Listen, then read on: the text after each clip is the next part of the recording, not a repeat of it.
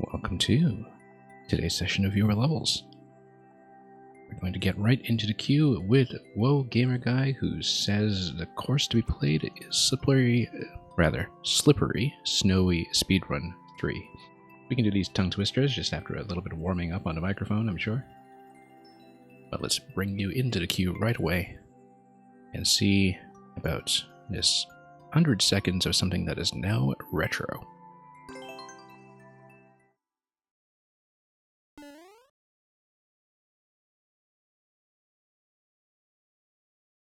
And Greggy Spike, welcome. Looking forward to whatever you have for me today. And we'll hold right down here. Oh. Slowing down a little bit, but given the clear rate so far, perhaps the timer is not going to be too tight.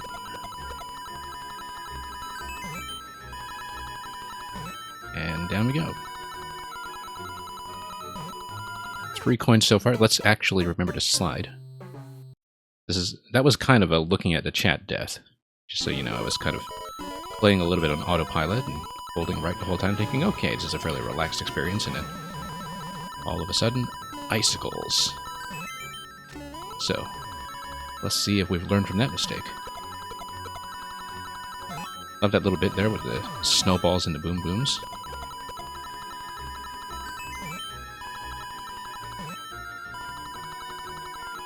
Boom booms and may or may not learn their lesson.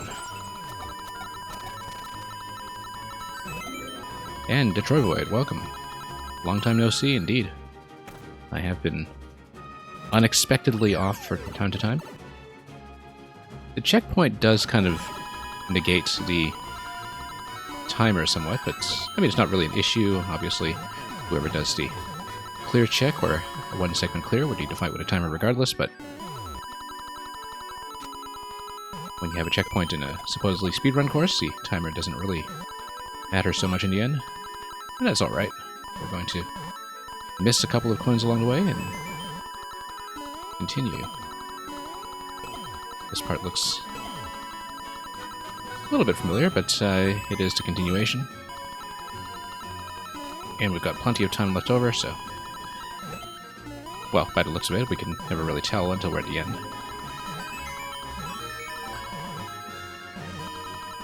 Icicles again, and through the door. And yeah, Detroit Void, I certainly do remember you. Sometimes I have trouble tracking viewers who change their names, but usually, even after a very long absence, you'd be surprised at how well streamers can pick out familiar names and personalities from their chat, even ones that duck out for a while and come back months later.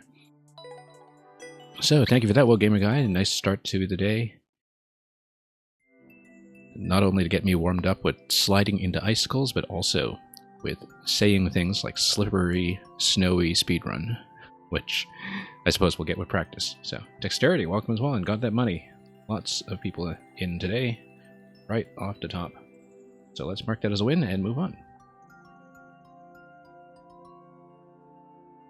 Anyway, let me catch up on a chat for a minute. I missed a couple of messages here, but yeah, it's Mr. Greggy Spike coming in as well with a submission, Dexterity coming in with a submission.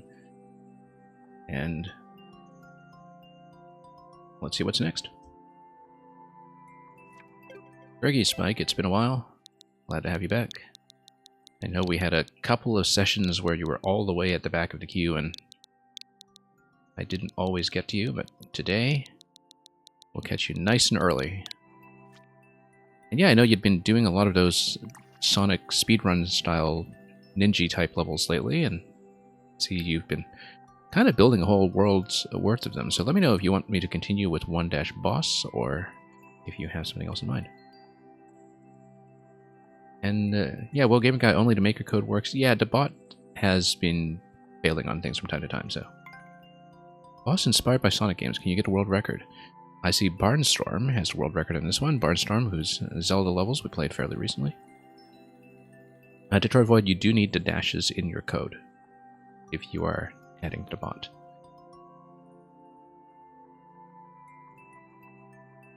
Alright, so the clear rate is fairly high. As with some of these submissions in the past, we'll run through it, and then we'll try to tighten up our time. Even if I'm not anywhere close to the record, we'll try to explore the level a little bit and see if we can optimize a few things here and there to get something reasonable.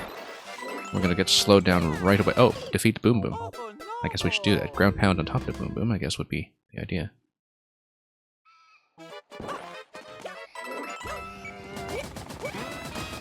It's not working. Let me take a look at your code in just a moment. After I...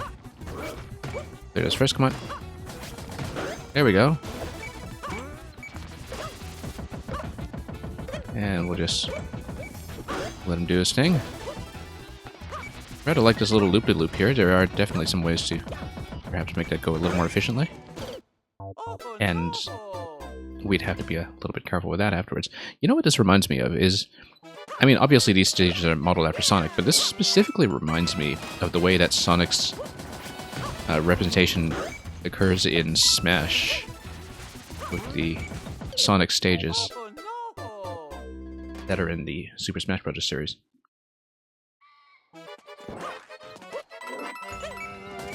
Warp World finally found its purpose, which is to only recognize Super Worlds. Yeah, I don't know what's going on today. I should really switch to the other viewer levels bot at some point, but it seems like a lot of other streamers have moved over since Warp World started out really well in early Mario Maker, but has since been a little bit poorly maintained, I think, because the Warp World team has been busy with other projects. Come on, let's get back. Okay, we've got the condition. Let's get out. That was maybe a little bit sloppy on my part, but we got it. We'll try to tighten up the time just a little bit and make a couple of additional attempts. It's happening in everyone's streams today. Okay. And, yeah, Detroit Void, if the bot works at some point, I'll try to reorder you as well. And just remind me. I'll try to keep you in mind and make sure I deal you in. I'll make a mental note, and do remind me if I accidentally skip you later. Okay, 43 seconds. Let's see if we can crunch it down a little bit. Find a couple of efficiencies here. There's definitely some way you're supposed to do it by cycling down to bottom with the dash pad and bouncing your way up, probably, at full speed, so you can kind of get back up right in time for the Boom Boom second hit. Yeah, kind of like that. And then you just proceed immediately. And then you do it like that. So that's already pretty significant savings, although, of course, nowhere near the 11-second record. So we'll try to crunch this down until I can get an attempt that I consider clean. It's not necessarily going to be a record time, but... Oops. As you can see, we're making a couple mistakes here already. But the idea here is to use the dash panels to bounce up immediately as much as possible, so you can get a nice clean return to the top. Nice concept for a speedy boss, and I think you are supposed to just go straight through, although if you don't, then maybe you don't need to, actually. Maybe it's faster not to do the return path at all. So... But, oh, that was dangerous. That's okay. The time is going to be the same either way. You just need to fall in. And then that was kind of poorly conceived. Just a moment. Let me take care of a bit of a bot issue quickly.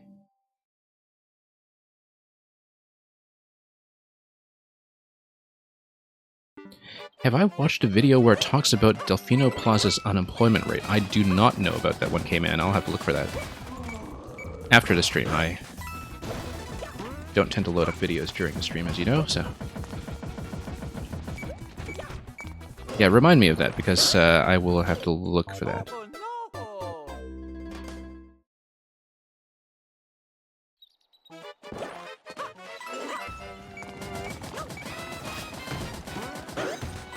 Okay.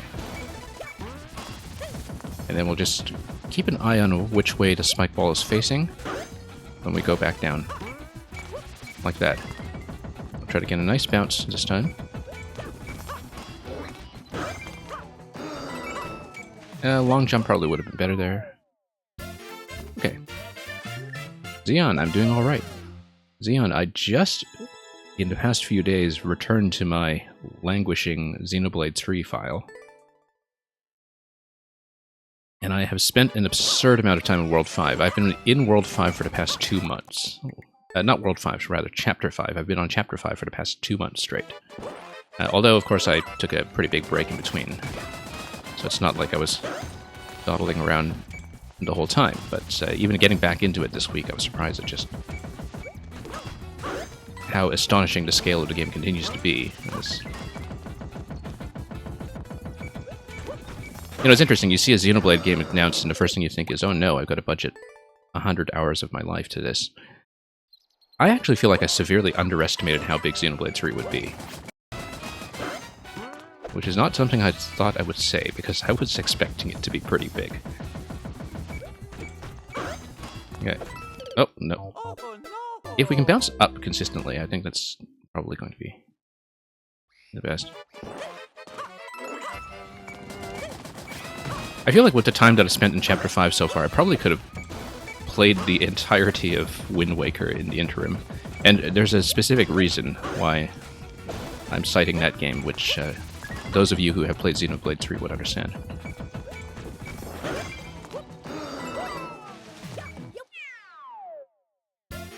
It feels like 3 games put together. Yes, it does. Xenoblade 1, Xenoblade 2, and Xenoblade X all smashed together in one, specifically.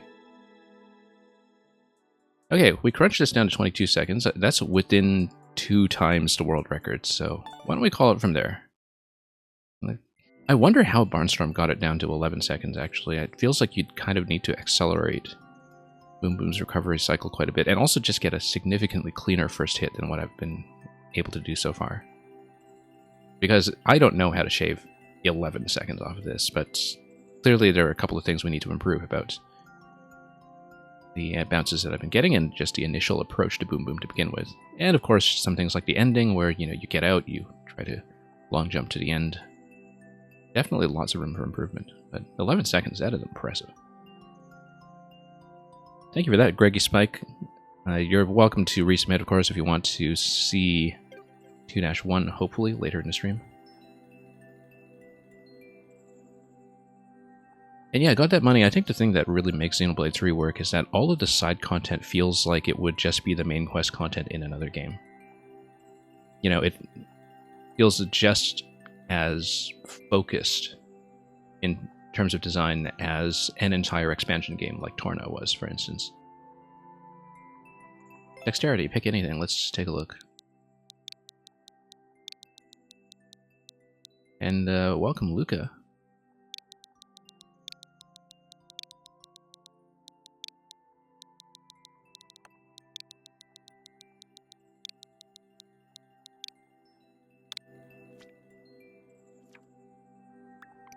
And yeah, it's fun just to play with the party setups too. I feel like they finally completed what Xenoblade battle mechanics were going for in the first place. Okay, we have a best of Dex over here with only 1 clear. We have a lot of these with only 1 clear. Oh yes, because I remember trying one of the earlier stages in the Hot Paradise series and kind of having to learn it piece by piece. So a lot of these are rather difficult. We can do best of Dex. I mean, we're unlikely to finish it. Hylian Dread, getting the world record on this. And with a pretty good time, too. Let's take a look. I want to see what this is.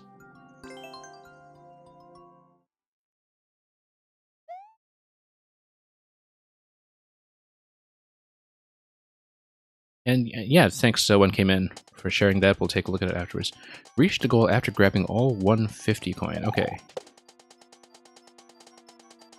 How hard could it be? Well, let's see what this thing is. I would need to... Ah, I see. I feel like I'm supposed to spin jump. Yeah, this is almost certainly a reset door. You would need to spin jump, tap the block, and then land on the shell as it's flying over. If I'm not mistaken. Let's take a look. This level takes setups and aesthetics from other levels, hence best of decks. That was a bad time to read the chat. Yeah, because it looks like you're probably supposed to do this and then continue to spin jump over somehow, or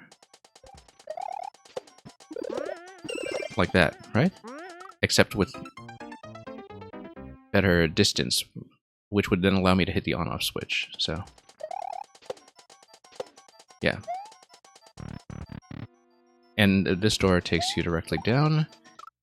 There's a lot going on here. I guess I would have probably needed to play some of the other levels that this is based on first so we can see what the setups are, but that's okay. We'll try to learn it piece by piece. It's a lot of stuff to put together, and as with one of the other multi-part levels,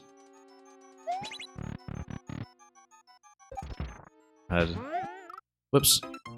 Okay, and this sails you over, and then you have to do something with a P-switch. Yeah, you basically need to learn this piece by piece, I think, and how it's gated off by the requirement to finish all the different components, I guess we'll find out, but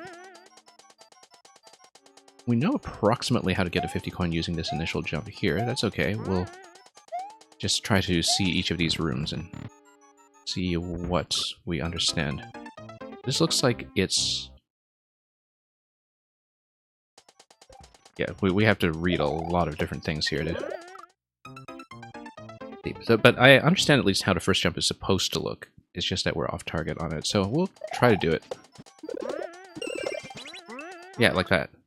Except, of course, you need to probably do a high bounce off of the note block and then pick up the shell as it's falling down. Yeah, that's right. And then it's going to be a shell jump to the right, as you can see with the marker. So we can actually piece this together just a little bit at a time.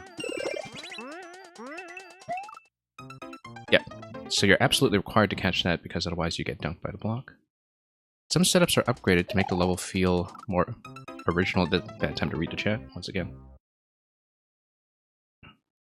And yeah, Detroit Void, we will deal you in after it got that money because we are aware of the issue with the bot, so... Yep. Trying to hang back just a little bit too much there. Because you do need to get the first bounce kind of... yeah, no, you do need to do that. First bounce on the spike top, and you kind of swing back and get a second bounce. And it is necessary to do it that way, and then you just need to land more accurately. Bounce on top of the Koopa, get a shell jump after that. No, bounce on the Koopa first, and then shell jump. And then there's going to be a drop on the right side, which we'll have to understand later. Mang, welcome.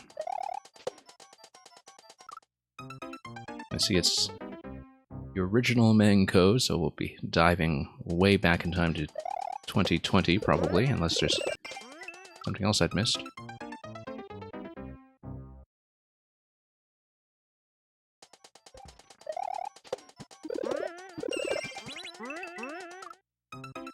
Yeah, you catch the shell inside the box. That's the idea. You jump on the Koopa. Oh, hang on. So we'll practice this setup and try to learn this segment before I look at the other ones, perhaps, and see how far we can take this. Yeah, just a little bit of a late reaction time. But there's a pretty clear line marker for where the intended location of the shell jump should be in order to clear that height. That came in a little bit low, but that's the right idea. That's exactly what we should be going for. And the red block there is just where the shell drop is timed based on when you hit the on-off switch down below. That's how that setup works. Whoops. So yeah, we came in a bit low on the shell jump, but we actually did have the correct sequence. Pretty satisfying to learn this piece by piece, in fact. Oops. And if you miss the on-off switch, you fail to drop the shell. So that's fairly understandable.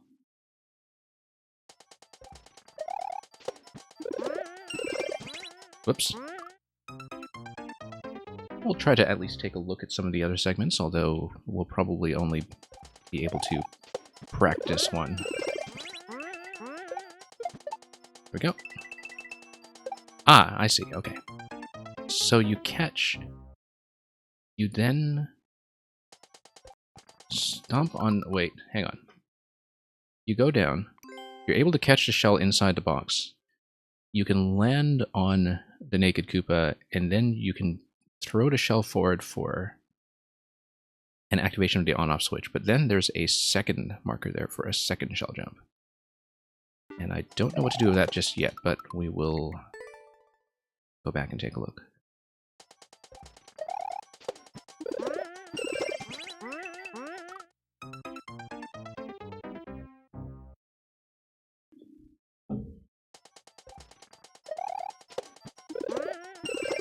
That's okay. We're accomplishing just enough in this segment for me to feel like I almost know how to play this game, so...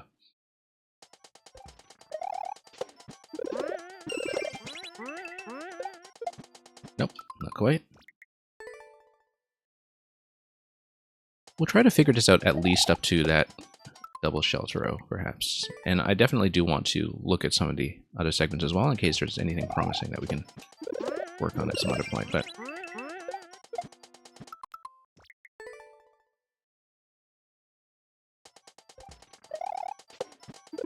I'm kind of curious how long it took Hylian Dread to work on this.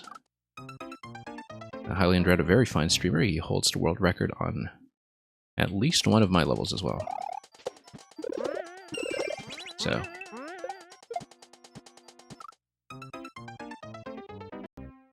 not surprising to see him as the first name on the board. On a level with tons and tons of plays. Oops.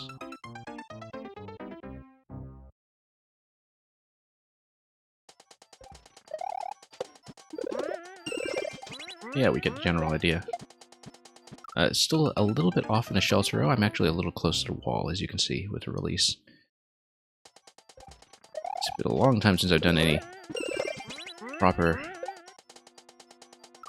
shell Kaizo of any sort, so kind of getting back into the habit, and this is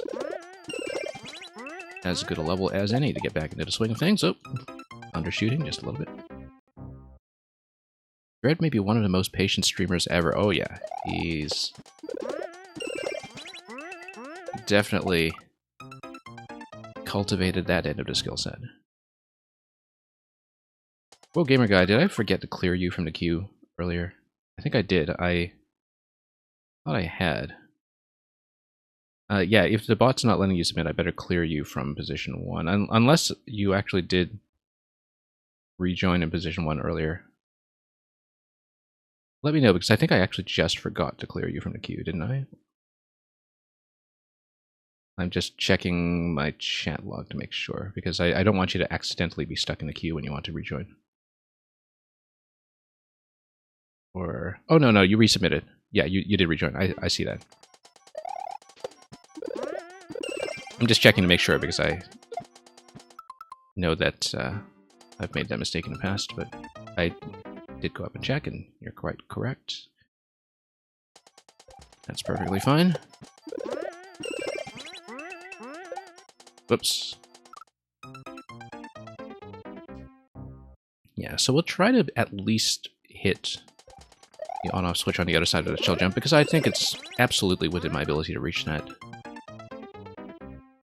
It's more getting the appropriate height and distance on the red shell throw early in this level. And yeah, we're way too close to the wall on that release. That's exactly what's happening.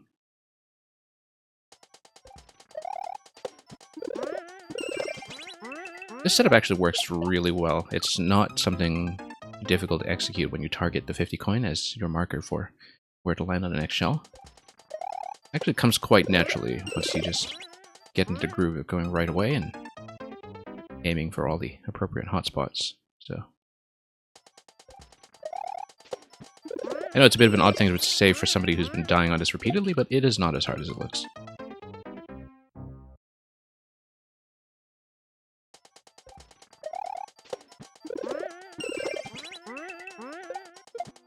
Nope. I think I'm kind of leaning into it a little bit much on a release, or it... maybe that I'm overcompensating for how low I was going on a shell jump earlier, and now I'm actually just releasing a little too late height-wise. And because as you can see, it's kind of falling past me on my way up, and so it's just a matter of kind of getting back into the habit of recognizing at what point in Mario's jump I should be releasing. Because I should be falling down towards it, not heading on my way up.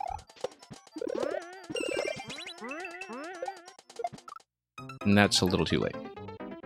So it's just a matter of finding the sweet spot and recognizing which way to correct it. When I was first doing shell jumps at all, that was one of the most challenging things for me to figure out, I think, was just being able to recognize from how I was making mistakes which way I need to be correcting things. Because with a normal jump, you can always tell instantly, are you too high or low, or are you too far to the left or right? But with a shell jump release, you kind of need to develop an intuition for which direction you're in when it comes to doing something inaccurately. Oops, nope, that's not what I'm supposed to do. But yeah, if we can get that done accurately, we're in reasonably good shape. There we go.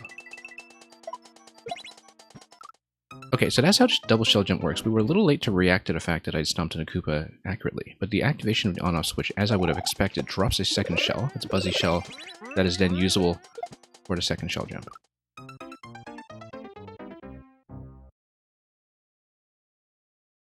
Yeah, got that money.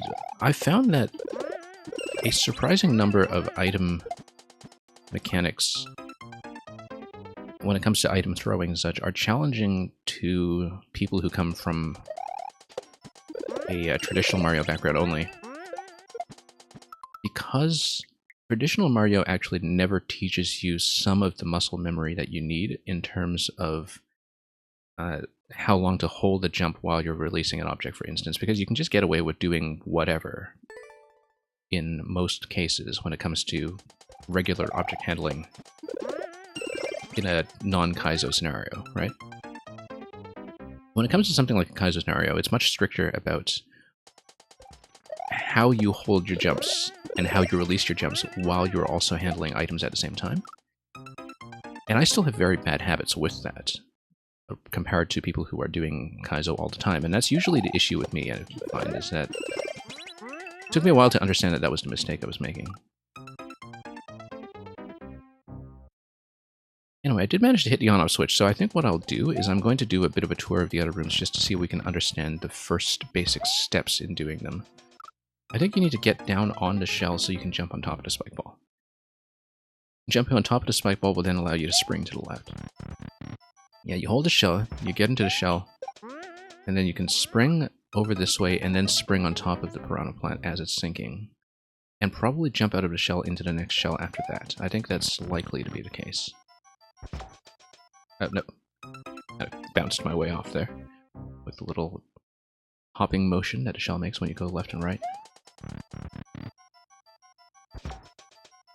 Once again, just kind of fell off before I was able to execute a jump. That's what happens when you try to dash into your jump without accommodating the way that the shell is going to bounce back and forth. There we go. Came in a little bit low there, but I think that's the right idea. That you catch that shell and you have a limited window to do so before the piranha plant drops on your head. And the piranha plant is just acting as a time constraint for that particular mechanism. And a space constraint, as you can see. You're supposed to land in the middle there and then probably spring back. Nope, once again, you don't want to point yourself off the donut block. You want to just do a nice clean jump out of that towards the spike ball. First Black Man in Space, welcome. Welcome back, I should say.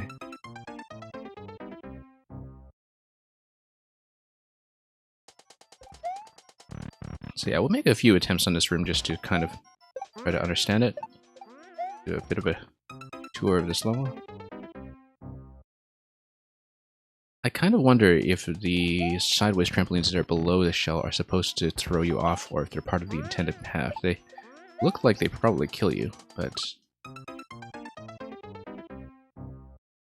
No, because the on-off switches are actually the other side of, they're the far end of the pathway.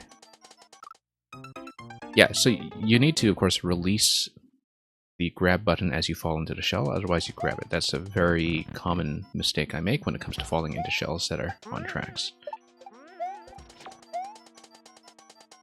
And I think you do need to bounce into that, because then that allows you to reposition yourself over the Piranha Blast. That's interesting. So yeah, release the grab button. You kind of need to jump around and somehow... Well, I don't know how it's going to go, to be honest. Oops.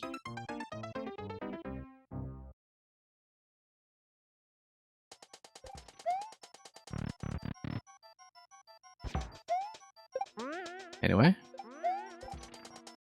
Once again, we really need to do that properly. Land in a shell and find a place to jump out. But as you can see, on the left side of that column is actually just the rightmost side of the first section, I think. It looks like it anyhow.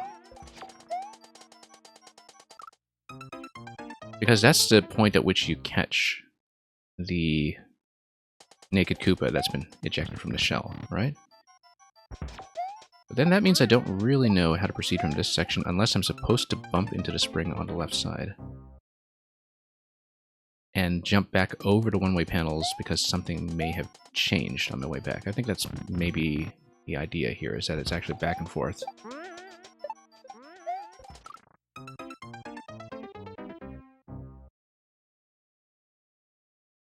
You have to hold jump and move left or right when you touch the side spring to go up. Hold jump and move left or right when you touch the side spring to go up. Oh, I see, because you're supposed to deflect off of it, but deflect off of it in a way that sends you upwards. And then you can jump at a greater height. That's interesting.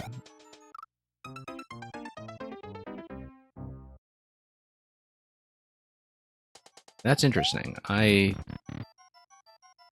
feel like I should know that, but maybe not in a very intentional context, where I was just expecting I'd conserve momentum going down, perhaps, but it's actually supposed to kick you up.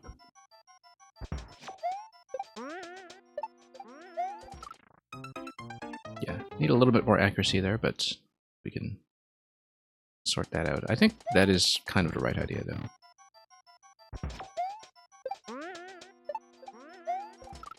Nope. Of course, reminding myself the whole time that I do have to release the Y button as well, so I don't just grab the shell. Definitely a lot of mechanical habits to break when it comes to playing something like this, where you have to be very conscious of your inputs if you don't have a lot of working familiarity with this sort of setup already. Oh, no. Yeah, so you're supposed to hold jump and lean into it, which requires me to be very conscious of the way I fall into the shell in the first place. And then if it kicks you up, then maybe it will give me an opportunity to bounce on top of the Piranha Plant as it's falling, because if I understand it correctly, I should still be wearing the shell after that bounce, and if it kicks me up, then I can get a bounce off the Piranha Plant to go somewhere that's possibly even going to merge with that double shell jump at the end of the first section, but I'm not really sure.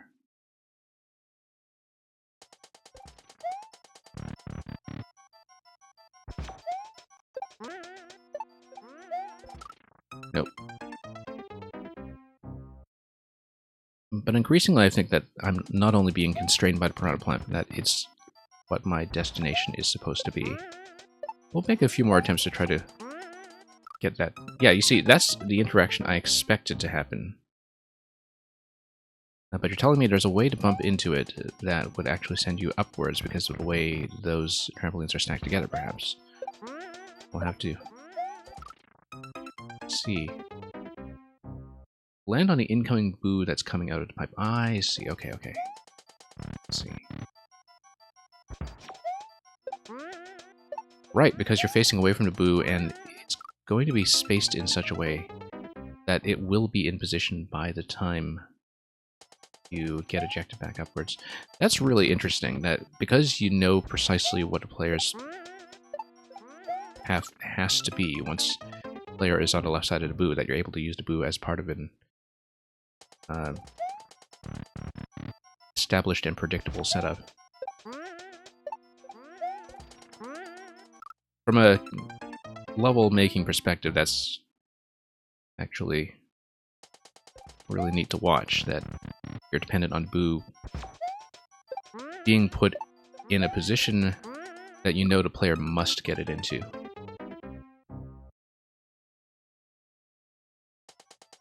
Okay, we're only going to make a few more attempts at this room.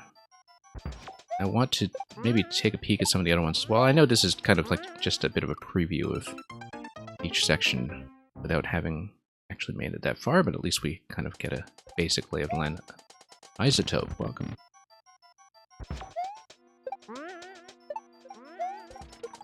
Oh, nope, accidentally grabbed and threw it because I was a little late on letting go of the grab button on my way down towards it. It's still coming in a little bit high. You've not been in this stream for 1 or 2 years or something? Yeah, well, welcome back anyway. Good to see you back after all this time. There's absolutely no problem with that.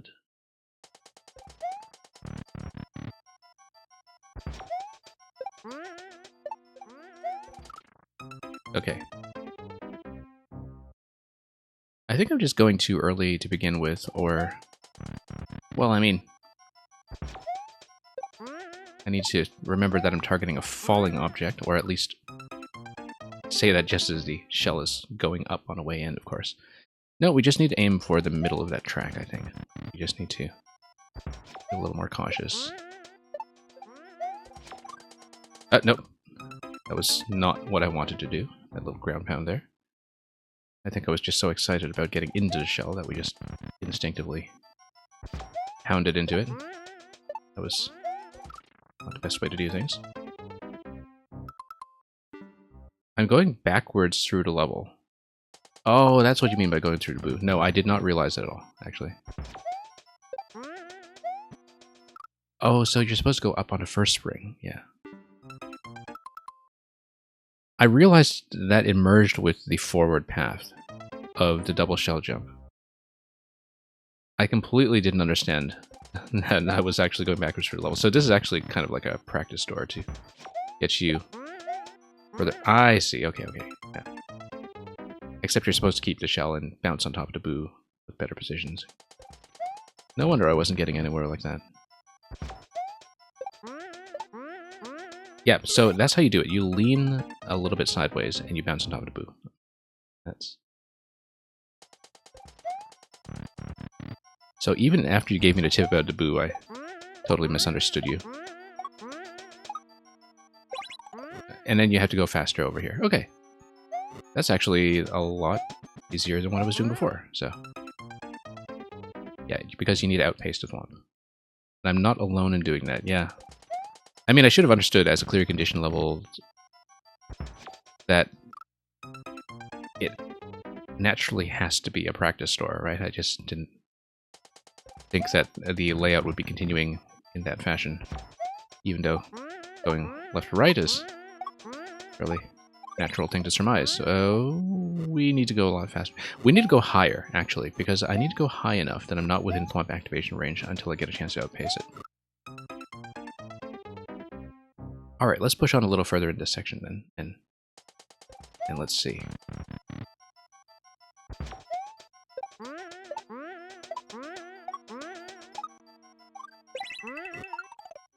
Okay. Except I was supposed to hold up here, so I cancel the jump before I hit the one-way panels. And then we'll have a point at which we jump out of the shell. Yep. Off-screen and ground pound. Yeah, no, I understood that. That up was too close to the thwomp to begin with, in terms of how that was being activated.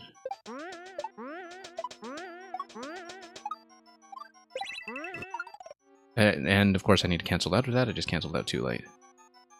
Because if I cancel out, then I get a nice light bump off the shell and then over to the piranha plant, and then I am able to aim for the question block. That is up top. We'll try to do that. I probably won't go too far beyond that.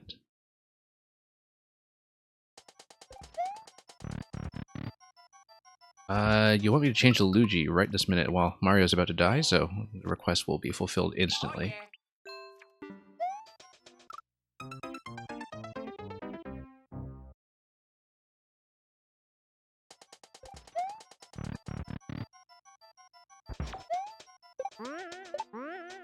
Okay. And then we were a little out of position for that because of the way that I wound up next to the one-way panel. Too high bounce. Nope, hang on. Yeah, so what's normally supposed to happen is that after the first segment, after the double shell jump with the on-off switch activation, you go over that column, you fall into the bone shell, and that's where you normally acquire bone shell instead of starting at the one that you get at the midpoint pipe here. Midpoint door, I should say. And then that's how the continuation is supposed to work. We'll take a peek into the other continuation doors. Let's take a look. Just so we know what we're dealing with. At some point you trade out for a P-switch. And then you throw at the thwomp. Let's take a look.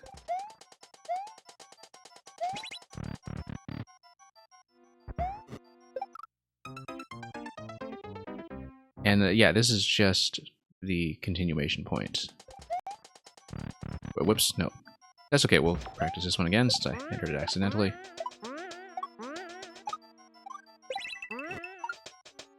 And yeah, you're supposed to, well, not hit the one-way panel to get a control jump towards the coins that are melted under the piranha.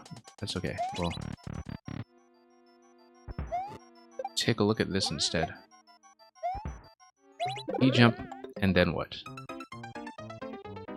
And then there's a Goomba. Oh, I see. I was supposed to pick something up on the left. On the way there. Let's take a look. Once again.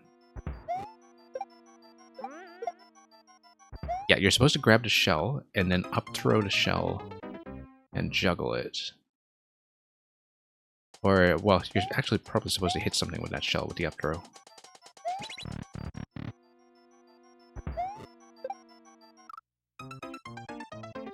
Yeah, because you tossed a P. The P should land in a position that allows you to jump on top of it down below, but then you do need to grab the shell and up throw with it in the meantime, which is the thing I was missing. Because the P is supposed to bump off of your head and down into the central location while you grab the shell, perhaps. We'll just do a few more attempts here just to scout this out, so we know what we're dealing with. Yeah, so that's how it's supposed to look, that you grab a shell, but then you get in a position to jump over, up throw, and then stomp on a P. And then the continuation with a shell after that, I'm not really sure, but we'll take a look. Yeah, it's the thwomp pushing the P into position, actually. The P is not supposed to fall past the thwomp. You throw the P at the thwomp because the thwomp pushes it while you trade it out for the shell. That's how you do it. And I probably shouldn't jump towards the shell pickup. I should dash towards it. Let's take a look. Not dash toward it, but even just stand on the left side of the platform as it's falling. Because if I jump off that platform, I will not be able to catch up to it and land safely.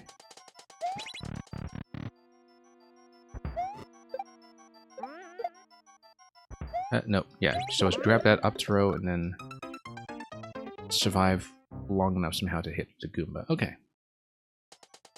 Let's just take a look at one more door here.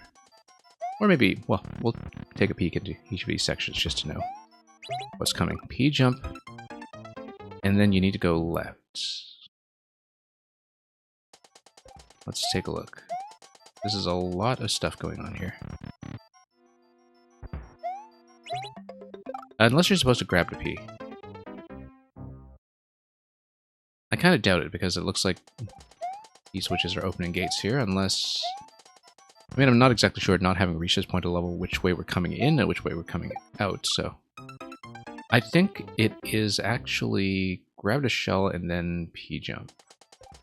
Maybe. I'm not actually sure. Because I don't quite know how the player is coming in the first place. Boo ring down here, interesting. Yeah. I assume the player is coming in from the top and that the continuation is to the left, but I actually have no idea because I just haven't reached this point.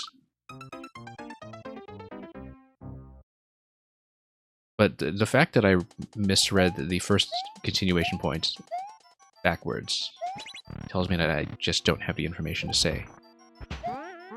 Okay, so this is a shell ride with the P, so we'll get back there and see. Get back there and take a look.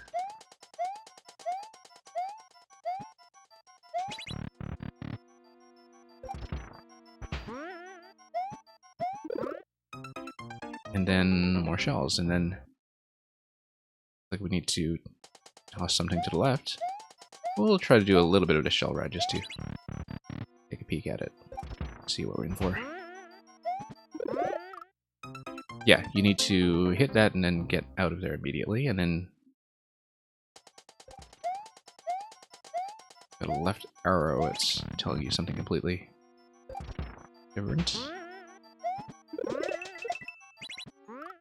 No, the throw point is over here. Then why would you have the left arrow? The left arrow probably just tells you how to face as you're going down, perhaps.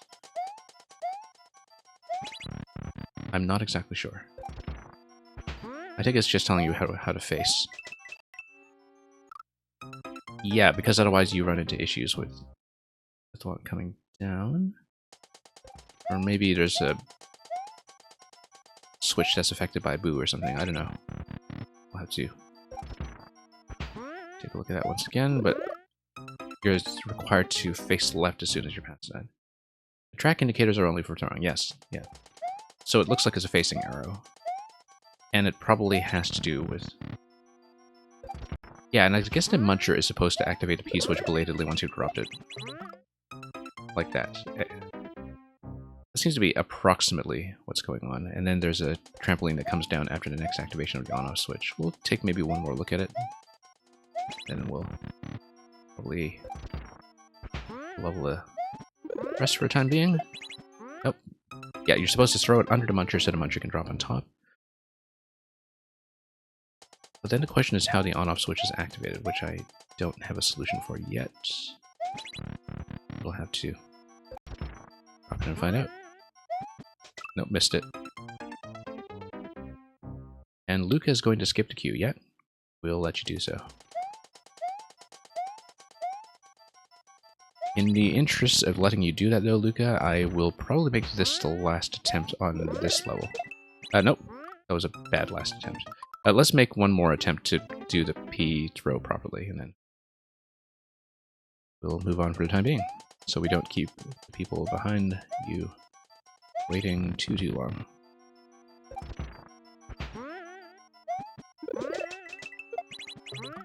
Yeah, you're supposed to fall on top of the mole at that point. I see it now. That once you do the P throw, the thwomp actually outpaces you just enough that you're able to fall into the mole. I do want to try that. Contrary to what I said earlier about that being the last attempt.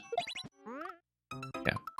But that's what happens, is that the thwomp passes you by the time you get to the on-off switch, and you're able to bounce off the mole and then go over to the right side, and probably land on a red block, but I'm not exactly sure.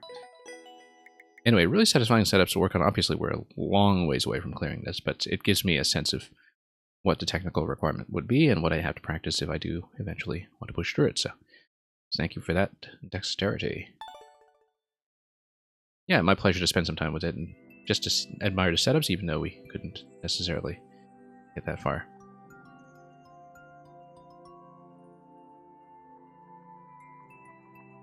Alright, let's mark that as a loss, not that we're keeping track. And then we will allow Luca to redeem that skip the queue, so let me just make sure we punched you into the bot properly. And that the list is still intact. So yeah, we'll switch over to Luca. And then the queue after that will remain as before, so thank you for the patience of everybody waiting. And let me make sure I've marked your reward as redeemed as well. As I always forget to do this.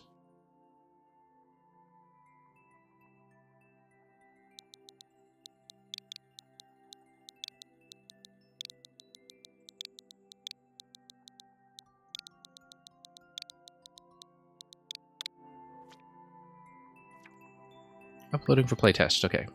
So I'll just spam reload until we see that pop up.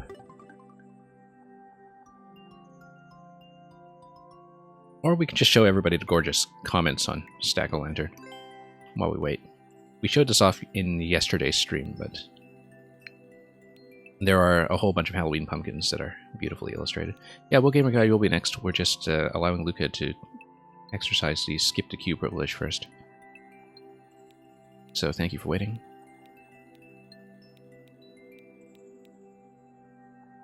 And really have to admire this close-up over here. I only just noticed a heart here in this picture by Aegis Cook as well. That is expressing a like. It's up, okay. Boom Boom Beyblade. Wix Optic new trope plate testimony.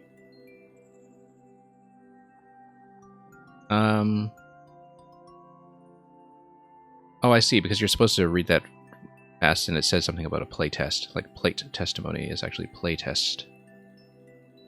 Moni. Anyway.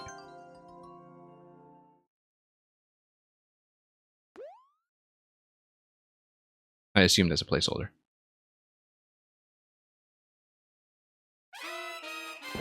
Okay, here's a playtest pipe, but we're going to run around anyway. I do hear an on-off switch right off the bat. Let's see what that was about. Okay, so Boom Boom is going to give me hop shops. Okay, very friendly. Oh, I see. We're supposed to let Boom Boom outpace me and then take the dash metal across, unless I'm supposed to let him do this first. No, he doesn't need to outpace me because I need to use the tree. We need to remember that climbing a tree is an option. Yeah, intro room, of course, must be a work in progress. Understandably so. Okay. Interestingly enough, yeah, just gotta try that.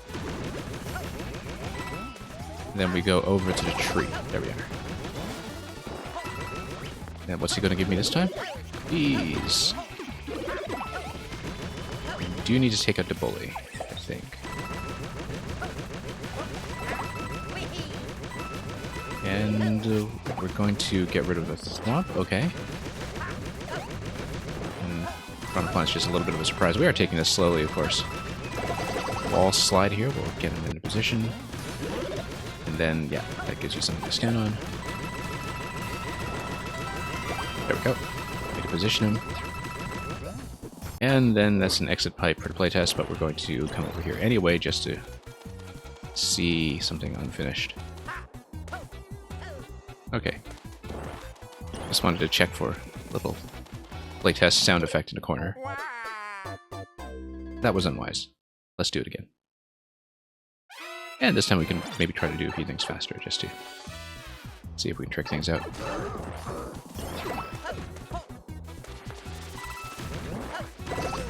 This feels like an unofficial companion to some of those Sonic the Hedgehog levels. Green Sonic and Stepping on Sonic and so on. Where you have an independent partner who's rolling everywhere. Whoop. I just feel like there's a certain likeness there. Sure. Okay. Then, wall slide. Then we'll just drag him over. Just need to get right up to the pokey. And we'll just continue this way. Boom, tails, boom, exactly. Okay, take that out.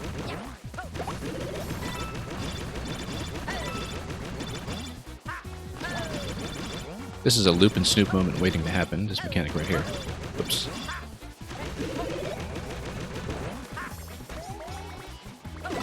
Okay, yeah, and then we use the on-off switch to manipulate Boom Boom, which is great. Because we do need to time it based on his positioning. And we don't want it to hit up the left side if we can avoid it, but we didn't know that going in, so that's what a playtest is here to discover, so... Yeah, it has an instant reset on the on-off switch as well in order to make this mechanic work.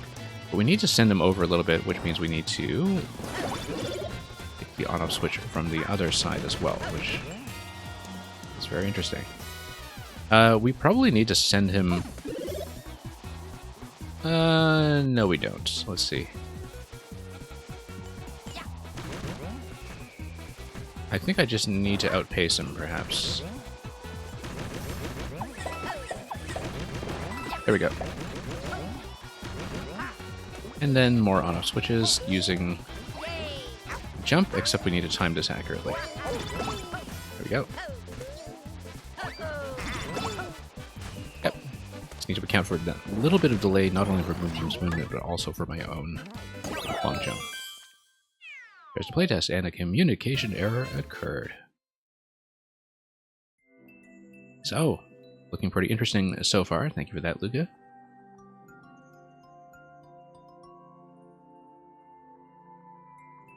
I don't think I really managed to break anything, but at least you got to see how I was reading it and what my pace of play so far was, since obviously I was taking certain obstacles rather cautiously. Me SMM. Yeah, Me SMM. The bot is breaking on a lot of level codes today. If the level code doesn't work, try your maker code. People have been entering their maker codes today. Because the bot has been choking.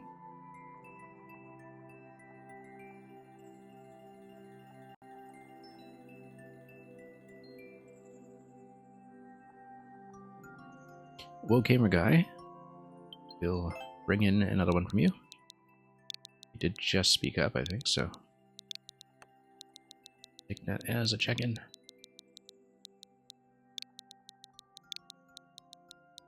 Yeah, you are indeed still here.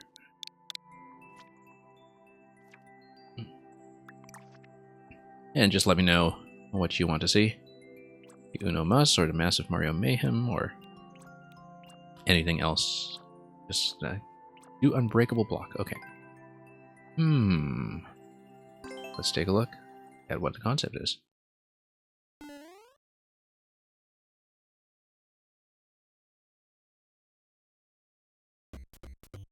Okay.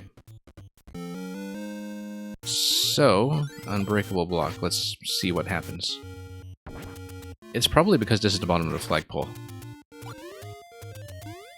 But then, is this true for both blocks? That's the thing. It's totally because it's the bottom of the flagpole. I think that's what it is. Yeah, because you would have just enough space to tuck all of that stuff on the right side.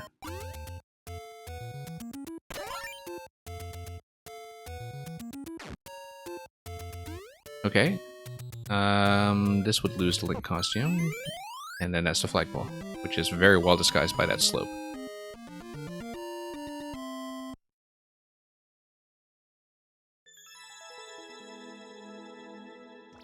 Okay, thank you for that, Well Gamer Guy. I don't know if there's anything else there that you wanted me to take a look at. But I also don't know if you've had the invigorating experience of seeing people repeatedly try to break that block.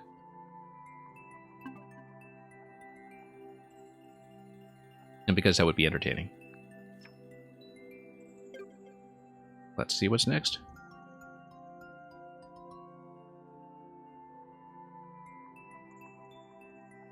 Yeah, one command, current state of the queue is with the list command. Got that money. Glad to see you back, as always.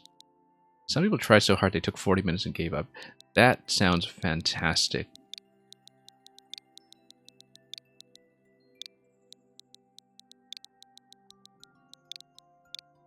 That sounds like it must be an absolute joy to watch. And I say this as somebody who spent way too much time yesterday forgetting that Yoshi could take damage on a particular puzzle that required that. So, we all have our embarrassing blind spots when we play this game. 1K Man trying to fight a Dark Souls boss. Well, good luck with that. I don't know if you're doing Dark Souls 1 or something else in the series, but got that money. We have so much to catch up on. I am very far behind with your selection. Because I used to play absolutely everything of yours, I think, and we've just fallen so far behind. Perhaps try 4-4. Okay, let's see. High Tide Ride. Yeah, we have a lot of catching up to do. I suppose you're gradually assembling your entire super world out of order, though, so eventually we'll manage to see everything at once. Navigate the ever-changing tide while avoiding all sorts of aquatic life.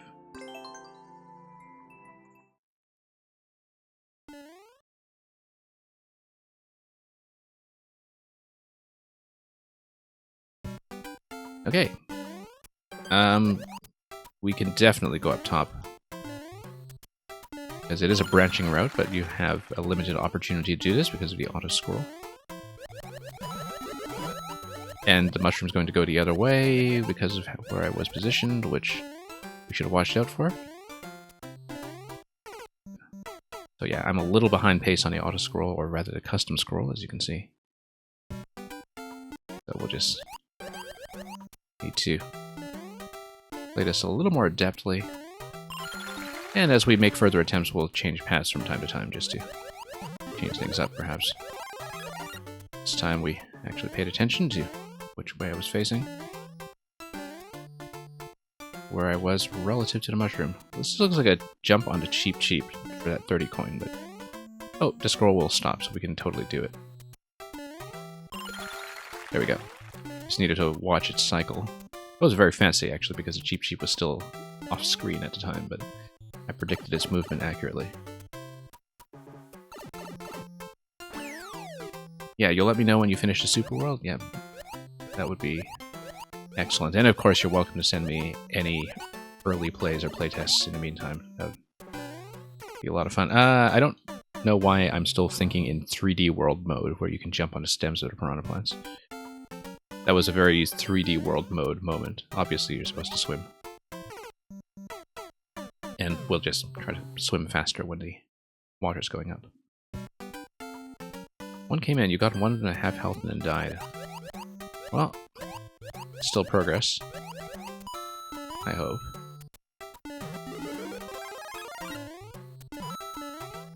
I actually have not played Dark Souls. I've been asked about it many times. But I was kind of out of touch with a lot of what was going on with video games when it released back in 2011, I want to say. I just never got around to catching up. Despite the many games I've played that were in some ways inspired by it. This is a neat little moment here, where the Wiggler is released by its collision with water. But that if you were trying to do this speedily, you could probably get a bounce on a Wiggler. If you're going for a speed record, you would use the Wiggler while it's still a valid platforming element.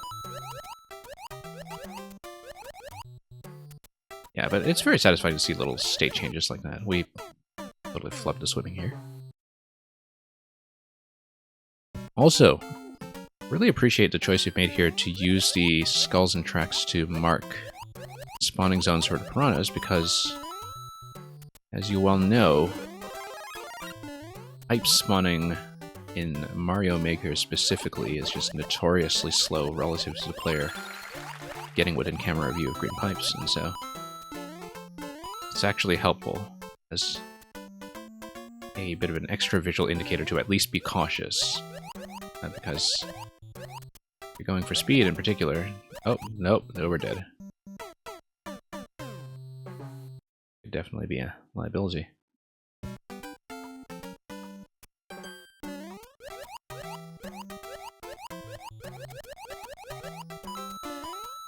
Okay.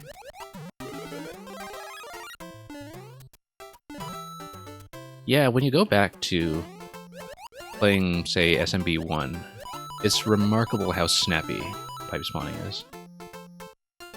And I always wondered, even back when Mario Maker 1 came out, if they were tuning the spawn timings on pipes to avoid people running into a lot of blind deaths from makers throwing whatever in the pipe. But I think it actually had the reverse effect of creating a lot of situations where levels became hard to read because you would have that moment of hesitation where you have to wait for the pipe to respond to your camera position. Oop. And the Wiggler's just going to go away. That's fine. We'll wait for the tide. Time and tide, wait for no man. Anyway, we made it to this segment previously. We'll just try to make it again. Yeah, swim behind that piranha might be the way to go. Taking damage there actually turned out to be probably helpful. Very tempting to go down below to those vines just to jump around a bit. And of course you can see the water drag the movement of the plants a bit as it is retracting back to the pipe.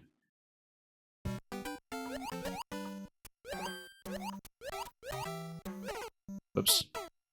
Now we've got plenty of visual information to understand that a plant is out in the field at that point, so no excuse for that. Oh, nope. There we go.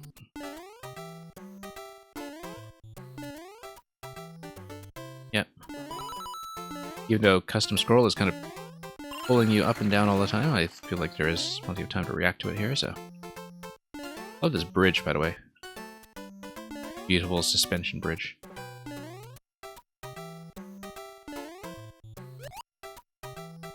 Okay.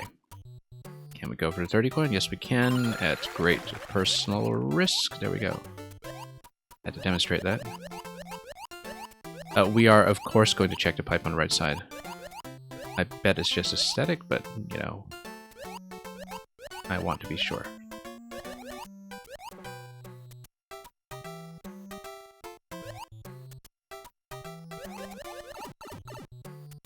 And it, of course, is not just aesthetic, it's a little bonus room, very conspicuously placed. We knew that. Now, we want to jump on top of the Cheep Cheeps while they are out of the water, so we can hit the question blocks accordingly. Like this. Very nice. It's something that does make the player wait a little bit for the correct timing, but that's perfectly fine, just given the very relaxed pace of this level.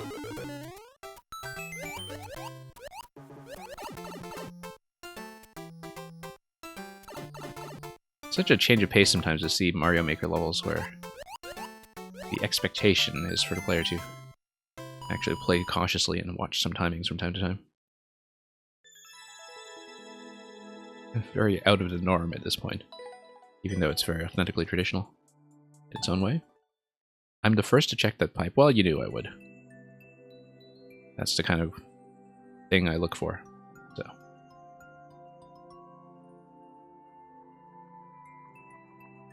And let's mark that as a win. Yeah, I got that money. I don't remember if it was in Maker 1 or 2. It might have been in very early Maker 2 where you had that optional level within a level that was this completely different scale of difficulty relative to everything around it. And I still remember grinding away at that.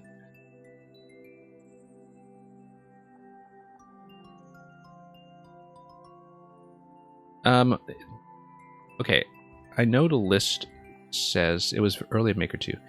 The list says 1K-Man is next, and I know 1K-Man is present in playing Dark Souls, but at this point I'm going to check for Detroit Void, because Detroit Void ran into problems with bot earlier and was supposed to be slotted after it got that money. So, if Detroit Void is here, we will do yours first. And I'll just give you a moment to check in, otherwise we'll go straight to 1K-Man.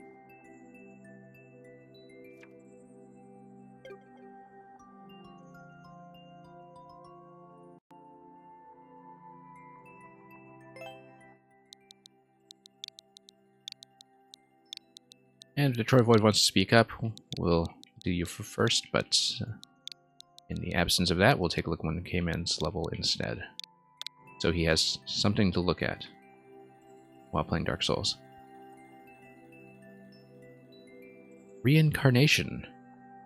Toad must be cleansed of his sins under the red moon and be made anew. Suppose he must.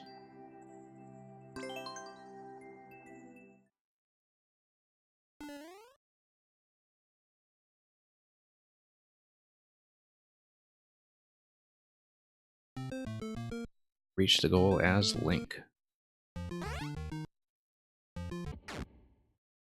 Okay. Well, nice short jumps here and there. I guess we'll need to go for some of those blocks. The question block on the top right is kind of suspicious in that it wouldn't be able to spawn anything on top of itself. It would either be a coin or something winged. But alright, well, we'll find out. Guess we're not reaching the goal as Link anytime soon. Oh yeah, it would be a key. It must be a key, in fact. Of course it's a key. Should have been obvious to me.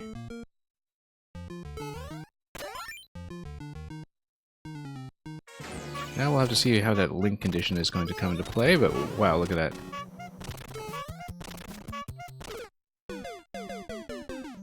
I was far too distracted by the sound effect coming through the central pipe, which is probably the point.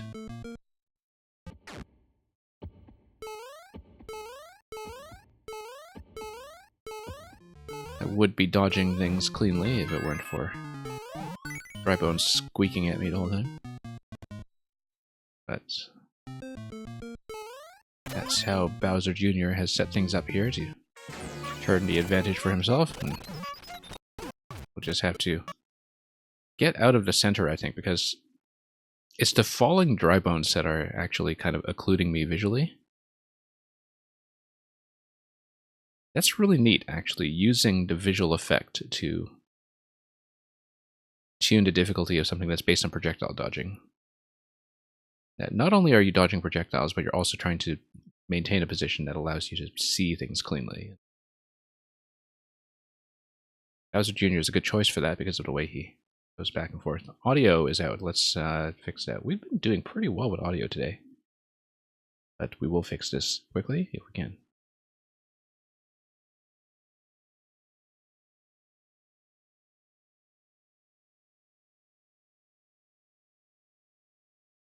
Yeah, we ran for about 5 hours yesterday with no audio glitches, so something got fixed, but still don't know if I can do it consistently. Should be back, though. Because this level is not the same without the squeaky sound of the Drybones coming out. Sound must be present for the full, authentic experience. It is back, yeah, good. And do let me know, of course, if the audio has any pitch issues as well, if it's glitching out or sounds distorted. That's usually a warning sign that something's about to go wrong. Whoops.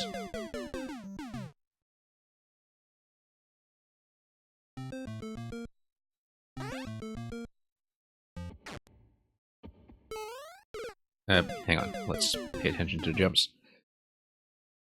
I'm just watching my stream management at the same time, just to make sure we don't have any other technical issues. You think the second room is the hardest? Well, we'll see.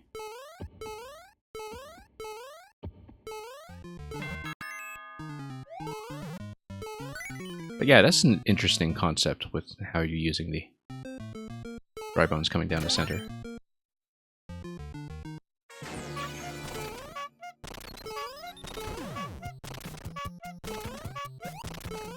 I like it. It's not that often that you see these elements of design that are almost purely psychological. At least not in something that's otherwise a little more standard. Obviously, something like the troll genre is pretty much all psychological. But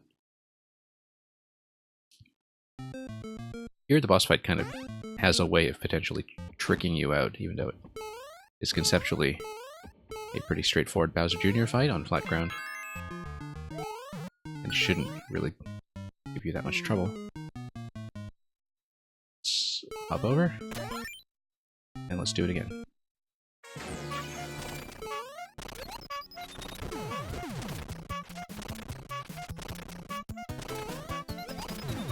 And yeah, we want to go back and forth a bit. I mean, without jumping straight into a missile. The second person to point out Fishbone dying being a distraction. Oh yeah, I thought it was very clearly intentional. In a fight that is all about dodging projectiles.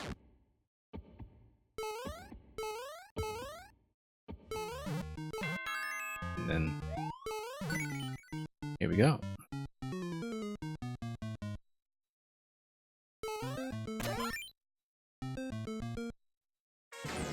Okay, we'll just go aggressively straight for the first hit, except we won't land quite like that.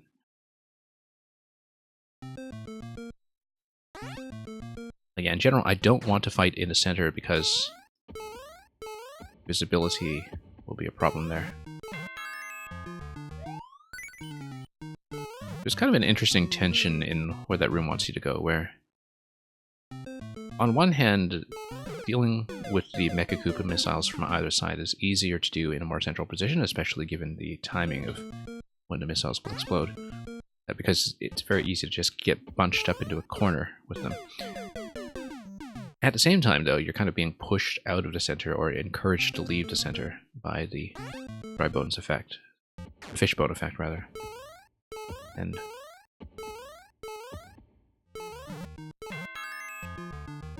so,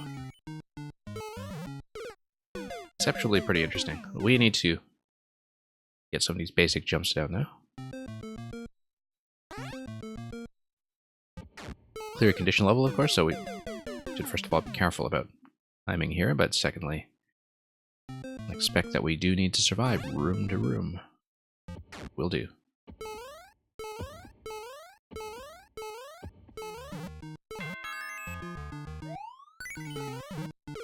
Hang on.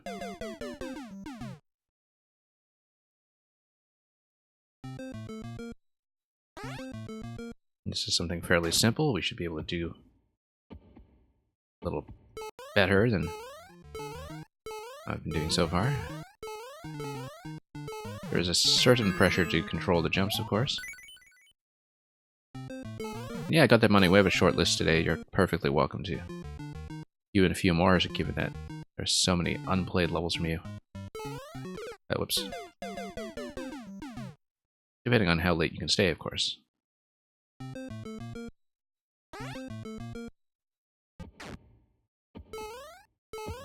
Alright, let's do this again.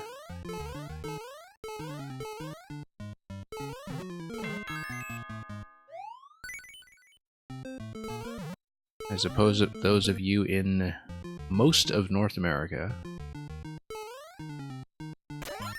would also have the benefit of the time change this weekend. Certainly shouldn't forget about that. And of course, in European time and in Greenwich Mean Time, they already switched out of the summer schedule in October. Versus key. Okay, so this is just dodging bullets and Fanto on a timer. I like how the clock effect makes it abundantly clear that it is going to be a timer. So there's an instant indication to the player that you should be thinking about survival. It's usually pretty obvious, but you know that with a lot of survival fights, the first thing that a player will typically do is scan around a room to kind of make sure that it's a survival room rather than one that requires some kind of active input with something like hitting a switch or a block.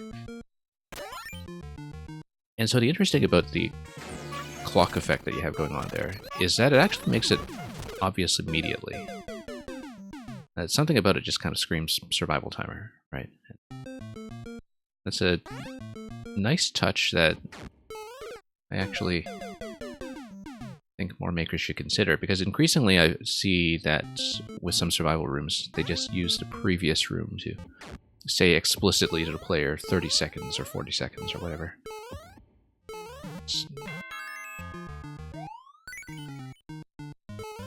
Survival timers have been very popular since the days of Maker 1, of course, but they have that inherent design challenge of how to communicate to the player as obviously as possible that you were just meant to endure until something happens automatically for you. So, that's a nice touch. You think you added a ticking noise for tension, yeah. So the player can ask themselves, what is that mysterious ticking noise?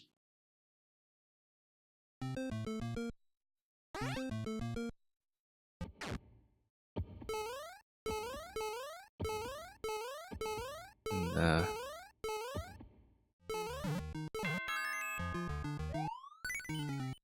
that is, now that I think about it, a remarkably old reference.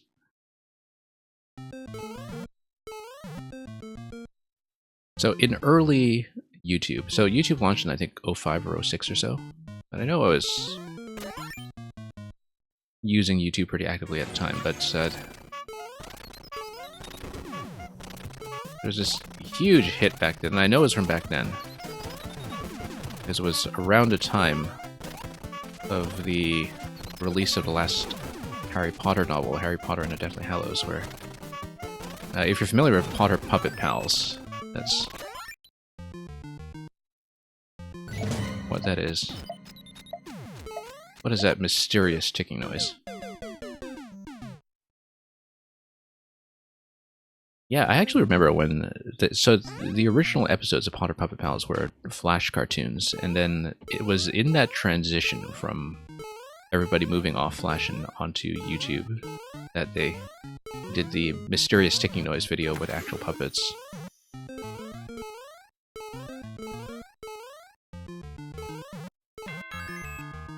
Okay.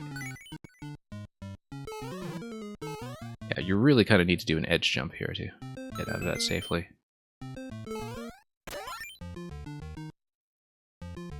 Right before you hit the spikes.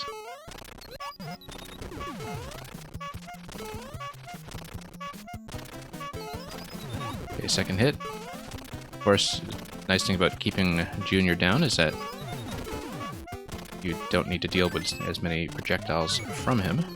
I still love that fishbone effect. That's a very effective part of this level. Okay, let's get out of Phanto's way and just kind of cycle around. Now, the longer the bullets stay out on the field, the longer we don't have to deal with additional ones firing, so... Leaving them alive is actually a good thing, because then they are in predictable positions. We get the Goom split, as expected, and continue. Sound. Okay, good thing our sound is working. On-off switch will probably blow it out. Let's not stand too close, just in case we were within bomb range. I guess that's an indication for anybody who doesn't have their sound turned on. Especially myself.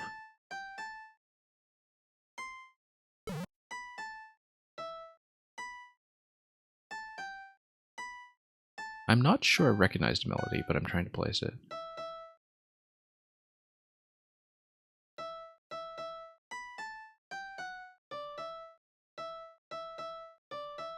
But anyway, Luigi's just going to give this a listen.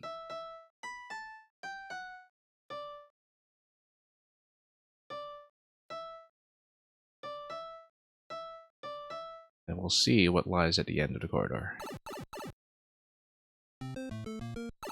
Okay, Master Sword, imagine that. Okay, so you get to top of the flagpole if you hit the on-off switch. Pretty simple. Surprise, the song is, oh, as the title says, Akaitsuki. A song that plays in Chapter 8 of a strategy RPG called... Ah, okay, no, yeah, I know that series. I know of that series, I should say. It's the one with the little penguin. Yeah, what is it, Disgaea or Disgaea series? I actually don't know how people pronounce it, but it's the one with the penguin. isometric strategy RPG series. The joke is that Toad reincarnates as Link. Okay, I understand that. This Gaia, okay, that makes sense. Like the Gaia hypothesis, which was framed by James Lovelock, who died earlier this year. He was over 100 years old, I think, the fellow who originally coined the term the Gaia hypothesis. Anyway, that's your little unrelated factoid of the moment. Once again, if Detroit Void ever wants to come in, claim that spot, welcome to, but in the meantime, we are going to proceed with the standard queue. And Mr. Greggy Spike will look at it, the other Sonic level if you are still here. I just want to check that you are still around. I believe you are, but I'll just wait for you to speak up. I believe it's going to be that next Sonic creation. I do see Mr. Greggy Spike on the list, so we'll just rotate you back one spot if you're not signaling your presence. And then we'll just look at Mangs first.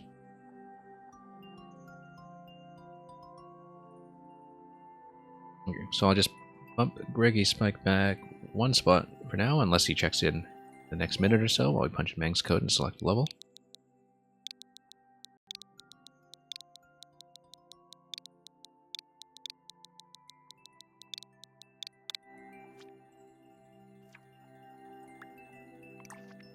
Anyway, Mang, let's dig up some ancient history. Yeah, 1K Man, once again, used Maker Code if Warp World is rejecting everything. Yeah, I know we were saving Space Bunny 3 until Space Bunny 2. Not that the chronology necessarily matters. That will take us down to Cute Drifting. You're too fast. Slow down. Alright, it'll be a Dash Panel Festival here, so let's see how it goes. This has one of the lower clear rates, but it's also from fairly early in 2020. And let's do it.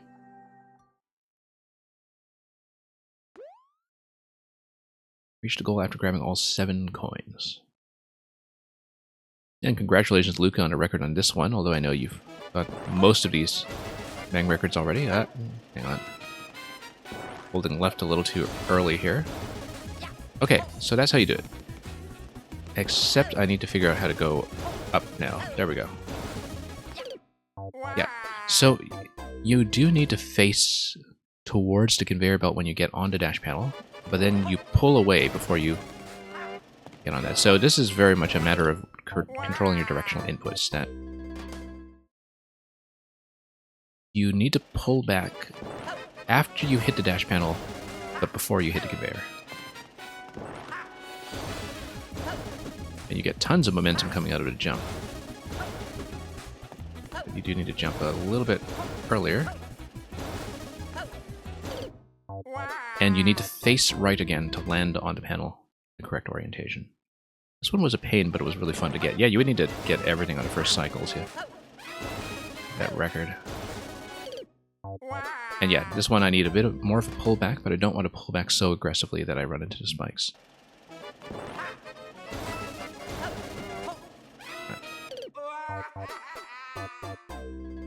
1K Man, if your mid-boss battle, the one you want me to choose is NSMB, Sky Times, and Grounded Lows. Okay. I will check back to chat to see that later. Lost a chance to add the pig sound effect on the player. Yeah, that would be pretty interesting.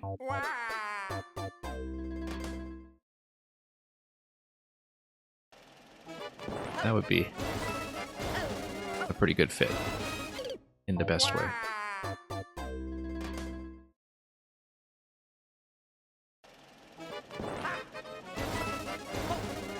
Bang says, I'll add the piggy sound effect on you. Yeah, that's what collaborations are for. That's what teamwork is all about. Now, we were a little late on the reversal that time. You do need to be pretty quick about changing directions. And then wall jump up. Nope. Actually, we could have salvaged that if we just did an additional wall jump, maybe. As long as we didn't run into the spikes. Oops.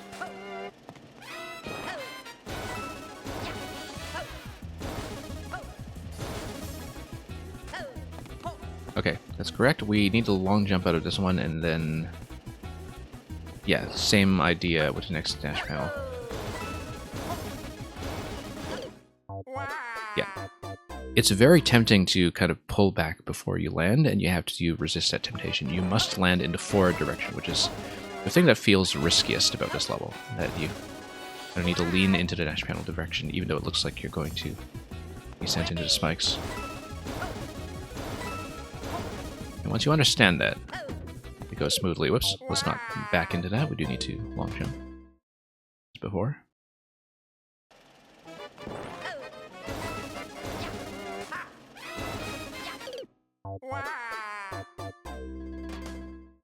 And so yeah, a lot of this is just about focus. The mechanic itself is easy to pull off once you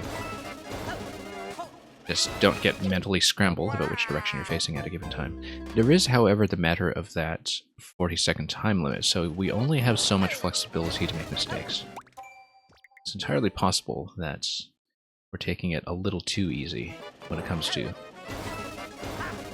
correcting out some of the initial jumps, for instance. Do need to go somewhat quickly without making too many mistakes along the way. I don't know how tight the timer will be, but I did see that the Luca record is around 34 seconds, I want to say, so there's a little bit of flexibility, but not too much.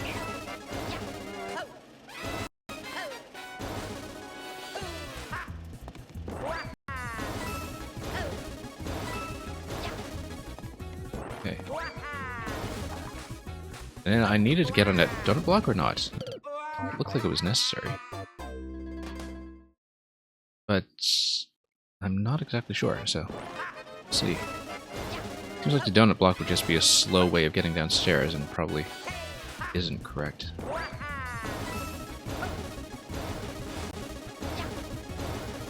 Yeah, there's maybe one too many mistakes here. Just getting in a bit low. If I'm getting in a bit low, it means I'm jumping too late out of the dash panel. You cheesed it. Okay, I see. Well.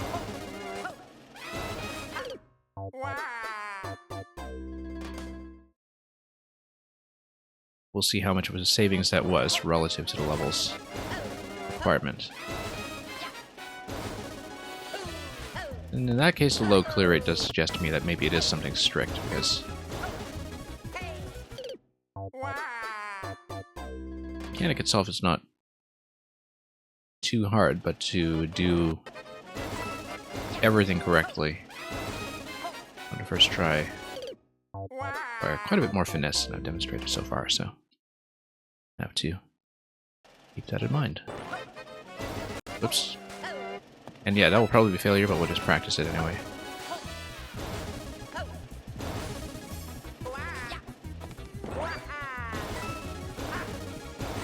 Okay, up we go. And yeah, we just fall down directly. And then maybe I just got lucky with that fall and wall jump earlier. Salt Lake, welcome. You are not the only one who struggles with momentum gimmicks like this. The sub 0.5 clear rate on this does suggest that this is not trivial. Yeah, Salt Lake, glad to see you here. I hope the level building and everything else in general has been going well. No, you had something new and very difficult recently that I hadn't taken a look at yet. Yes, so you need to get into the spin on top of the thwomp right away. I knew that, I was just too late.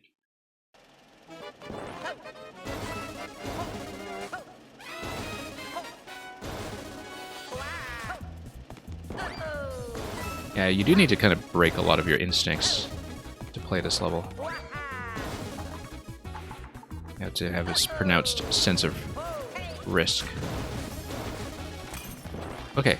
I probably stalled too long after dropping the icicle. I did understand that we needed to get within icicle range, and the dash panel sends you back to the left. Once the icicle drops, then you proceed. Okay. Yeah, this is a level that's entirely about the timing of how you swap directions. It's not even that much momentum control to it, it's actually just having a nice, sharp mental reaction to which way you're supposed to be facing at a given time. Let's take the left. Yeah, once again, very tempting to just do a correction jump there, and that's exactly what the spike blocks above you are punishing.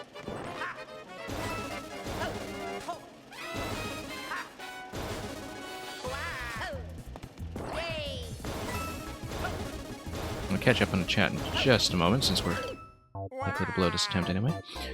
Salt Lake, you're saying 2% levels with such gimmicks always seem to take you as long to clear as 0.5 levels. Yeah, I have a couple of very specific weaknesses as well that make me feel like I'm playing way below par. Diagonal arrow shots with Link are something kind of notorious for me, and as well as a lot of rhythm-based mechanics where you kind of need to watch cyclical timings from a distance. You know, where you just watch a pipe spawn timing or something from across a room and you need to jump towards it at the correct moment. I find that I struggle a lot with those relative to clear rates.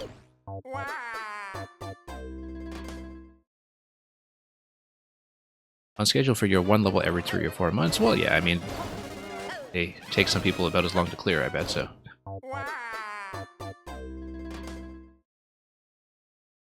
That's absolutely fine. Whoops. Yeah, this will run into timer trouble, but we'll practice it anyway. Link power-up has some kind of input delay that makes it feel notably different from any other power-up. Kind of does, doesn't it? That for a couple of the actions, it feels like the animation frames are kind of stalling on you. With things like the ground pound and definitely the arrow shot. The arrow shot always feels very sluggish to me.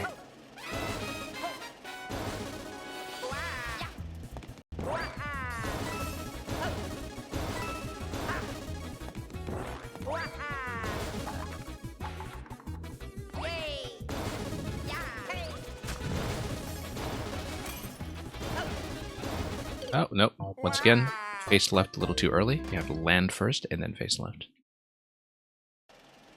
Luca has replaced an entry. Wonder what that could be. Oops.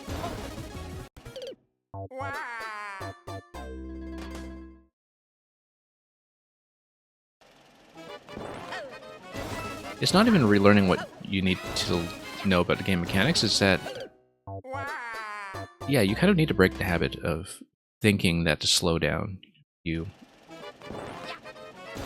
kind of correct your facing direction before you land. I think that's something that's deeply ingrained in people's muscle memory and how they respond to visual information, and so kind of facing forward into the landing is something that requires you to be suddenly very conscious of a platforming movement that would normally be second nature. Yeah, Salt Lake, you're welcome to add a code, except Warp World is choking on everybody's level codes today. Try your maker code if that doesn't work.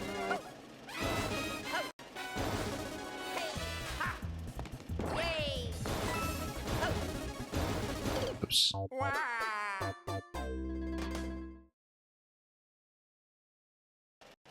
Yeah, try your maker code, and I may even be closing the queue relatively soon so I can make sure I can take my time on yours, because I assume it'll take some work.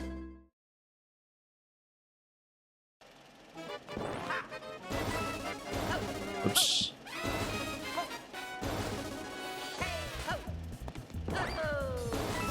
Okay, up we go. And we got a raid. I'll acknowledge that in a moment. Let me just get out of this area first. There we go. That spin was ill-advised, but this was also the first time I got to that part of the level. Let's give a big shout-out to this big raid that we have from Purse. You came in after playing some Cult of the Lamb, so thank you for the follow, and thank you for coming in, everybody who did. Sneineken, if I've pronounced it correctly.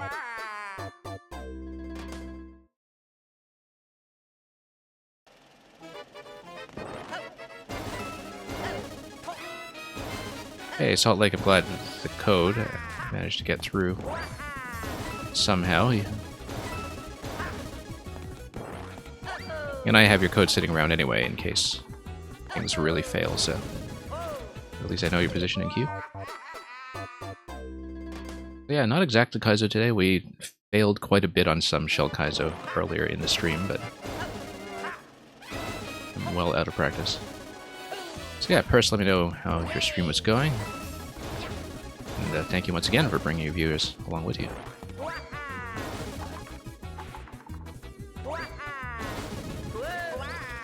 Okay. And then face right away, and then that's a long jump after that. I knew it, I was just a little bit late coming out of the dash panel. No, Salt Lake, I'm actually quite happy to play yours.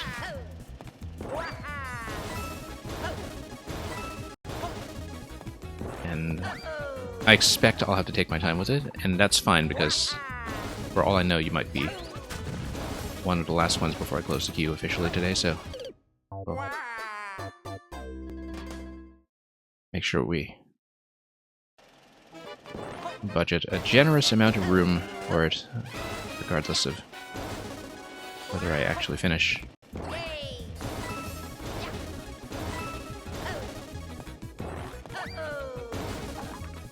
Anyway, let's go.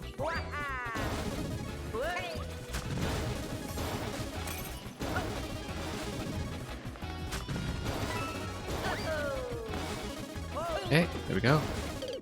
So yeah, we need to back out on these slides, and this is one part where the player has a little bit of flexibility to slow down. We need to not get complacent about that we, depending on how tight the timer is going to be, do need to go from jump to jump without too much delay. Okay. Got caught up a little bit on one of those earlier jumps, but we'll slide in, and then there we go. Nice spacing on that.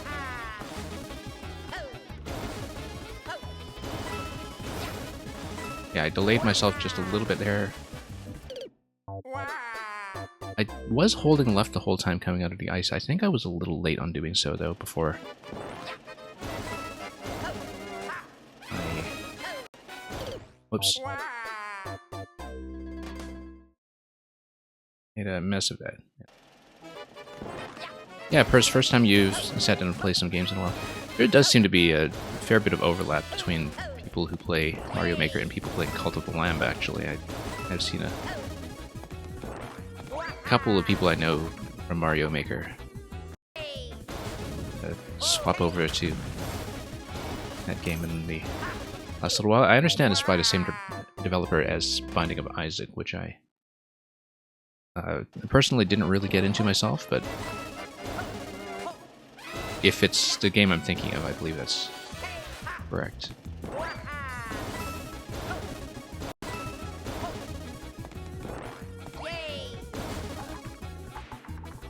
But you would know better than I do. Whoops. Yeah. It's incredible, and you went into it pretty blind. Yeah, it does seem like it's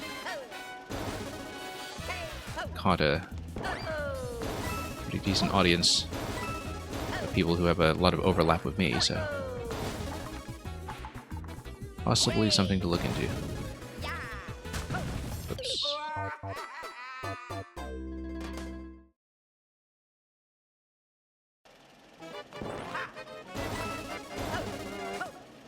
Okay.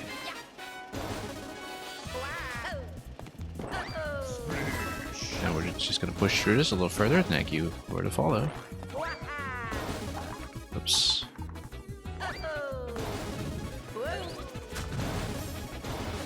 then back we go. That moment with the thwomp feels very high risk in some ways. But it works.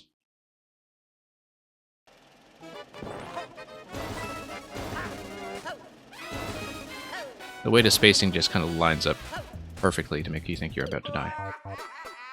I was previously repositioning myself for that wall jump with twirl a little bit. We actually just need to fall into the left side wall a little more accurately than I've been doing.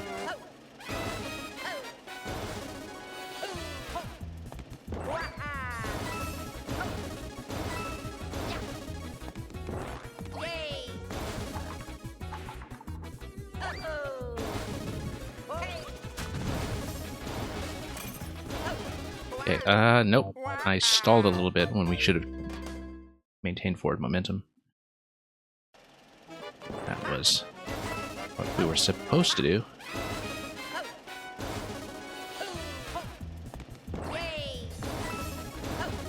Probably some ways to optimize those upward slopes as well, so we don't get slowed down quite so much. As we know, that donut block drop is something that's skippable if you're precise, but we're not going to intentionally mess with that too much. Interesting how the clear condition here is being used to enforce the coin collection. I guess maybe there's some kind of cheese that's prevented from that. Oh yeah, because otherwise you'd just face away from the dash panel and continue jumping. So there are certain locations where you do need that to force the player to engage with a central mechanic. It does teach the mechanic very well right from the first jump.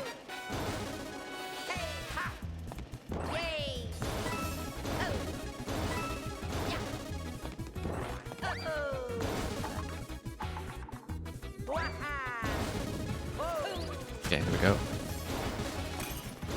Face into it. Whoops. I just released a jump a little too early.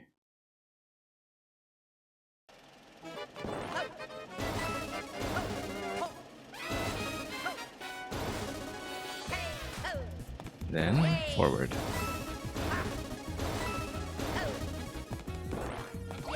Okay, here we go. Elevator going down. Then back and forth. That thwomp moment is still one of the most satisfying in the level. Whoops, just missed the simplest jump.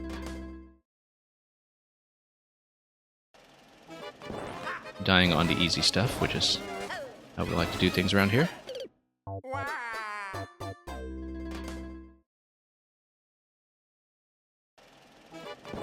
Yeah, so I will likely be closing the queue at the end of this level, if not earlier. Particularly because I expect we'll want to finish on Salt Lakes today.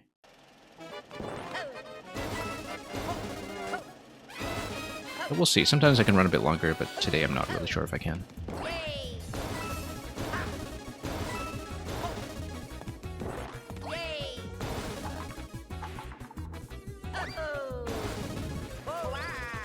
Anyway, back and forth.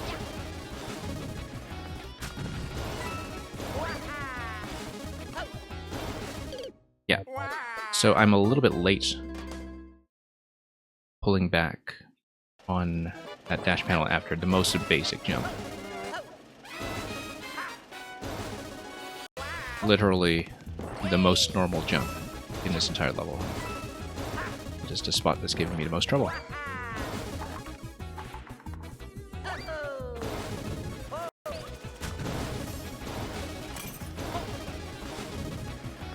Okay, pay attention here.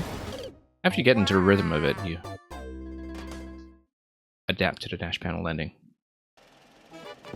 Yeah, Moonway 82, sometimes it's the easy stuff that gets you. I'd say very often it's the easy stuff that gets me.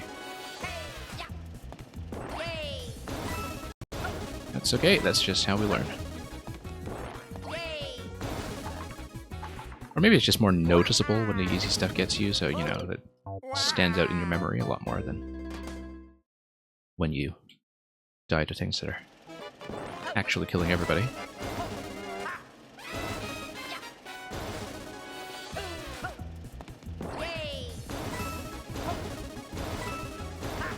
Yeah, for those just joining us, this is a level from back in 2020. From before the 3.0 patch, in fact.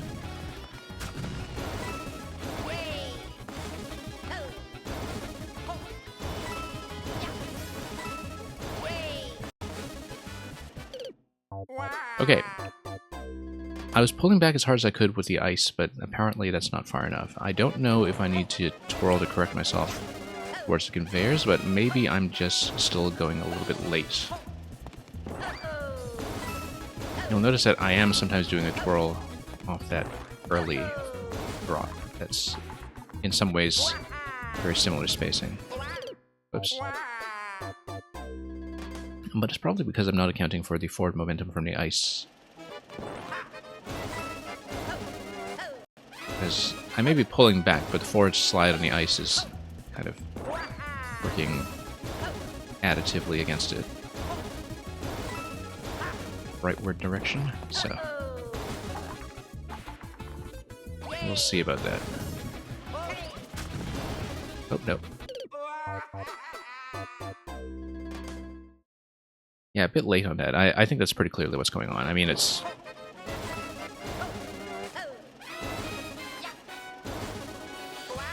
a level mechanic where if you are late on your facing direction, you will know. And you will know very quickly.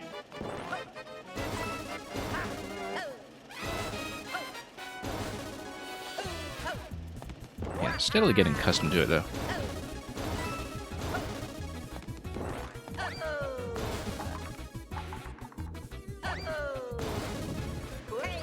Okay, almost late on that, but managed to make it.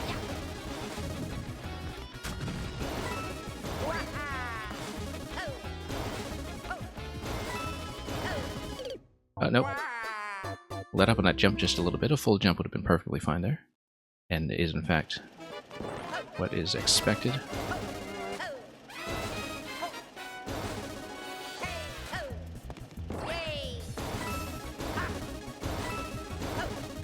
Okay, down we go.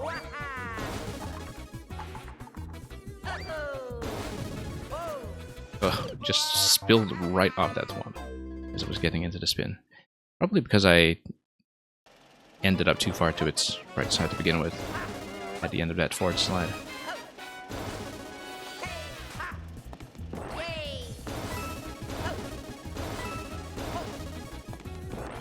Okay, here we are.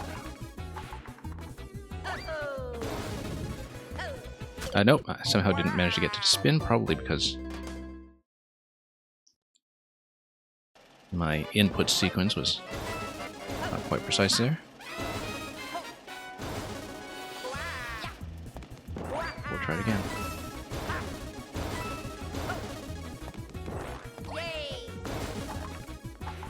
And down we go.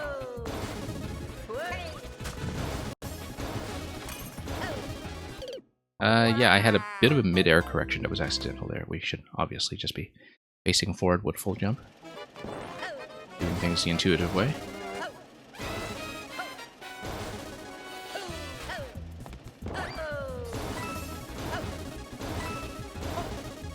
I tend to die a lot to little moments of hesitation when I have second thoughts about doing something.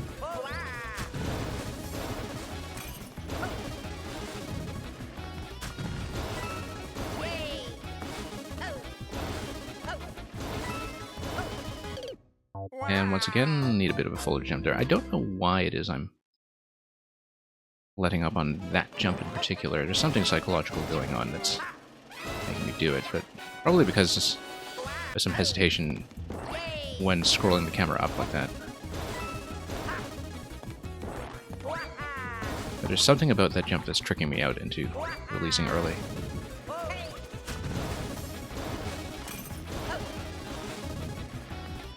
We'll try it again.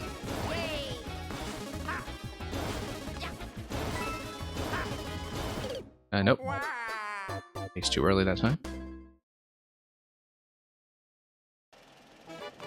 I think it's because you're working towards this higher dash panel, a much higher dash panel, where because you're making contact with it much earlier in your jump than you would in some of the earlier jumps where you're given a little bit more time to fall. Something about that is throwing off my timings. It's okay.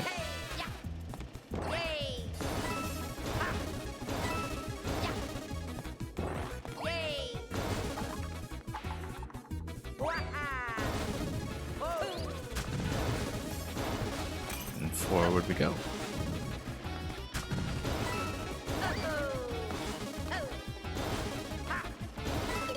A little bit late in that input. Do you have to be pulling back before you are off the dash panel for things to be spaced properly? So there is a narrow window of success. It's easy to get a feel for it after a while, but you can't really slip up.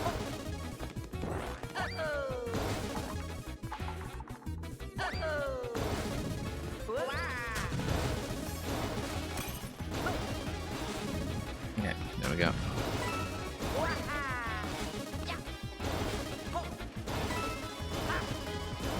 Oh, no.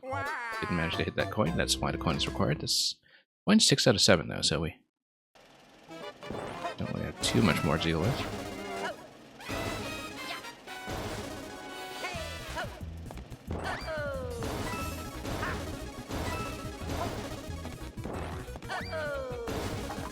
Anyway, let's continue. Oh, no. Don't know why I missed the spin input again. Probably just slow reaction time that time.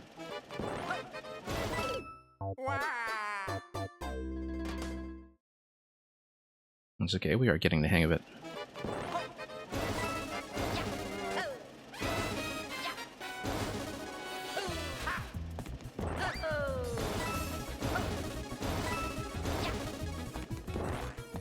Okay, there we go.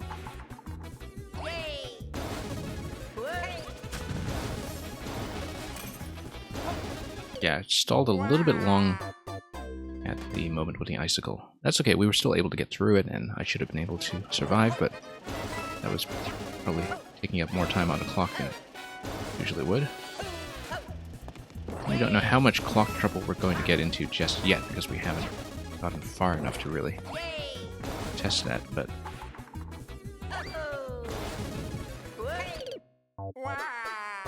Okay, now I'm getting a high jump, but obviously we... having some positioning issues there.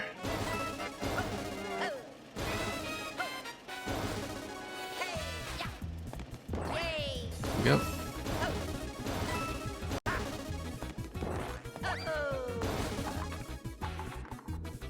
And back down. Yeah, I feel like I'm late on the high jump now, relative to how I was doing earlier. Yeah, Detroit Void, you didn't speak up earlier when I called you in. We'll try to bring you in after this level, if you're still here, but you do need to check in. I did remember yours, but same rules about actually being present apply.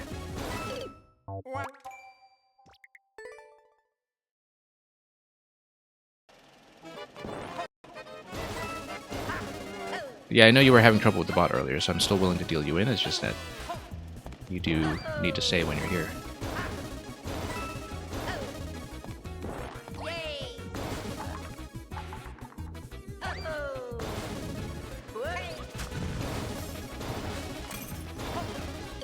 Okay, a little bit low on that jump again. Yeah, you had a guest come over. Okay, okay.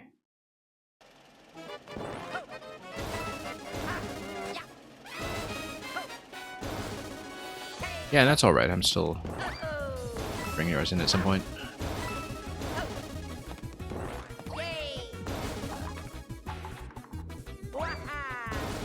We'll see how things look after we clear this level. Like I said, I'm pretty likely to clear the, or rather close the queue soon, so we make sure we have time for the rest.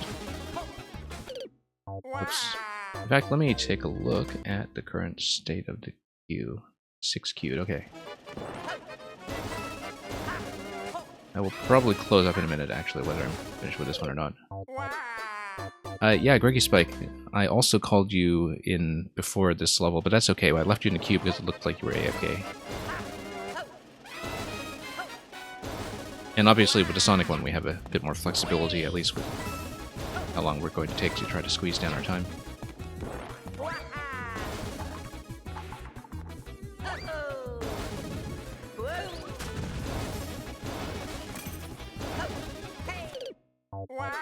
You were in Smash Online, yeah, that's understandable. I know people very often have their hands full with something while they're watching a stream, so... That's why we are fairly lenient about people who are just AFK.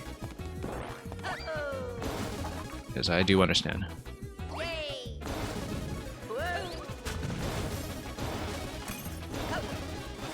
Okay, let's try to do this. Had a couple of attempts go badly lately, so... I don't missed the long jump. How long do I play levels for? There isn't a strict rule about it. It depends on whether I feel like I'm making progress, whether I'm having fun. And it tends to average out between the long levels and the short ones. There are some that will take me ages. Not ages, like there's some that I'll spend like nearly an hour on. And some that will only do for a few minutes. You know, depending on how doable it feels within a reasonable time frame. Mang, just so you know, if I'm having too much trouble with this one, since I'm not going to be locked behind a checkpoint on it, I may do more of the queue and then come back to it, depending on whether you're able to stay. But I'm going to make more attempts on it first, just to see if we can get further. I feel like this is absolutely clearable for me. But my progress has been flagging a little bit, so... but because we're not locked behind a checkpoint, I know I have a bit more flexibility with it.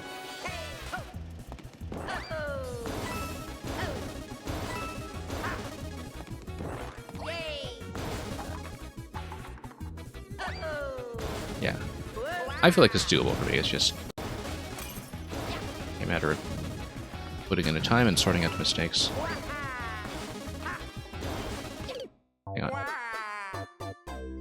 Yeah, 12 seconds on the clock at that point. We're about 2/3 of the way through.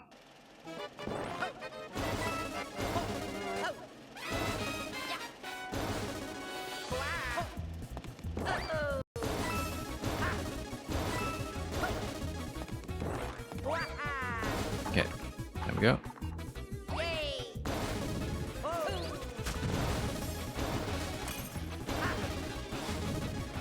And back down. Wow. Once again, just completely failed at the most normal jump. After an entire level getting you accustomed to all kinds of momentum correction, the most standard jump can be the deadliest.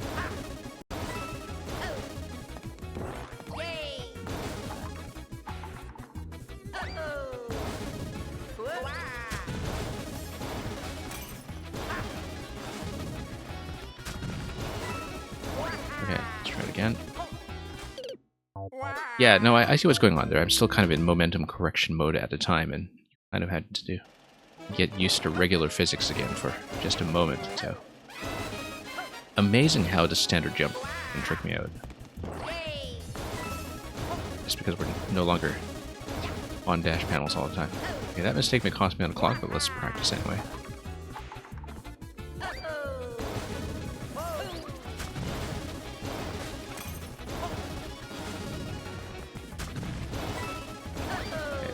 Go. Yeah, you just kind of need to let go of the D-pad and steady yourself. That's how you do the normal jump. You let go of the D-pad, then you continue. Because it's very easy to still be in back and forth directional mode, like constantly correcting for slides, and that's specifically the thing you should not be doing when you just need to do a plain old jump.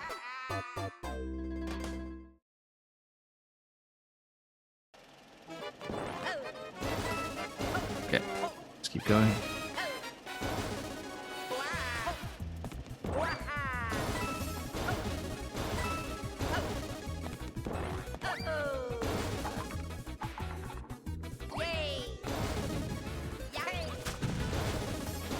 Alright, here we go.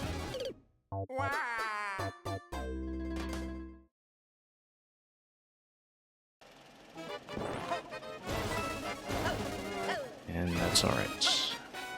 We can do it.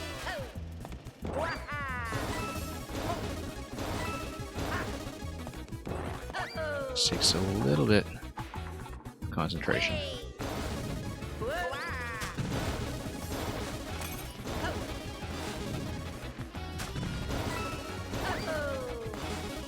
Yeah, let go. Well, after you sliding, it's a bit of a mental adjustment. That's all that sequence is. It's purely mental game.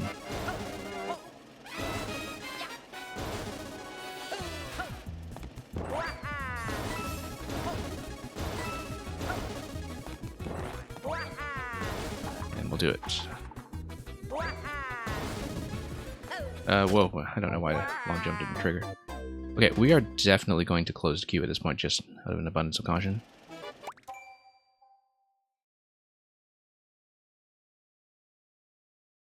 Just give me a moment while I update the stream title and other things accordingly. Now, for those of you new here, my policy is that I do try to get through everybody who is queued at a time of closing, so all of you who are in, you will remain in so long as you are online when you are called. And we'll try to make a few more attempts on this one, but since there's no checkpoints, as I said before, we might bump it and try to continue it as time permits later on. Even if men can't stay, in fact, we'll see if we can finish this and give you something to look at in the VOD. But I am going to try to at least recover progress that we've made so far, because it's been a while since I last made it to the end point of how far I'd gotten in this level.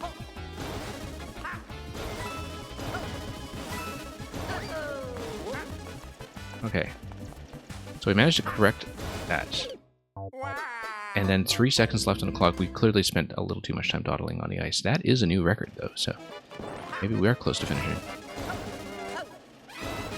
So I managed to pull back on the ice that time, but I had very little time remaining, so I can't actually stall indefinitely there. We do need to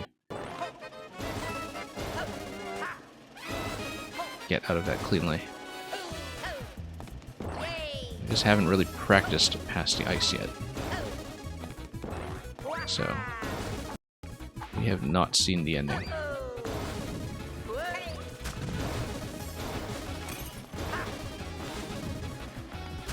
It's a reasonable amount of progress.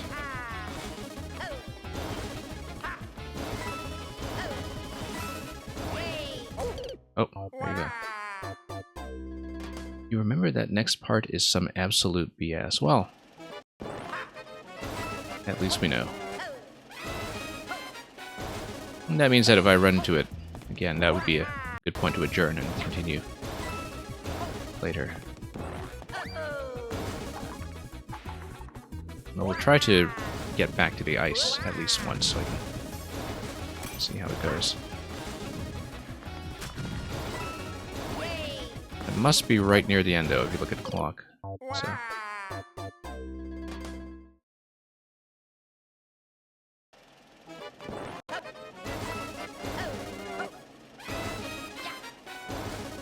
And we'll steadily get the hang of it.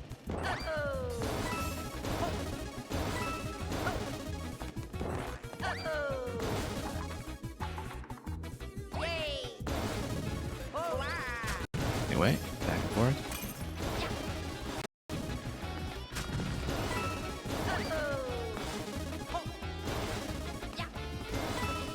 Yeah, losing a bit of time here and there, but that's okay.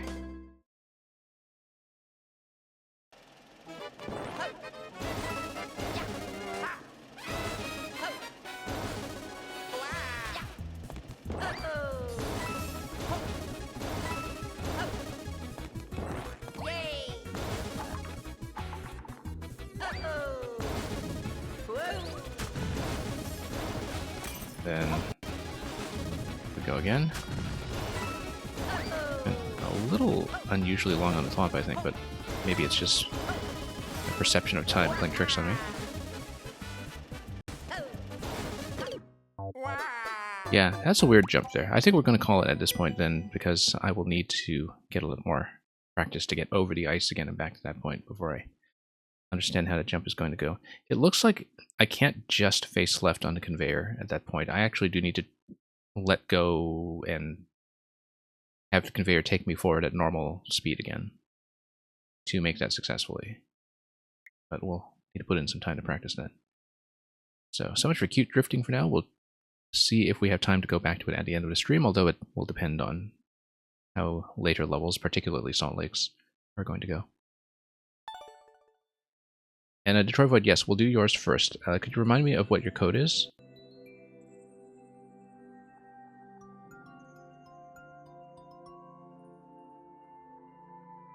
Okay. And then after that, we will make that second call to Greggy Spike, who was kind of dipping in and out here and is still present in some form. But we'll look at this one first, and then next will be just going straight down the list. It's your first version, okay. T for think. Let's see it. Very fresh upload, no clears on it yet.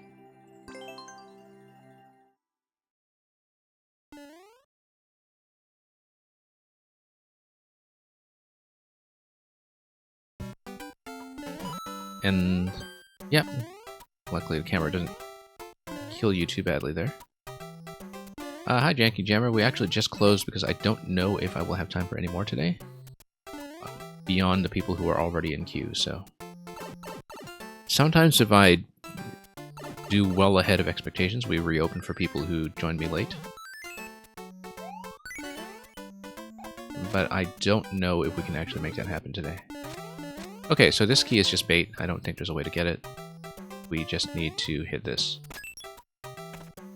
And yeah, Janky Jammer, it's a pleasure to have you here regardless, so. Okay, we just need to hold right onto that door exit. That's pretty simple, I think. Now, which direction did I need the on-off switch for? I don't even remember which state I had it in. But we may need to predict which on-off state we need going into this room here. Yeah, so you actually do need to hit it once, otherwise the level just kind of takes you out later.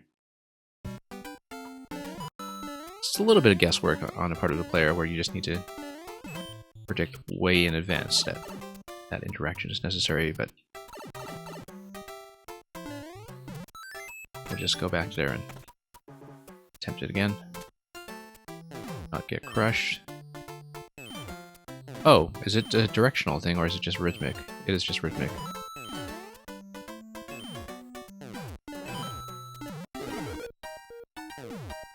Okay, and then that freezes it. This is unavailable, but the Thwomp will die.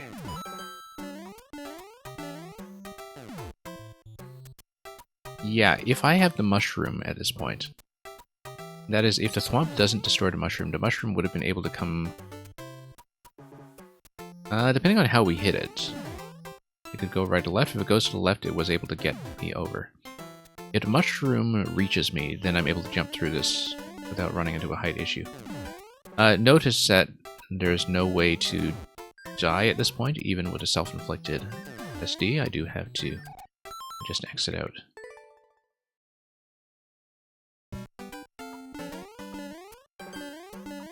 Anyway, we'll hit the on-off switch once. We know that's part of the sequence.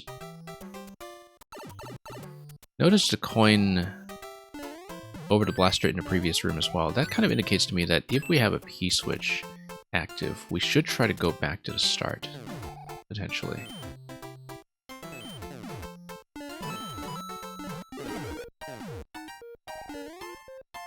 Okay.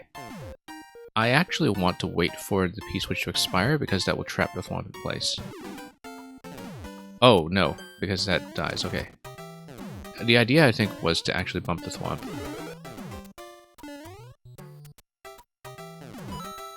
Yeah, the idea, I think, is to... Or maybe let the Thwomp push things over. I don't want the mushroom to die. I do want the mushroom to be given to me. We'll have to go back and figure that out.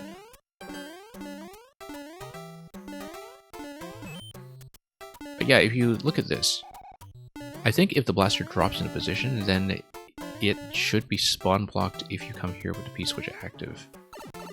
I would expect that to be relevant somehow as we progress.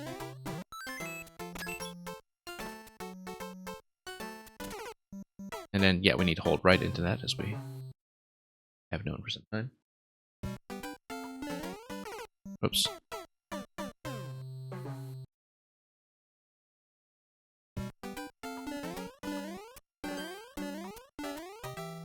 Nope, we need to hit the on-off switch. Am I able to go back? Yes, I am, so let's do that. Notice the key door above this location. It seems like we're able to get on top of the block and get in the key door, so that's important information, because if we get a key, we should actually come back.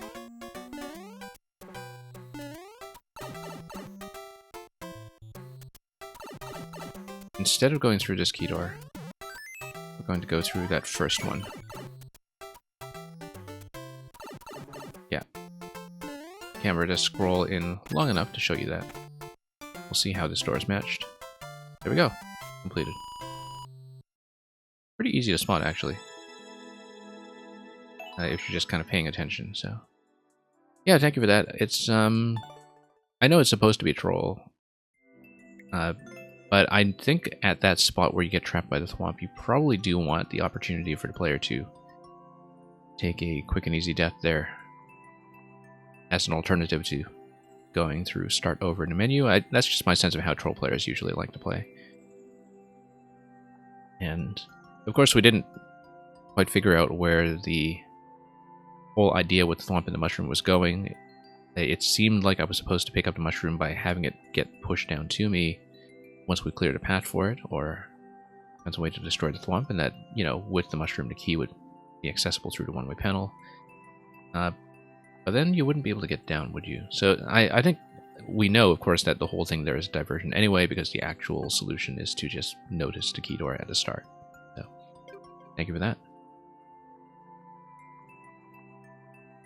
Yeah, like you said, version 1, I don't exactly know what else you're going for with that in terms of how you'd like to elaborate it, but people will definitely check the camera and read accordingly. I'm going to check again for Mr. Greggy Spike. I do know that you checked back in with me and that you were playing Smash, as you said, so I think Greggy Spike will just kind of bring you in on faith, because you did check with me earlier. Yeah, you are here. Great. And we'll do the last of that Sonic set. And as with the previous ones, we'll make a bit of an effort to get our time down to understand the level and clean things up, even if we don't really approach the record. Royals has 16 seconds on this. This is Sonic 2 inspired. Can you get a world record, and can you keep speed? Let's see if we can do it.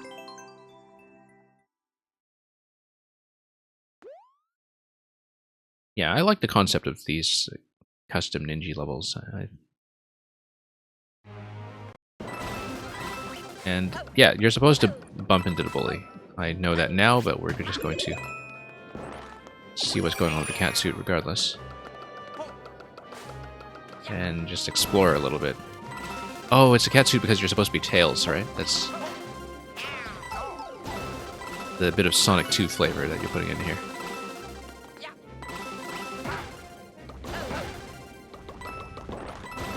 And then you can go down a pipe. Like in the Casino Night or whatever. Actually, this is one of the first 3D World levels to make me notice that this theme is a good fit for trying to do tributes to the Sonic Casino. We didn't collect that many coins, which, unlike rings, don't just scatter everywhere when you take the hit. But Clear Pipe reminds you of Chemical Zone. Okay. Yeah, but the kind of movement taking you through all the flashy tiles and such, that Somehow made me think of the casino instead. Anyway, gotta go fast. We got 50 seconds on that. We obviously have tons of room for improvement. But let's try to find a good path. I think we just jump over to Bully. And just keep going. And everything's very rounded here, so... And then if you bounce like that, then what happens? I think if you have the cat suit, you're just supposed to skip over that. Maybe. We'll try a few things. Obviously, we don't want to slow down too much on the slopes. I should have been able to do some kind of cat dive there, I feel like. And then... we know how the path is going to go after the pipe, we just go right.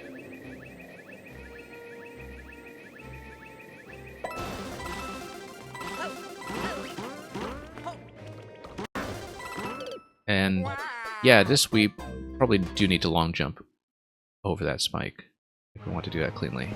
There is an upper path as well that we haven't been taking, but we'll try to explore a little more of the level and see some other paths as well. Possibly. I know most Sonic difficulty was built upon a premise of surprising you with enemies you had no way you were knowing was there. Yeah, I feel like in Sonic Mania they actually cleaned that up a lot. I felt like I had much less of a problem with things feeling blind in Mania when it comes to understanding how to do speed control with Sonic than in classic Sonic. I don't know what it was they figured out about the level design that made it happen, but it's definitely something worth looking at. Wait, let's try to take an upper path this time.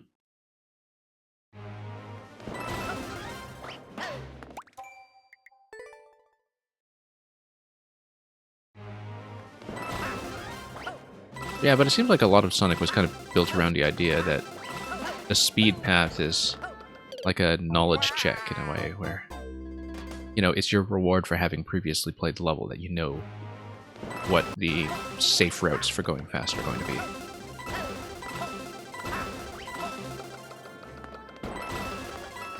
As somebody from a Nintendo background, the biggest insight I ever had about Sonic, and this is something I've talked about before, was to realize that the level structure is completely unlike Nintendo platformers, but is actually a lot like Star Fox. Where with Star Fox, you know, if you miss a particular secret or a branching path, you just kind of have to live with it. Thank you for the follow. And it's a very difficult mindset to get into if you're used to the style of exploration in any Nintendo platformer, be it Kirby or DKC or Yoshi or anything like that. Where you have a lot more freedom to explore back and forth and retry things that you've missed. And there is, apart from things like the DKC barrel cannons, very little one-way gating is involved. But the insight I had with Sonic was to basically play it with a Star Fox mentality instead of saying, okay, if I missed a turn, that's it for this run, we'll just have to deal with it on a future playthrough. And then I found that I enjoyed the game significantly more once I did that. Yeah, we're going to try the top path again. Sonic devs haven't figured out that you can zoom out the camera. Now, Mang is our resident Sonic Robo-Blast expert. That's the 3D tribute game that is apparently an excellent 3D platformer, from what Mang tells me. But you can tell me if they had their camera issues sorted out there. By top path, you mean passing the clear pipe, right? Passing the clear pipe like this. Oh, you mean the top path like the real top path. Yeah, so you kind of need to figure out the dash panels up top.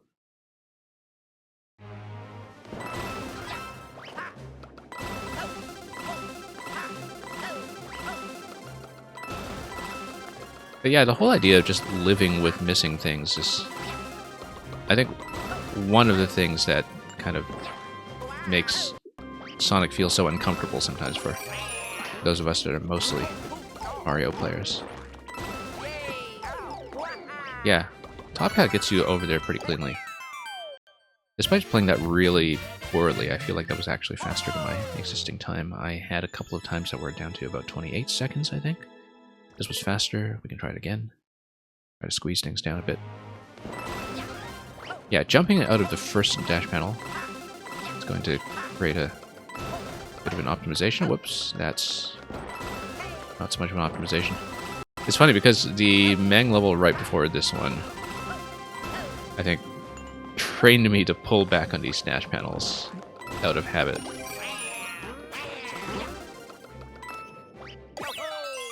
Yeah, and you can do a bit of a cat dive to proceed up top, although I am missing some dash panels while I'm doing it. So despite the big mistake, we still improved our time down to 25 seconds.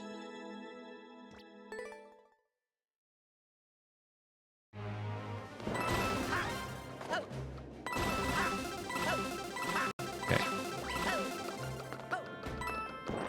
And we'll just try to do this again and try to go for the cat. Whoops, missed the top. And this should have been a long jump, but we missed it. Yeah, there isn't that much of a big reward for exploring in Sonic 1 to 3, you're saying, and so it's just out of player desire.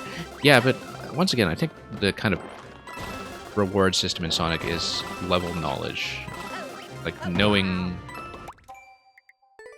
what kind of speed paths and speed tricks are exposed to you seems to be the point of playing the levels. And I mean, I was somebody who never really enjoyed a Sonic game until Sonic Mania, and so it took some thinking to figure out why that was, and what kind of adjustment in mindset on my end and adjustment in level design on Sonic's end was actually making that happen. Now, this was a bit of an improvement on my time as well. We'll keep pushing our time a little bit here before we move on to the next level. Sonic 1 isn't even the same genre of game as Sonic 2 and 3. It's way more of a Mario-style game. Yeah, you can kind of see that. I mean, back then they didn't have the spin dash, right? If I'm thinking about it accurately, that they were still thinking in the same terms that everybody doing platformers was, I think.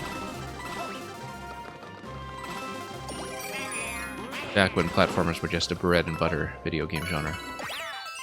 Once again, an improvement down to about 20 seconds.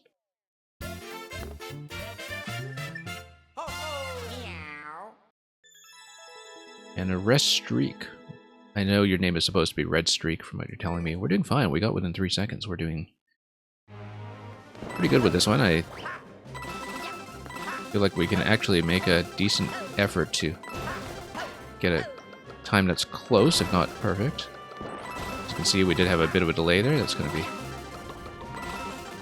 Oh, no, once again, missing the top path. Let's just try it again.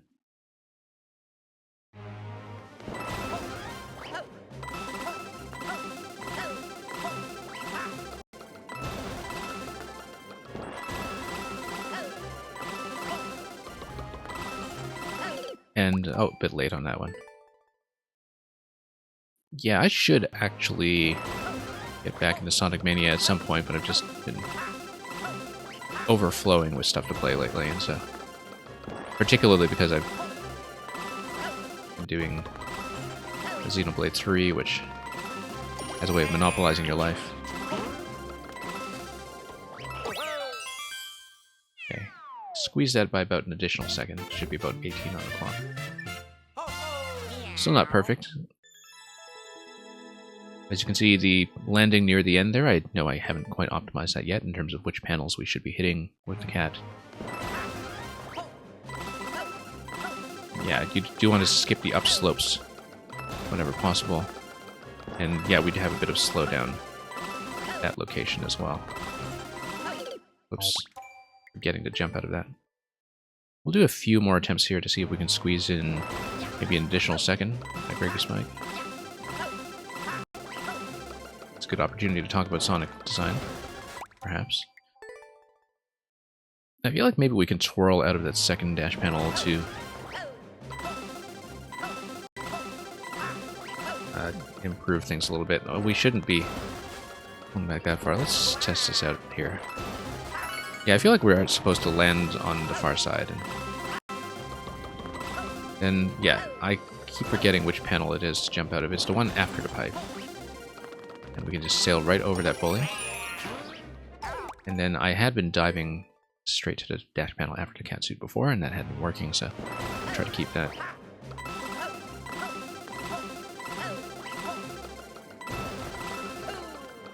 And then that did absolutely nothing.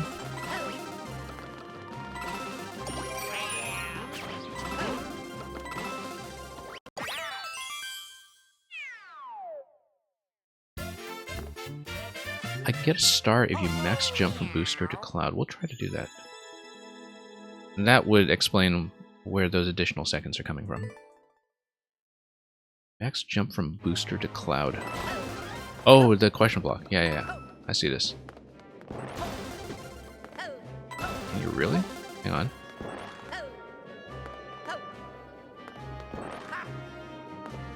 Let's see. I mean, that totally is a... Oh, that's not a star, that's a cat, okay. Oh, and a star, yeah. I'd noticed that so many times, I just never picked it up. Okay, so that's supersonic right there. Okay, that makes a lot of sense now in terms of where that time is coming from. And you can even run into some spikes if you do that, because then you can just hit every panel and... Okay, we didn't do that perfectly, but that was my first time with a star, so we actually nearly matched my previous time, so... Let's do a few runs with a star then, and see if we can trick it out a bit. Yeah, that is interesting. Let's try it again. And the thing is, the star had been floating across the screen all that time, and I know I was thinking to myself, oh, what a decorative star. And just didn't think about actually picking it up. Oh, oops. Yeah, we should actually...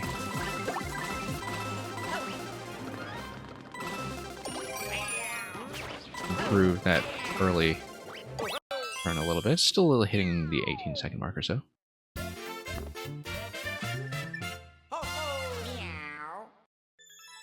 Yeah, with the star and with the dash panels, this really does kind of take you up to Sonic speed. And I think the feel of the level is very much what we're trying to go for. Okay, we do need to jump out of that just to not stall so much. Oh, whoops. Came in a bit low. Yeah, we'll pull in just a few more attempts so we don't get people waiting in the queue for too long, but... Oh, yeah. We need to reverse out of that.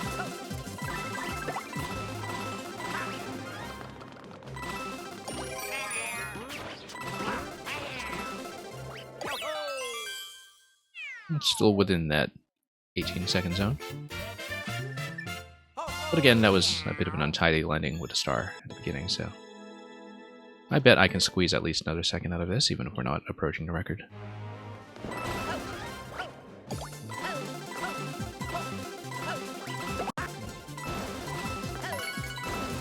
Okay, it's a lot cleaner.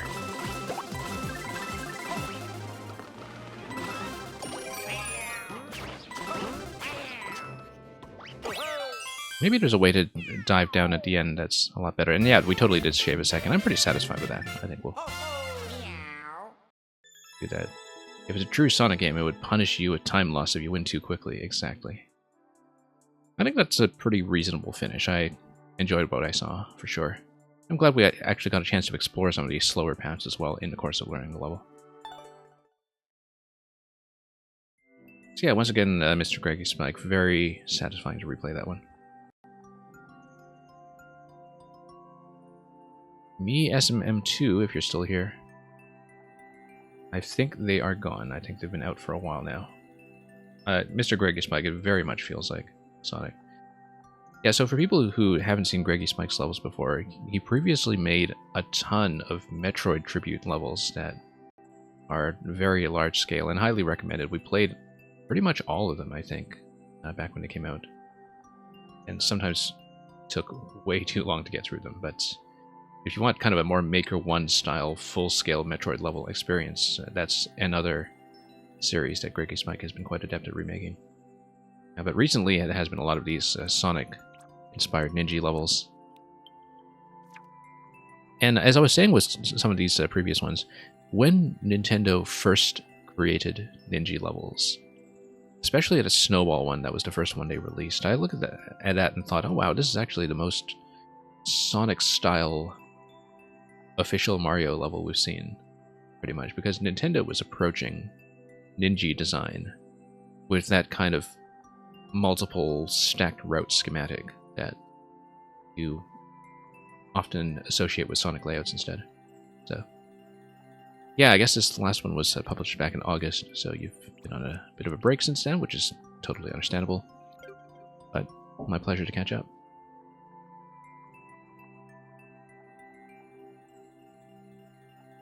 Yes, got that money. Speed Venture of Link, I think, was my best record as well in terms of my placement and my percentile. For some reason, I was within, I don't know, like the top 0.5% or something. Whereas with most Ninjas, I was kind of stopped after I got into top 1 or 2%. But I had an excellent record on Speed Venture of Link for some reason, and I don't even remember what it was I did. I guess everybody was pretty early on in figuring out what to do with Link at that time. Anyway, I got that money. Let's bring you in. And thank you so much for staying so long for a second one. I know we really made you wait.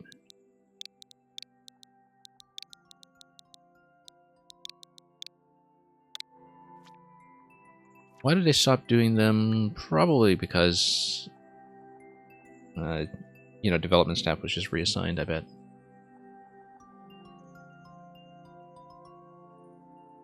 I feel like they probably have some very minimal maintenance going on with Mario Maker, just people deleting courses indiscriminately when they see them reported.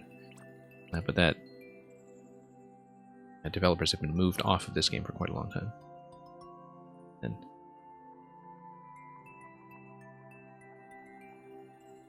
anyway, do let me know which one you would want to see. I got that money, whether it's the most recent one. Yeah, 2-5, Roy's Lava Thwomp Romp. World 2 Castle. Take on Roy and his army of Thwomps. These guys hurt as much as they help.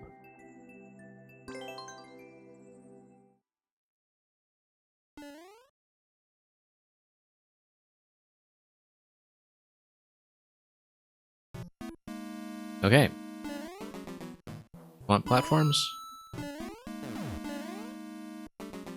And yeah, they're just going to give you a lift. I read that accurately, I just didn't land accurately out of that. That was very obviously what was going to happen.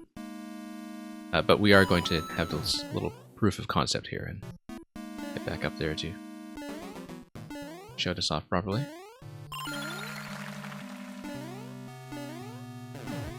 Both ways. Okay, thankfully didn't run into that.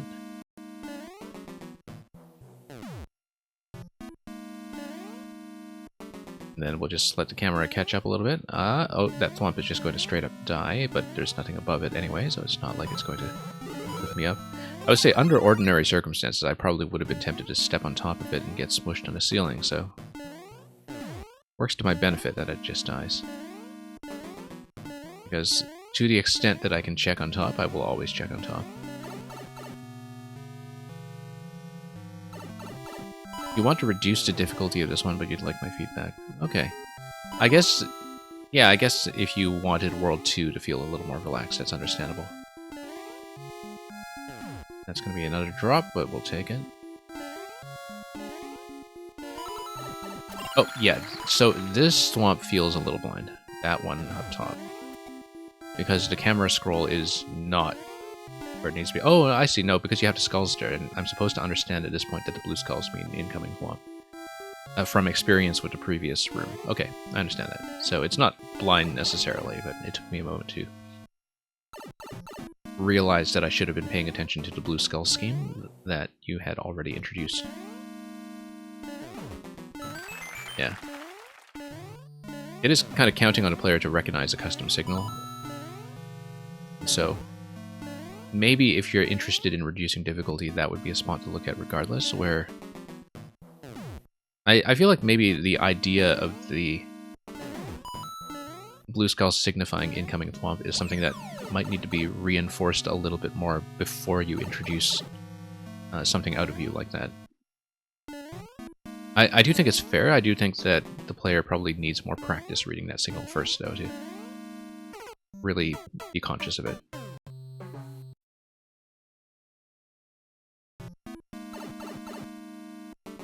So that might be something to look at.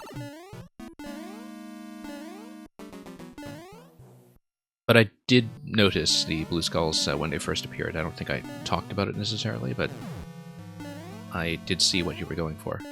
And I thought at the time that it was just a cosmetic thing, where, you know, it's nice to have the blue skulls, but I didn't think of them as anything particularly functional because the thwomp was perfectly in view at that point, so... Yeah, but then now you get to something like this, and this is telling you, watch out for thwomps. So, at that point, you're expected to understand.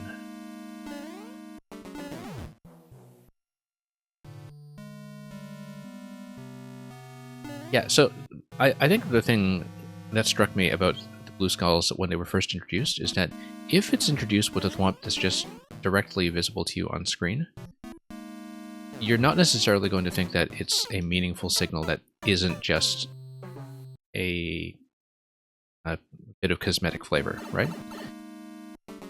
And so I think if there's a way to introduce the concepts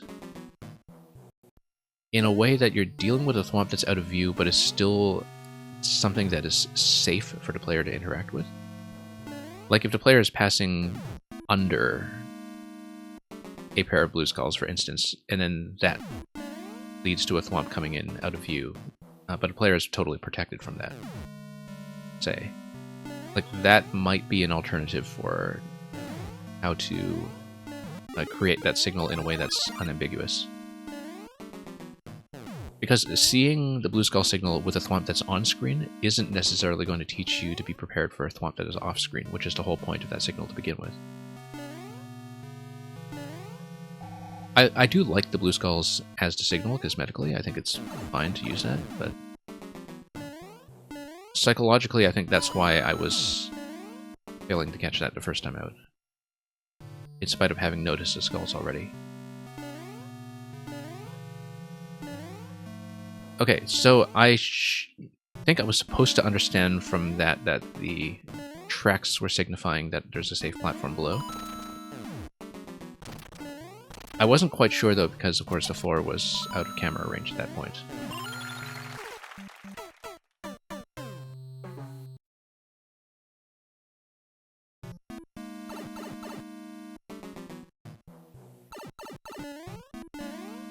And anyway, we'll ride it out. It's a fun chase sequence. I am thinking about that parachute thwomp, though, to see if... I mean, obviously, at that point, you've trained the player to kind of hesitate a bit to drop thwomps when they see a skull. Parachute makes that safer than they might initially predict. But I kind of wonder how other players would react to it. That's something that you'd have to discover through playtesting, of course. You wish you could pull the camera out. Yeah, for sure. Yeah, no, it does seem like it's a kind of difficult concept to tune.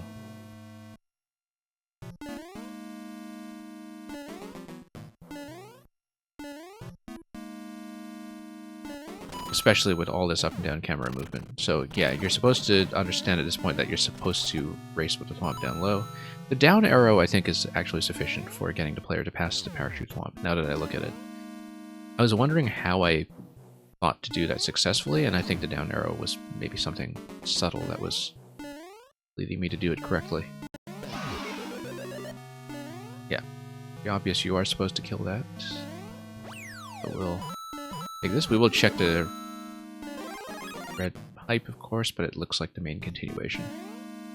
Parachute could cause so much delay that people missed a skull thwomp association at all. Could be. I think the down arrow was kind of registering with me first, but obviously if you delay too long to wait for the parachute thwomp to come down, you're not going to be able to catch the big thwomp sequence down below, so...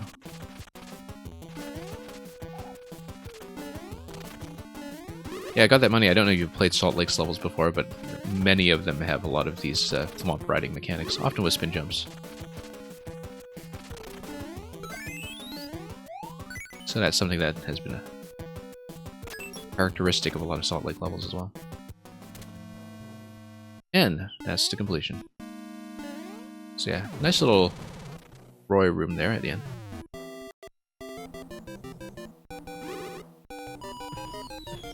So yeah, I thought that was, as usual, very easy on the eyes in terms of decorative elements and sense of space. And yeah, difficulty-wise, I think it worked quite well. It's very much just a question of how people are going to read the skulls and the thwomps. And that's something that, has to be discovered through playtesting, as you've no doubt already seen by passing it around, so. As you were saying with the parachute as well, with that delay. Because the parachute, of course, is kind of an unusual element that people have not been conditioned to expect at that point, so you're counting on them reading the down arrow the same way that I did, and just kind of subconsciously thinking, let's race to the thwomp and hope for the best.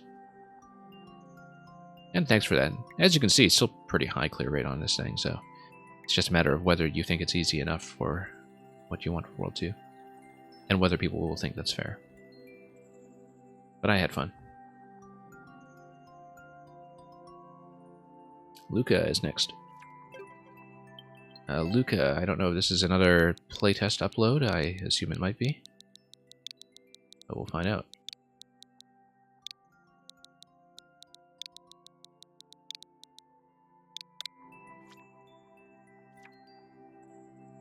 Oh, this is Meng's code. Oh, I should have recognized that as Meng's code. Yeah, so we'll just go back to the Meng level that we were doing already. Oh, that's why you replaced the code earlier, yeah.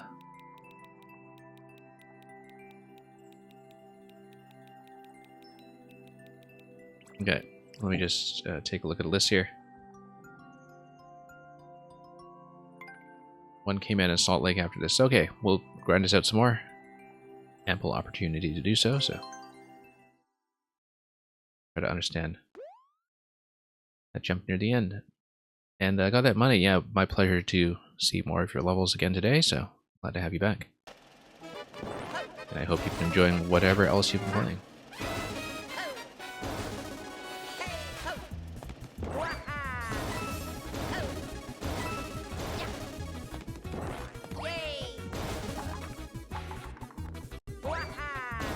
Okay. Here we go.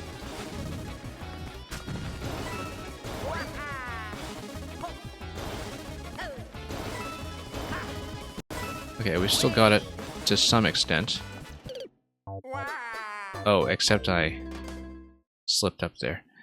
Yeah, I wasn't clear on how aggressively I should be holding left going over the ice there, because I had one attempt where I seemed to slow down excessively on the ice. Didn't quite drop out of that correctly, but that was a good first attempt back, at least. Liga, I think it helps that we played that Greggy Spike Sonic level as well. That we have kept dash panels on the brain.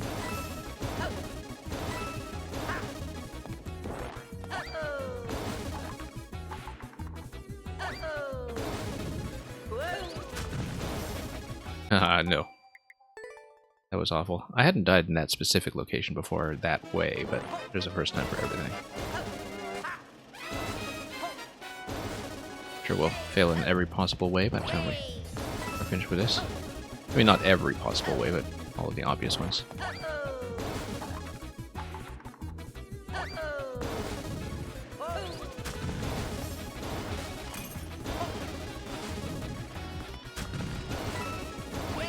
Okay, here we go.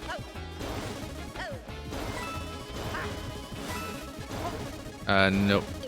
It was supposed to be a long jump. I knew that. We just did it poorly.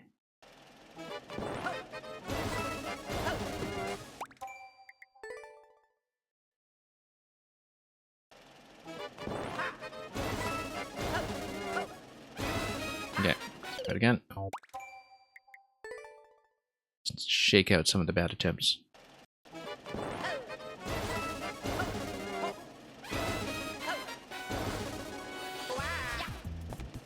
I feel like maybe that twirl isn't really necessary, but at least... Well, I don't know how tight we'll be on time. The best we did was add about 3 seconds coming out of the ice, which seemed like it would be much improved. But we'll worry about that when we can get there consistently. Yeah, slowing down a little bit on this normal jump segment as well, but we'll try to sort that out.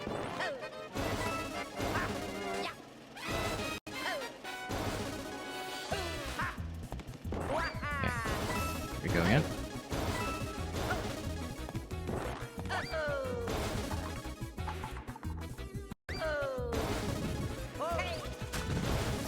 And forth. Yeah, let's not hesitate in that jump, and that does need to be a full jump forward. We need to trust that landing is going to go well.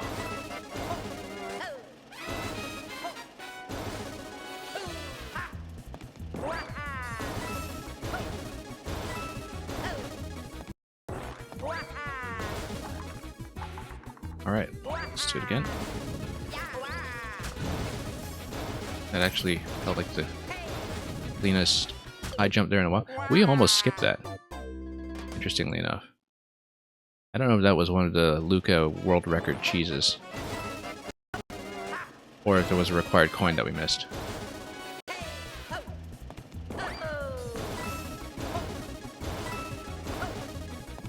I am not going to intentionally try for that skip. There might be a coin at the bottom left anyway, so... Just spill over the thwomp like that.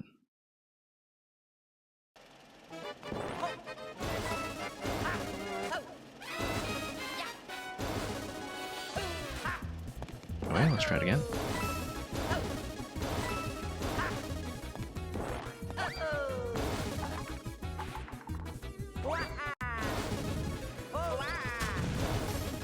Nope.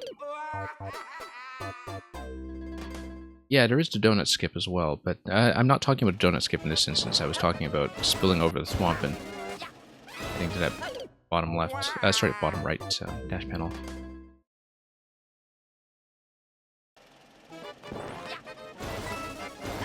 I don't think I'm going to try to do the donut skip intentionally until I've practiced a later part of the level and understood how much time I have remaining.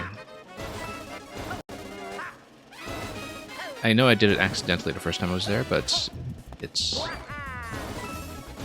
seems like it's going to be a little bit tricky to pull off reliably, so...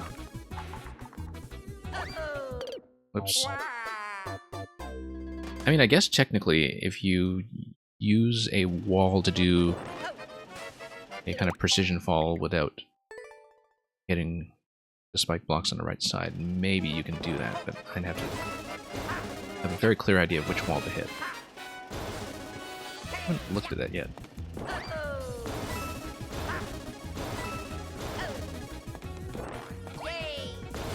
And yeah, no, you don't actually get to do a precision fall here. There's no surface to bunch up against, so... I think I was just extremely lucky the way I did it previously. Once again, hesitating on that jump. It's always a bit of a problem. We do need to commit very fully.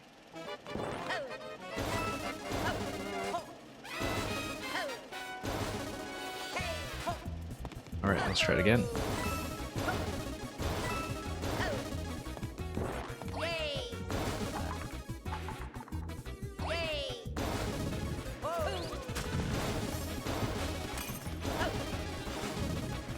And back down we go.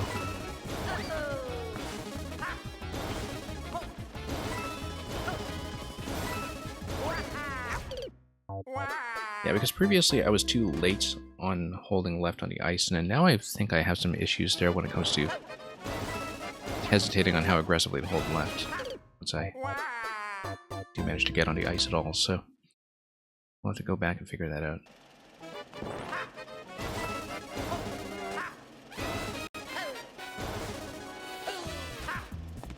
And this first set of jumps here is already making me think about the extent of my progression after the ice in terms of how we'll make that jump out of that conveyor belt. Where you do need a bit of a jump to... Right, yeah, so this is the skip I'm talking about if you've managed to get pushed off the thwomp and perhaps wind up in the lower dash panel. I don't think you can land that way though. Looking at the curvature of the spike block placements at the bottom level, I think can't actually fit in under sloped ceiling for just thwomp skip to be viable, but I'm not going to try it anyway. That's purely an accident. We'll go left. It's actually fancier to go left, probably. Yeah, there is a coin on the left. I didn't remember if there was a coin on the left, but there clearly is now, so... Not skippable. And you wouldn't want to skip that. I mean... Escaping the thwomp there is one of the coolest looking moments of the level, so why would you ever want to bypass that?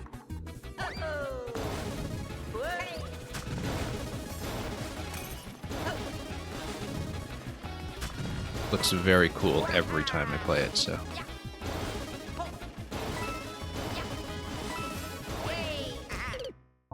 We're too early on the high jump, as you can see. That's why I'm landing a little bit low, because I'm already too low on the long jump arc.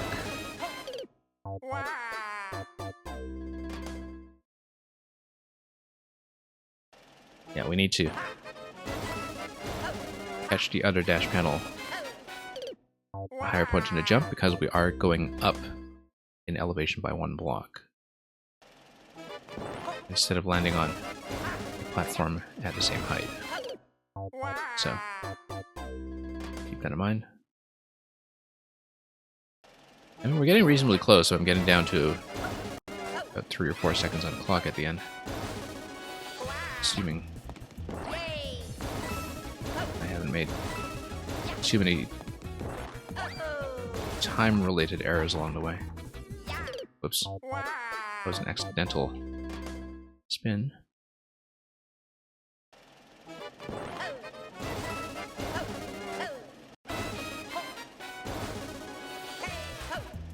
Okay.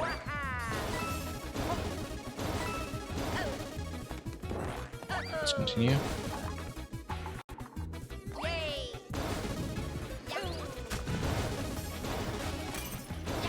Pretty easy back and forth, it's just that you do not hesitate on it.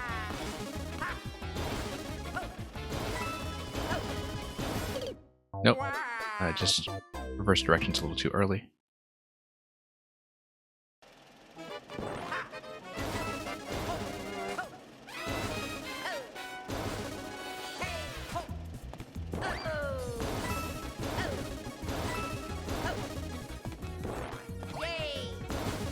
Okay.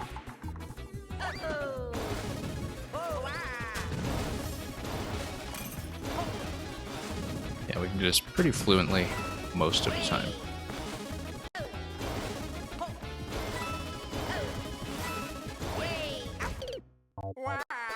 And again, I'm just not going close enough to the edge. I think it has to be a long jump, not a normal jump. We had been doing it successfully with a long jump earlier, so...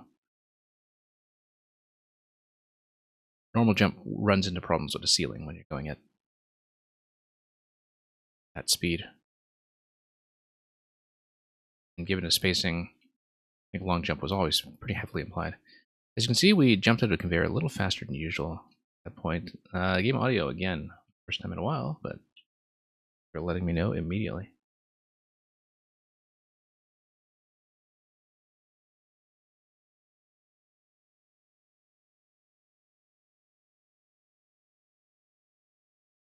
We've been doing alright for most of the stream. This is not one of those disaster streams where we're resetting every 5 minutes. Okay, I hope you can hear it. Actually, let me try one more set here. Absolutely sure. Working properly.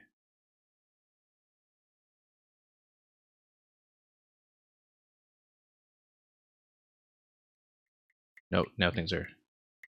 Oh, yeah, I think you should be hearing it. My local audio is kind of failing now, but the stream audio should be fine. Let's just continue, and if it's not the case, you can let me know. No, my audio is back too, so that's fine. I think it should be working now. Let me know if it's not the case or if it sounds off.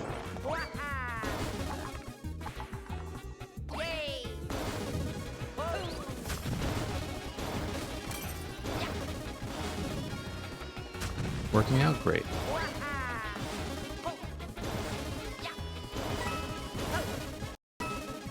Right off the edge. Okay, we're too early on that jump. That's actually all it is. We're too early on it. It's purely a jump timing thing. It's not even a directional control thing. We were just consistently going too early. Because the spikes are enforcing that a little harder than the timing window we have with a very similar jump right here at the start. Window's going to be quite a bit narrower. Just need to plan for that.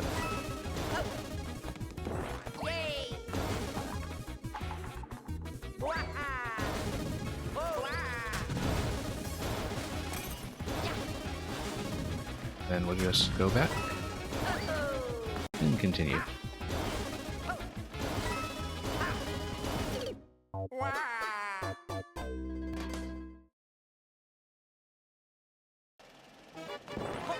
Oh, we're getting reasonably far.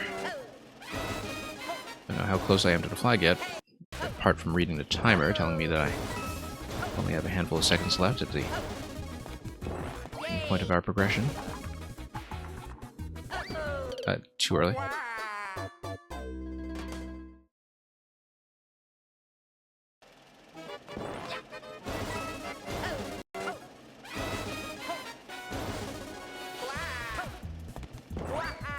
gotten pretty accustomed to that swirl early on. I don't know if we shouldn't be doing it. Now that's going to introduce a bit of a time issue, I think. Extra second we took there, but let's practice.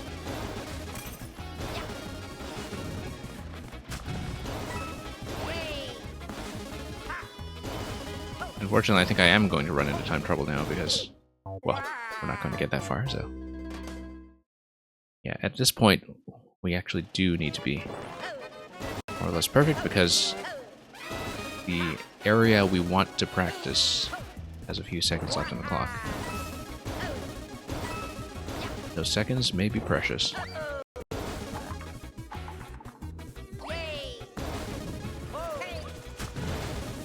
Back and forth. And up.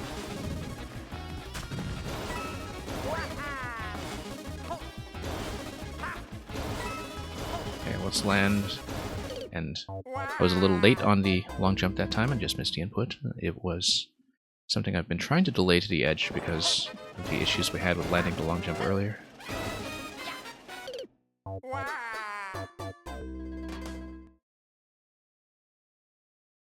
It's okay, at least we're making some progress somewhat quickly.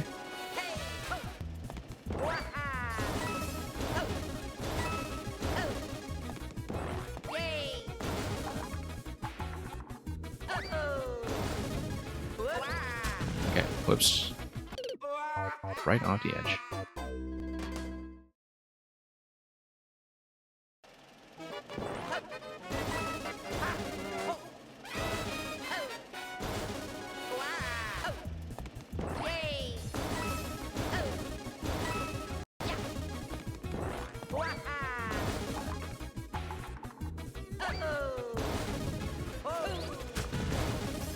Okay, let's try it again. Exciting little thwomp moment over there, and then normal jumps. Nope, too early.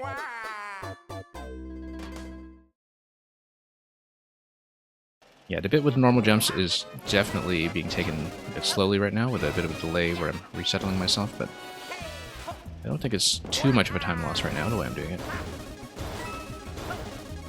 So we'll just clean up the long jump afterwards first, before we make too many adjustments.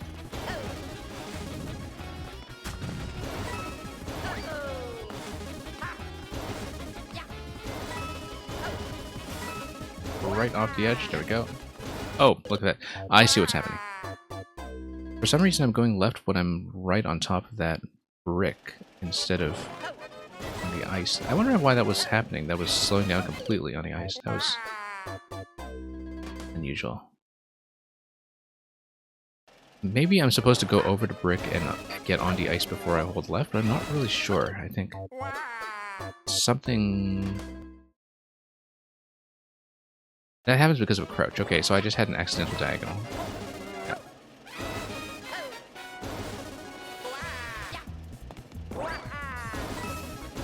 Yeah, which does happen when I'm flipping directions sometimes. So. And that would explain some of the issues I had with the ice earlier on as well.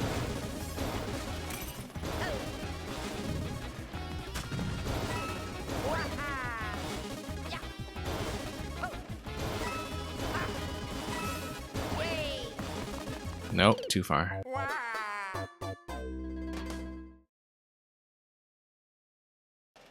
Yeah, I was just a little bit late on the reversal that time. I know exactly what mistake I made and how to correct it. Actually, correcting it will require me to get back there first.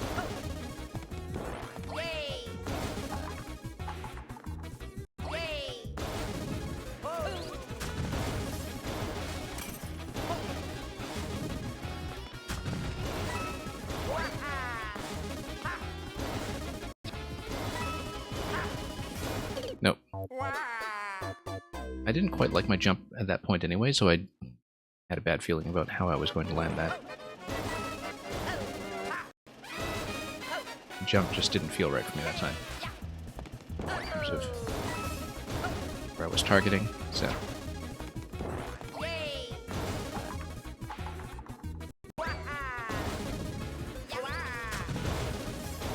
Let's try it again.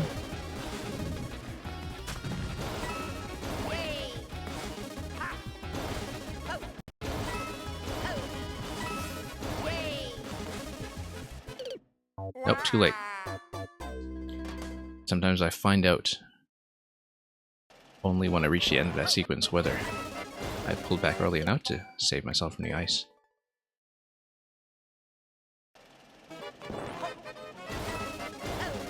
That's okay, we're getting back there a lot more than I used to.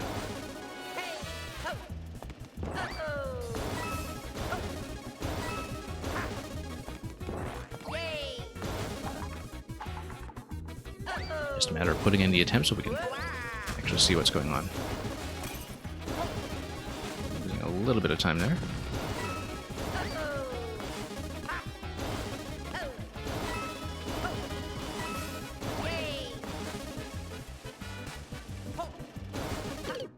Okay, too early on a jump still.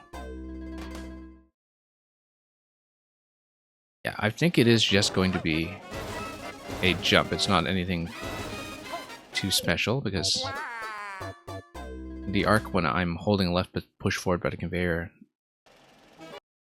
should still be correct. But as you said, we have a pretty tight corner approaching me in that location, and the window for jumping out of that will be pretty tight. Just account for that.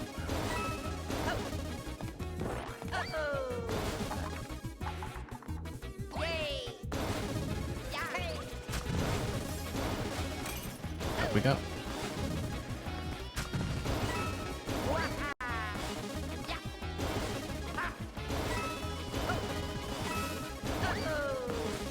Okay, that should be fine.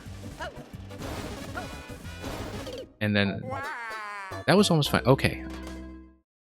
Icicle implies to me that we need to be in a sliding state, don't we? Unless, no, the icicle implies to me that we need to drop the icicle. It's the same way that we dropped an icicle earlier in the level. That's an icicle drop. And so that's actually a back and forth, the way that the first icicle was, except with a narrower distance to cover.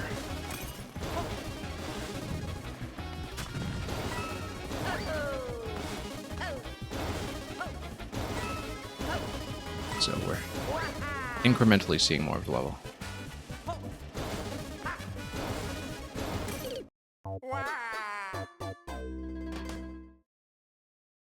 I wonder if I need to take the dash panel back down.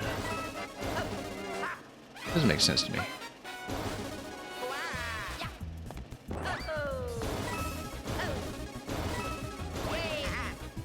I wonder. You drop the icicle. I think I need to do a little bit of a hop. Perhaps. To readjust my direction on the dash panel. Because I can't just let the dash panel spill me to the left. It needs to point to the right. Unless I'm supposed to go back down and back up. But is the icicle going to stay down long enough for that to happen? I'm not totally convinced.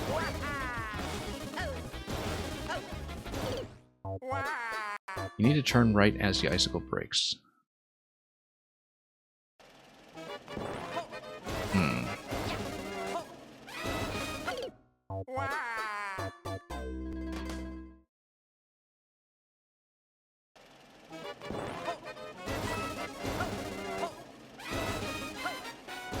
Well, let me get back there and see if I understand what that's going to look like. Take a few attempts just to work that out. This has got to be one of the last elements, though. Low enough on the clock that that's got to be pretty close to the big finish. That was a mistake. Yeah, we're getting reasonably close, though. I feel like this could be completable.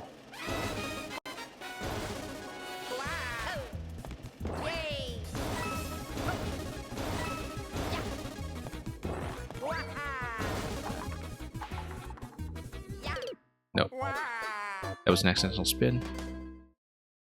It was supposed to be the long jump, as usual. And we missed.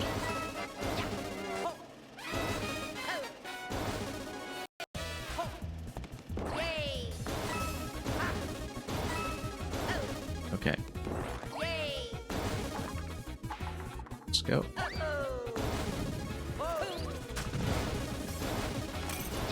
Yeah, that's the kind of icicle distance I want. It's good practice for what we need to do later.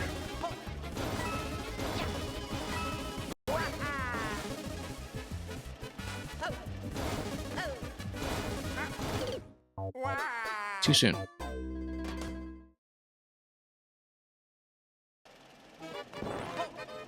But it's interesting how that gives me a taste of how that might be supposed to work. Maybe. Need to turn right as the icicle breaks twice. Well, now we know.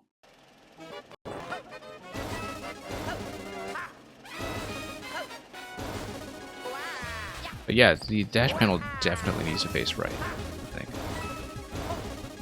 So you can do a little bit of a wiggle there. The first icicle does let me practice the timing at least. Or we can try to tighten that up as much as possible.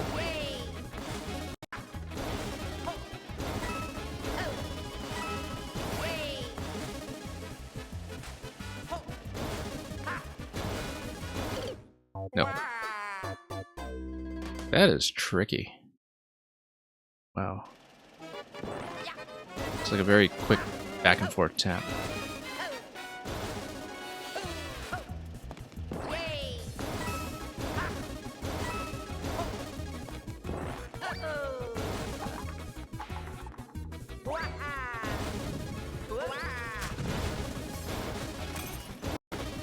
Okay.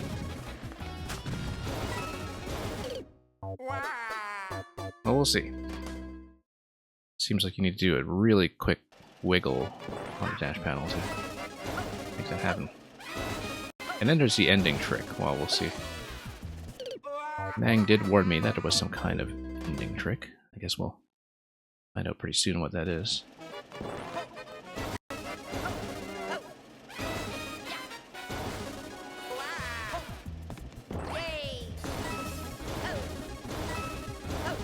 I can see now why this is one of the lower clear rates. Pretty reasonable Mang-like tuning most of the way, but I guess the ending is, in conjunction with the time limit, definitely something that's going to trick people out. Yeah, you need to have pretty good reflexes on your controller to do that, perhaps.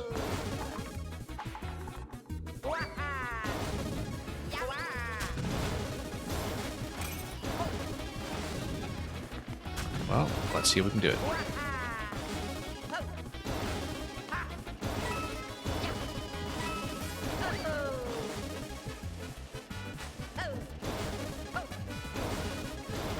Nope.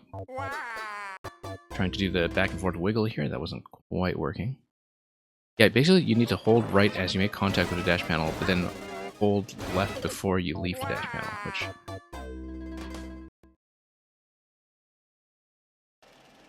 maybe I do need to make some kind of little jump there.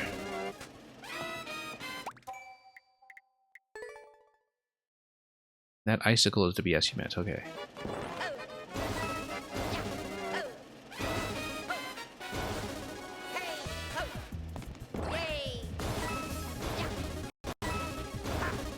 It's an icicle, which makes it a literal difficulty spike.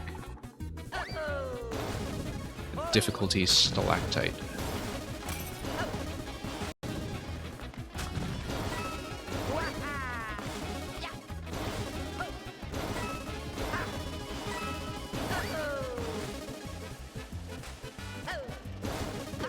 Nope, too early.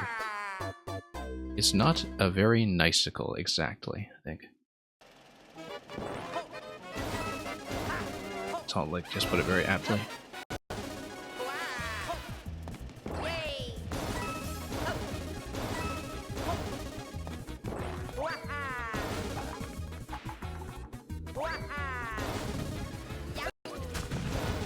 Nope. Sailed right off.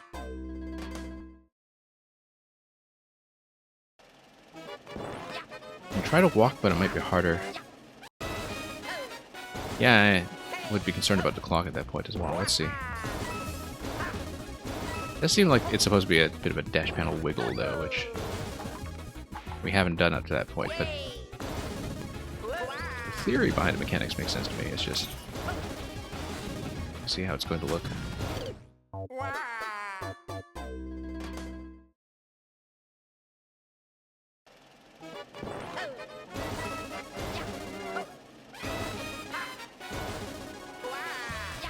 Anyway, let's try it again.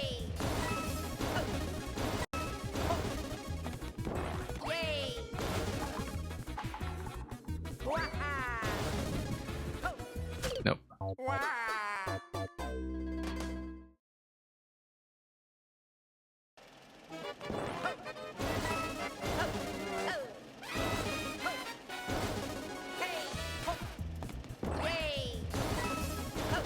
Okay, let's try it again.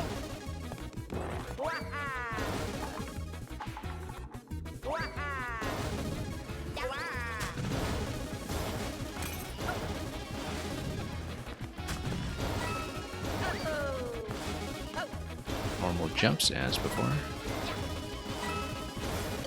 I was about to say nice late long jump, but that was much too late.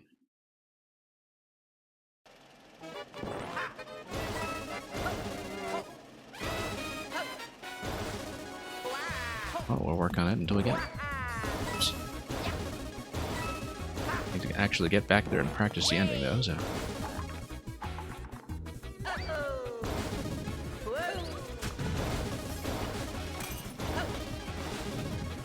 yeah, that first icicle can be tightened up, I know from experience now.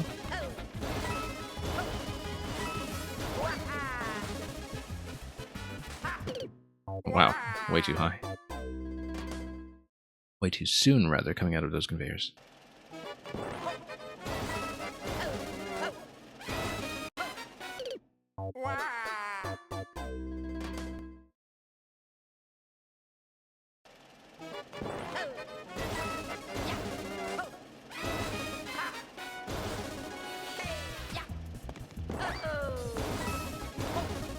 Okay.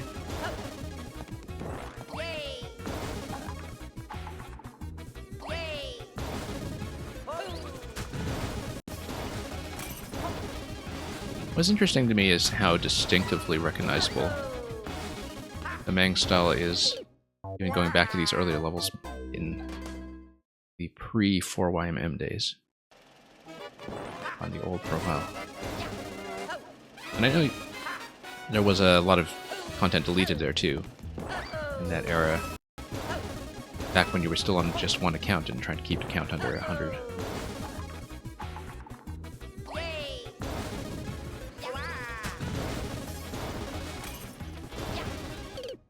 I know there was a whole series, long before I was starting to stream, there was a whole series of those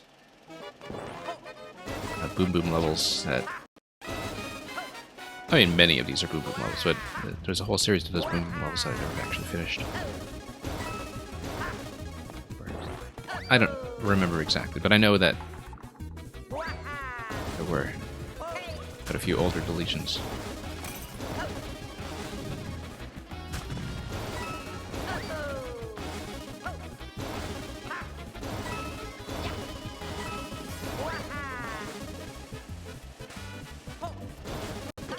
No, too early.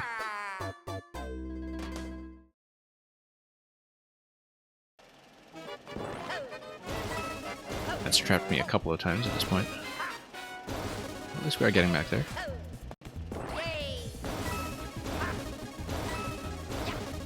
Without running into too many issues along the way. I just haven't gotten enough practice in with an icicle to really learn it properly.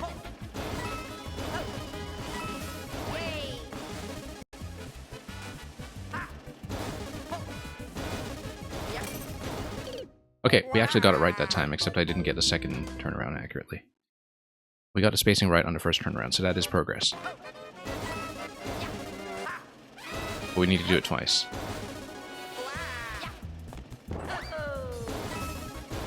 But the timing was correct the first time. I think I was kind of caught by surprise that it worked, which tends to happen pretty often the first time I succeed at something.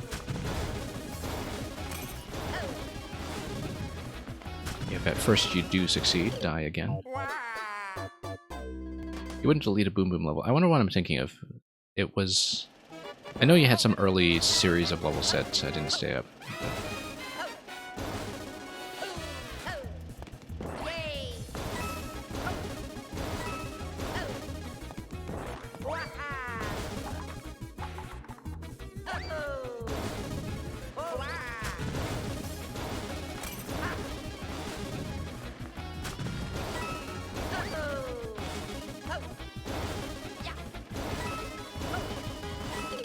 Whoops. And I know 6YMM was the last thing that you uploaded on this account. I don't know if that took you to full 100. But of course the Mang 69 account has been filling up nicely since. Which leads to the question, what is the Mang 69 account going to do when it uploads level number 69? I guess we'll have to find out.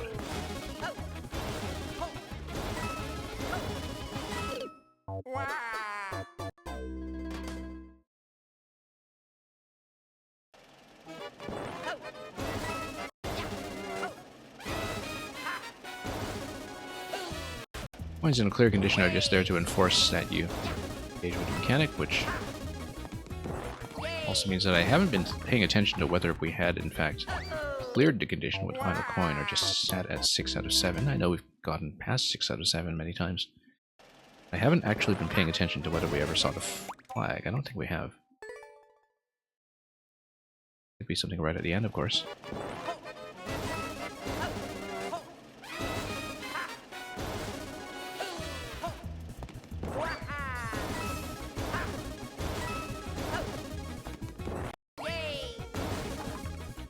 Oh, we're getting close in that icicle.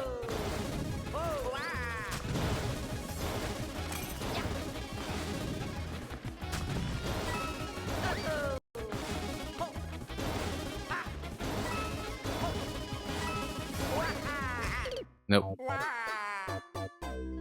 It's reliably an issue as well. We just need to go through this and keep the common pitfalls in mind as often as possible.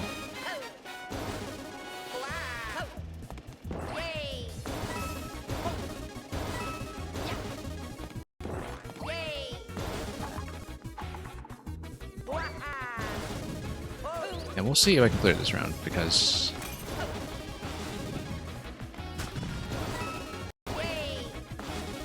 I definitely want to make sure I get to Salt Lake's level without making him wait too long. And I think we have 1K men's to submission right before that, although that might potentially be short, so.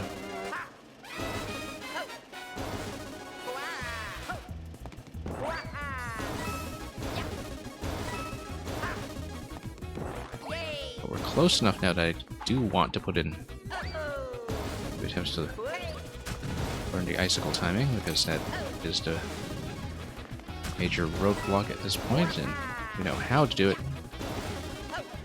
But you need pretty solid reflexes, and you need to get over there with this long jump in the first place, which has been a problem.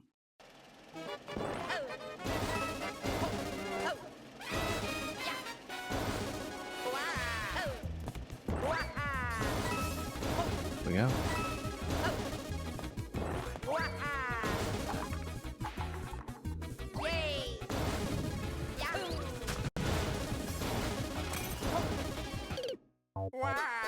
Bit of hesitation there again.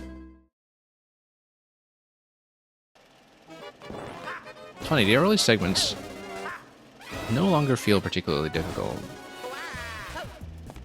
as long as I'm attentive. And yet I'm probably dying at this a lot more than I think I am, because of early mistakes that are easy to compartmentalize. Forget about.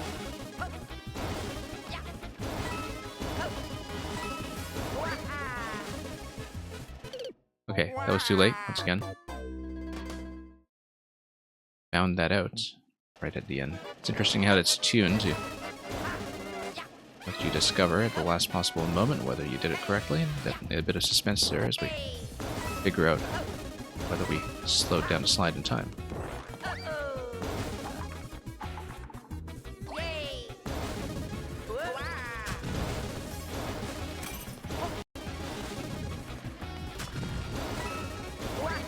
Anyway, over we go.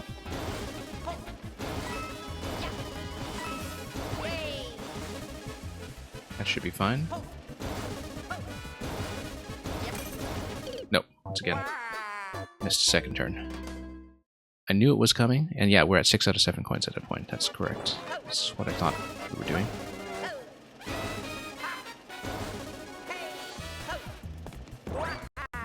That back and forth is getting a little hard on my thumb, to be honest, so it's entirely possible we may have to bail again just on account of giving my thumb a break from pressing the D-pad so hard, but we'll try to do that icicle turnaround. See what happens.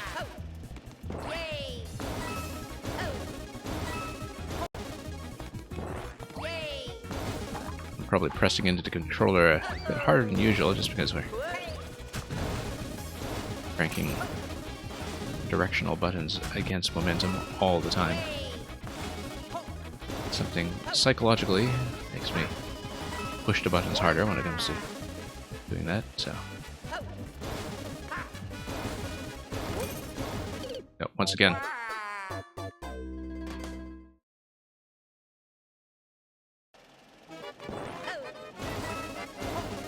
I'm always going back to the dash panel faster than I expect. So.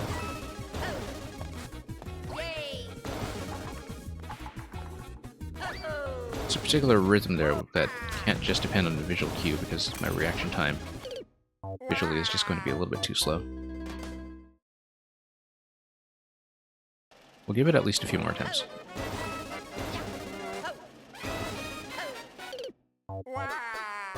Because it seems like that icicle back and forth is key to the whole ending. We just don't have much of an opportunity to practice that timing otherwise, so.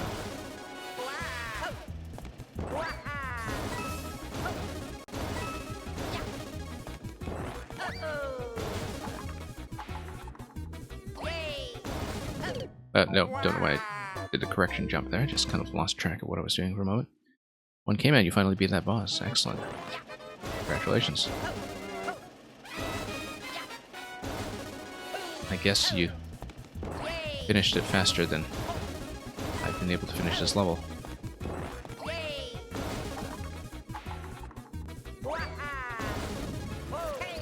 Even accounting for the absence in the middle where we played some other things.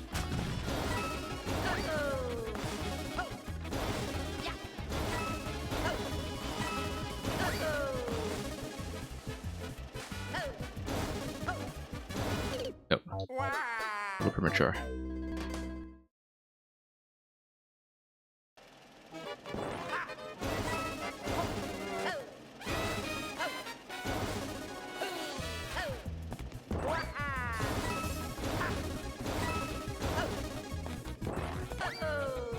Yeah, I feel like the way to do the icicle at the end is just go with alternating directions, left, right, without really thinking about it. Or is it right, left? I don't know. No, too late. You're still in the level that you've been playing shortly after you tuned into the stream. Okay. Well, Salt Lake, I think, understands patience required with Mario Maker sometimes on both ends, as the maker and as the player, so.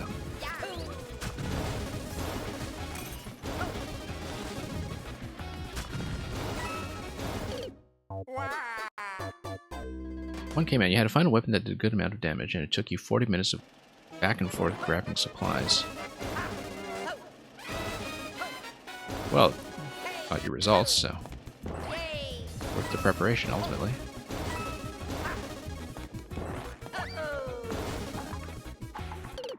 Whoops. Shouldn't walk into that spike. I don't know why I was making that kind of adjustment on the donut block. It's a barb level you started, I see. You figured you'd take a while.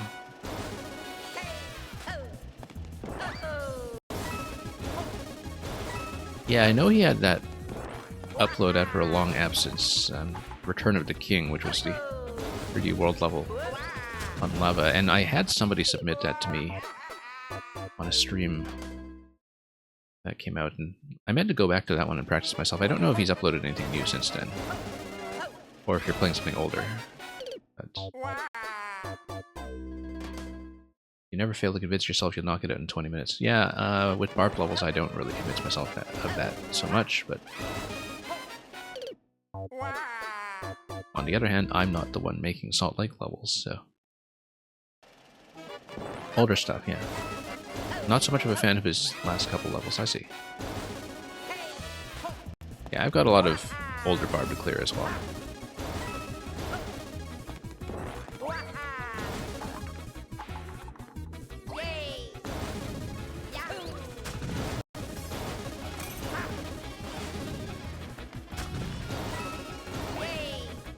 But my Mario Maker backlog is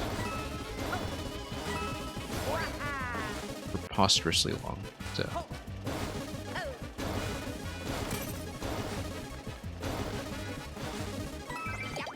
Okay, despite making a third movement at the conveyor belt there that almost killed me on the clock, we made it.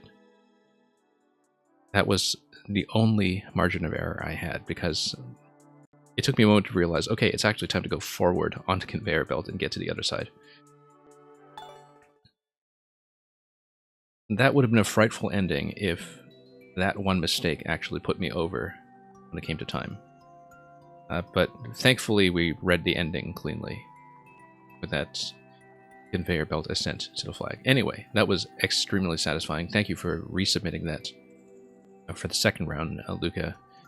As you can see, we're a few seconds off your record, but I assume that with you it was the donut skip and maybe a few other little tricks along the way, and of course not doing the thing I did at the very end where we had a third successful reversal on that conveyor belt segment. So, my goodness, we made it. And we made it in time for 1K Man to also have come back from that boss fight to see his submission. And so, thank you all for the GGs, and we'll do the remaining 2 submissions from 1K Man and Salt Lake Atrocity. You give up on levels, Salt Lake. Way too easy to concern yourself with backlog. Yeah. It's more that nowadays I do all of my Mario Maker playing on stream unless I'm playtesting for people privately, and I've had much less streaming availability this year than I had hoped for due to a whole number of external reasons. So I basically have levels that I'm interested in from makers I like that I want to get to, but it's been difficult to find time to get to them, especially makers who don't tend to submit here, like people from Japan and Korea especially, who make great levels but don't hang out with us on Twitch. Anyway, 1K Man, let's take a look at yours first. And thank you again, Meng, for leading me all the way back to some of this fantastic retro Meng content. And we're going to have a car level next time we play this profile. But in the meantime,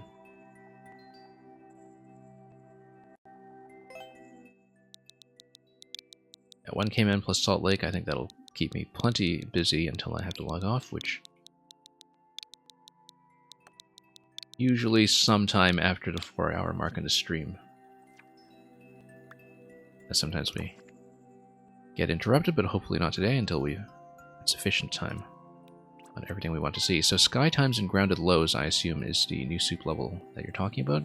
Do confirm that for me, 1K Man, and then we'll dive in. The new soup level is what you indicated, and that seems to be the only one in sight up here, so yeah. It's a level. Not much to say about it. We'll see about that.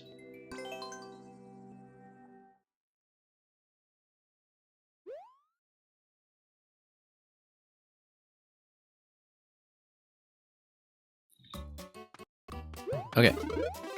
Back to not having extremely time-sensitive setups everywhere. It'll be nice to kind of have something a little more easygoing before we take on Salt Lake.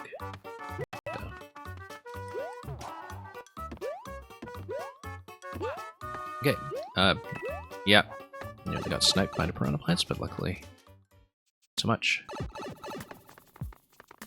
I'll switch up here, which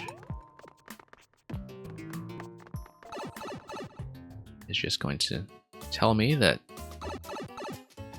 checkpoint flag is on the other side of that yellow pipe, which reverses me back here to grab the key. So yeah, it's here purely for scouting purposes. Let's take a look at this again.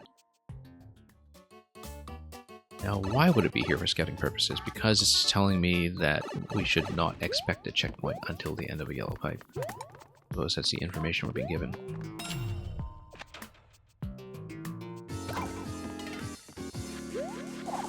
I guess you're reassuring the player that a checkpoint exists, if this is a boss rush in particular. Or some other lengthy sequence. Oh, look at that, it's hammer time.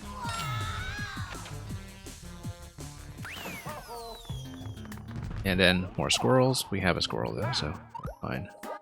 Except we probably do want to come up here first. And wall jump, yep. Help me, System Mole. You're my only hope. Okay. Gotta watch the camera here. Whoa.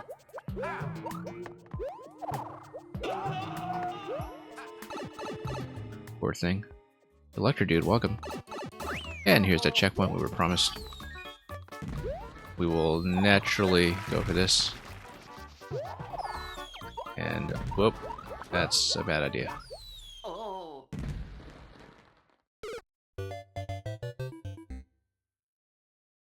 We will, of course, have to try it again to prove that I can grab that and come out safely.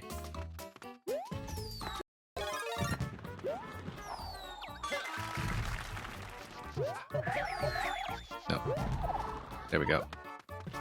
Bit of a twirl at the end definitely helps matters slightly. And we'll stomp this accordingly.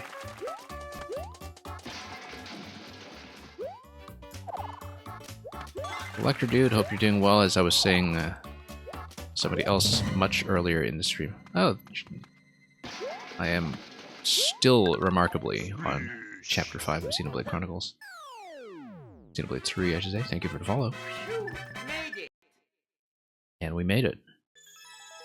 Nice to get a quick clear, one of the only quick clears we had today.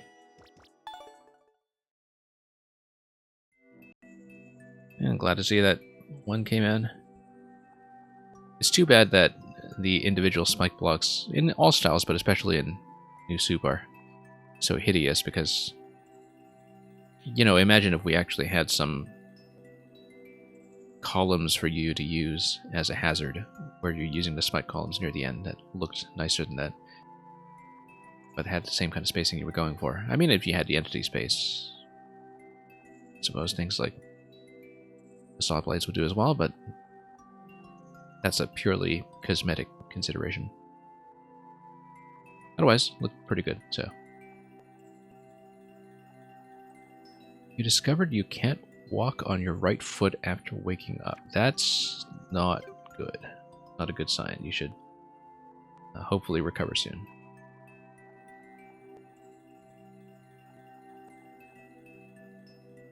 Yeah, hope it's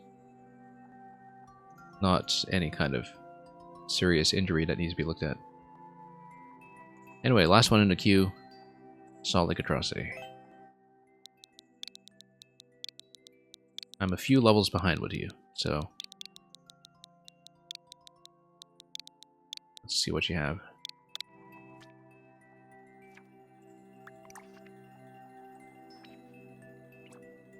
We can do the new one, Soup Loops. I mean, all of these are going to be low clear rates. I expect this. But we'll start at the top and work our way down, unless you... Yeah, you were going to submit with your newest level, but the bot was failing on everybody today, so let's do it. I'm many levels behind with you. I think the last one I played was, which I didn't finish, was Hastur's Apotheosis, the one that had the kind of non-linear Metroid-like structure. I enjoyed that one a lot, I just didn't get very far. And I should go back to it. It was a while ago, actually. I think that was about a year ago. Anyway, lots of catching up to do. No time like the present, let's start with Soup Loops. Not to be confused with the off-brand Soup Loops.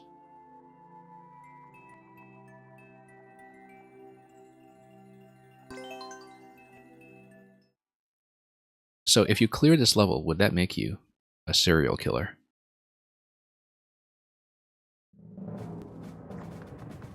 Oh yeah, I mean, I have the patience for things like long levels. Yeah, it's going to be up and then wall jump.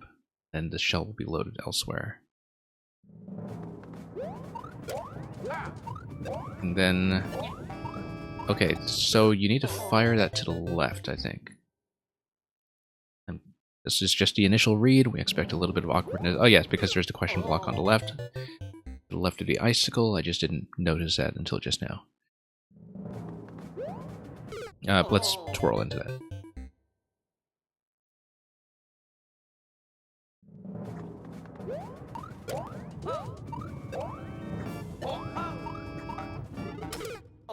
We don't want to fall back into that, but maybe we want to wall jump over to the right side. That's okay. We'll figure this out as we go.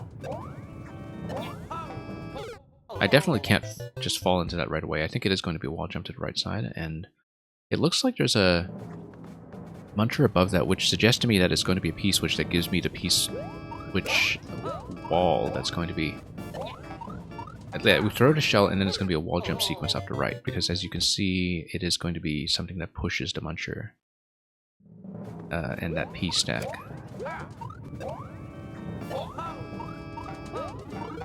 Yeah. You have to jump on a shell again, perhaps, before... I don't know about that. Maybe I just go left. I totally do, I think.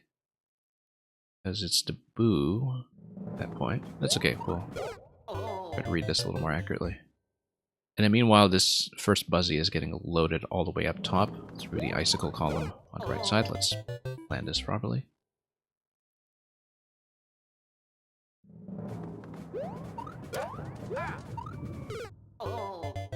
Yeah, because you're going to fire it to the left. I didn't really see what the interaction after hitting the block was, but it's not a P-switch activation right away.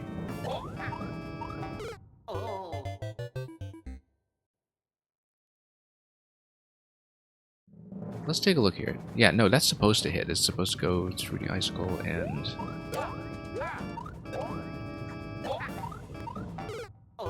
Okay, I see why I'm not seeing the block activation. I'm actually just dying too early to see it. So let's redo it.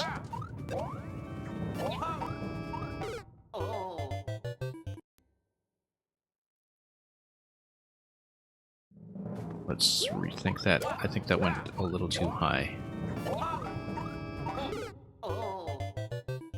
Yeah, okay, so it's a spring that's going to launch the Muncher and the P, and then...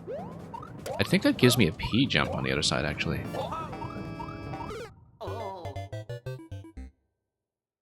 I have my doubts that I'm supposed to jump to the shell that way.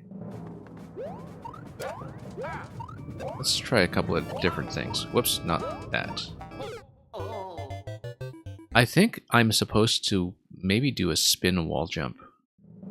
Or, well, no, because the shell's going to make contact by the time I make it over there. But this is a definite possibility if we look at it this way. If I do 2 consecutive spin jumps over the shells on my way back over.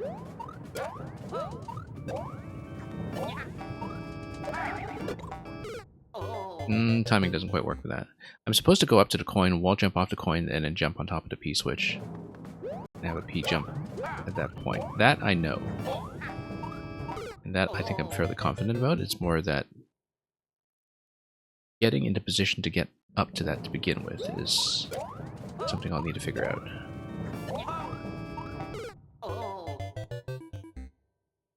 I'm not convinced yet that I have the right idea, although the timing would work out to land on a shell around that point.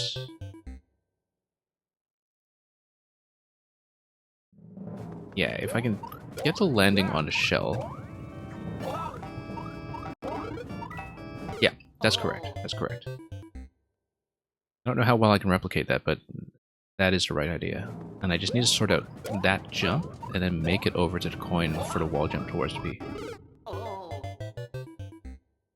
So we just need to build that into muscle memory so I get the proper jump timing relative to the shell release.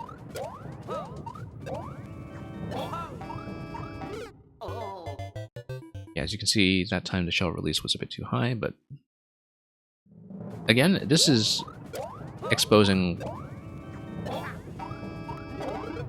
that it's easy if you just hold down jump the whole way. And I was saying earlier in the stream with a Kaizo level that I was having trouble with that one thing that I do not have a good habit of doing is holding jump into an item release. And holding jump into the throw all the way through is actually going to give you exactly the right timing to land on a shell on the left side. You hold Z to ensure jump is held down while thrown. Yeah, actually, I should take advantage of that more often. I was just using that technique for another level yesterday, in fact. It's not something I consider often enough because I just don't have a lot of practice with it. But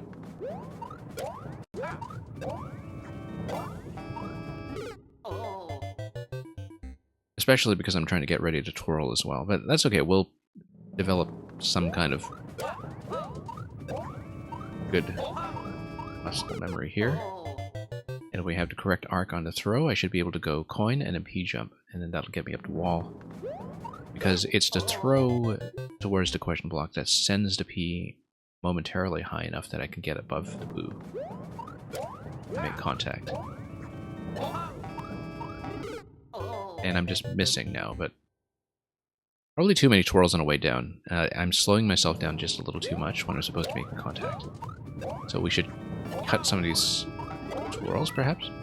That was just a bad angle. That was close to being correct, although I think the P was a little low at that point. Let's take a look.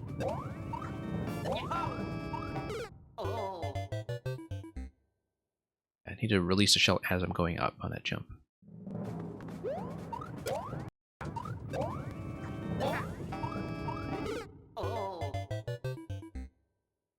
coming in late. Too many twirls. It's hard to not twirl like crazy there when I am not totally confident in my landing, so.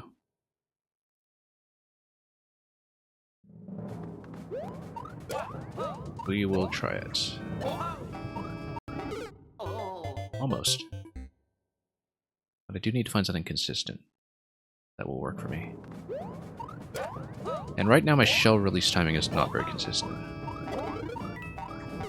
That's correct, I just had a bang angle going up, once again.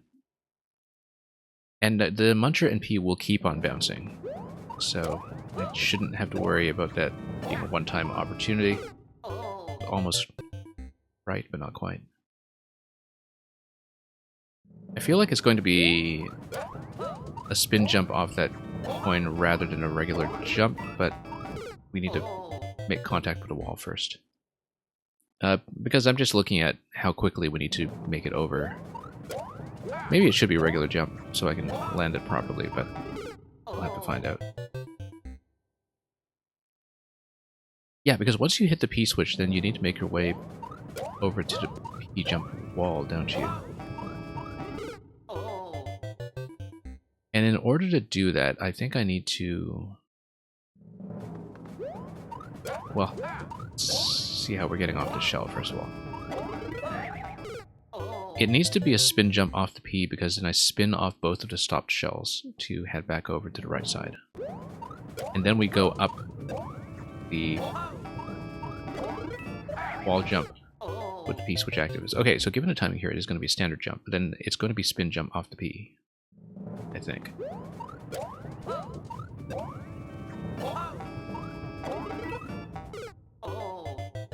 A standard jump so we can get right timing going.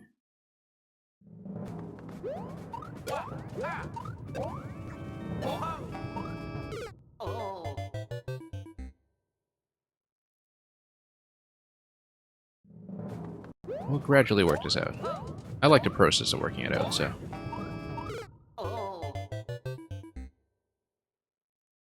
We haven't so much as hit the P switch yet, but I'm pretty sure it has to be P and then spin jump back over to shells, unless there's a way to get further up the wall. Hey, Cook, welcome. Good to see you here.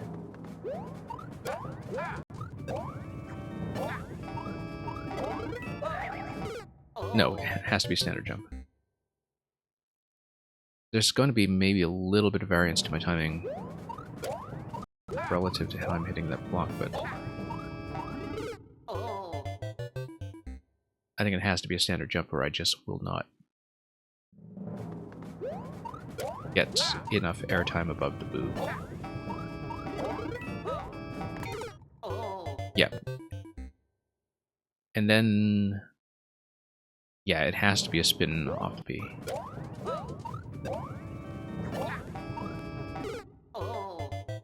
The levels have been doing great today.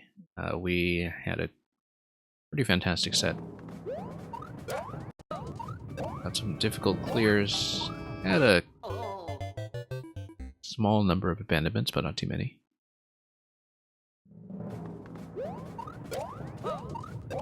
Just finishing on this one. Is my first Salt Lake level in a long time.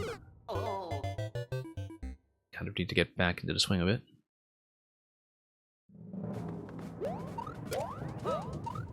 But I think the problem of what to do in this early segment... yeah, as you can see, definitely needs to be a spin. And I was just reacting poorly to hitting the P. Definitely needs to be a spin. Yeah, you spin over both buzzies and then you wall jump up the P switch column on the right side. I think that's got to be the sequence. And after you hit the P switch, it's not like you have any flexibility anyway, so... yeah, we just need to find that shell release timing that's going to work best for consistently landing on it afterwards. But there is some expectation that you need to make a lot of your own decisions with where to twirl. And yeah, trying to get the spin jump there, I was a little bit late. We didn't manage to get the P jump. But it is going to be a P spin jump.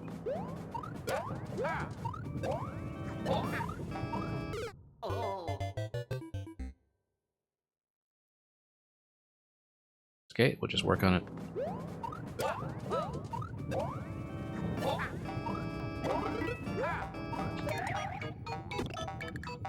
That's how to do it. And then we came in a bit low. I think I might need to twirl a bit to gain height there, but that's exactly the sequence I was going for and what I was reading.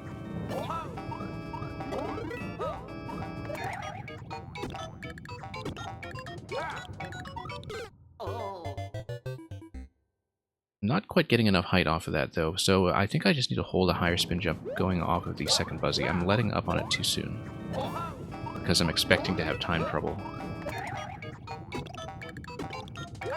There we go. And then we need to go down and then wall jump off the left side and onto the spring. At that point, the P timer will not be relevant, I don't think, so that's okay, we're progressing steadily.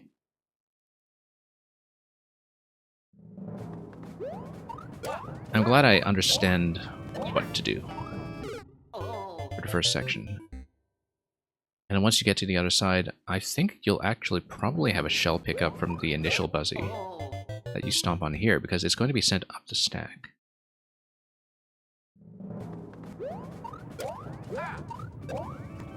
But we haven't looked at that carefully yet. So above the P, when I do that wall jump, I'm doing an additional twirl to stall a bit for timing, and then if you just kind of double tap the spin, then you get the spin jump on top of the P pretty accurately. So it's just a matter of getting that input on the brain.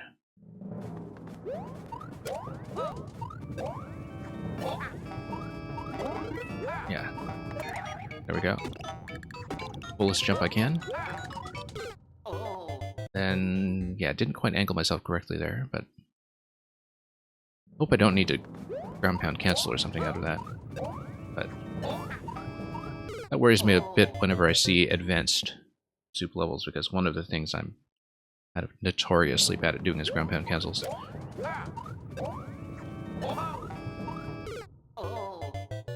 I hope that's not necessary for the alignment on that column. I don't think it should be.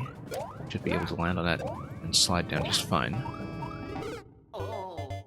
But we'll have to find out, because there will be that Buzzy shell bouncing on top of it as well.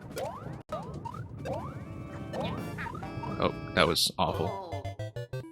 Throwing that way too high. You need to throw pretty much immediately on your way up.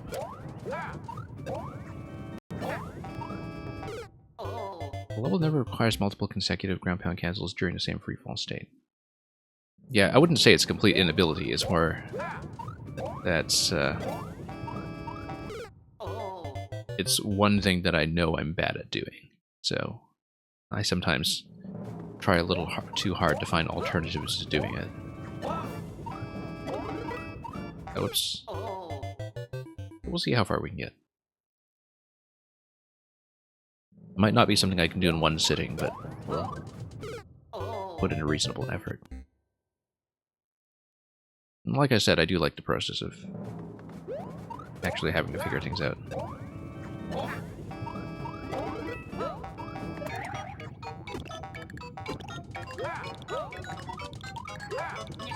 Okay, so I grabbed that, and I'm supposed to deflect it against a wall, I think. Because it is supposed to hit the on-off switch at the bottom in some fashion. Oops. And that was the first time we were seeing it, so it was just a matter of partly reading the markings. And there's a coin on the left side that's probably where I'm supposed to drop towards the wall. And maybe I could slide down to that wall. I haven't looked at it closely yet. But yeah, there's a shell throw, and then I have to hang left.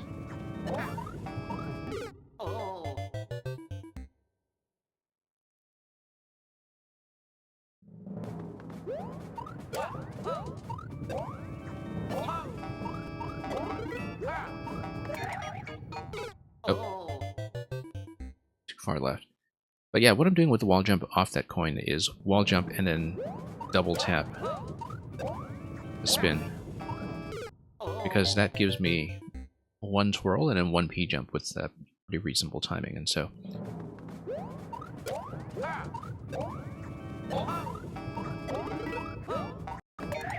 Yeah, that's working out well, except as you can see I hit the shell a little too far to the left that time, and it was not likely to get me the spin jump sequence I wanted.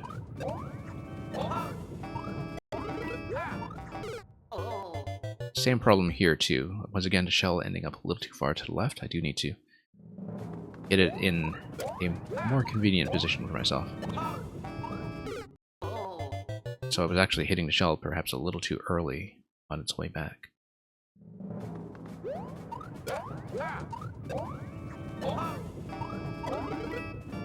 Oh. Once again, not a great position for it. I want it to be under the leftmost point of that slope on the ceiling, ideally. Because that will give me enough room to go up to the coin still. Actually, I should go directly vertically up to the coin. I think that's probably best. To make sure I can cover distance. So that's the right tile, but the wrong timing. An inconvenient shell position doesn't necessarily mean an impossible position. Okay, good to know. I feel like the spin jump onto shell is actually much more flexible than I give it credit for.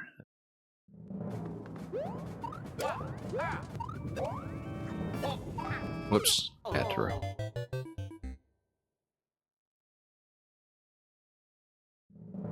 That's okay, we'll make it over.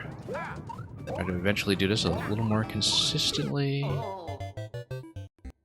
Still trying to find that good, reliable shell timing.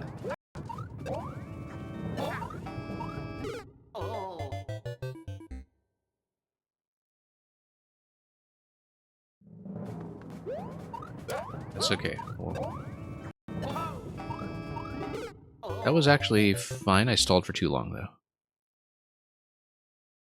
But that throw was actually a good throw.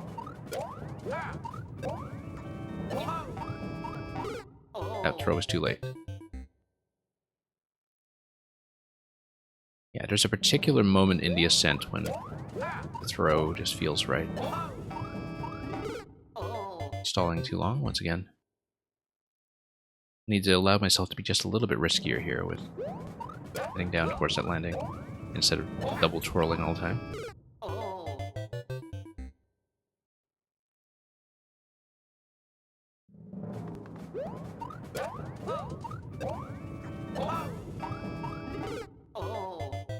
Yeah, once again, just not timing that accurately. It felt like one twirl was not going to be enough that time, but a two slowed me down just a tad too much.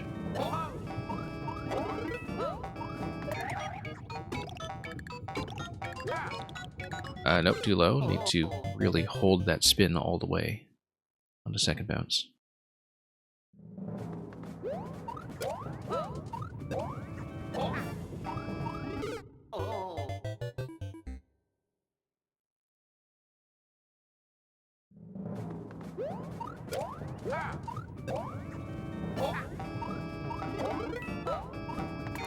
Nope. Missed the spin that time.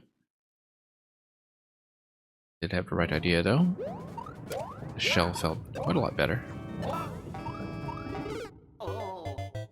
Really need to work my aim.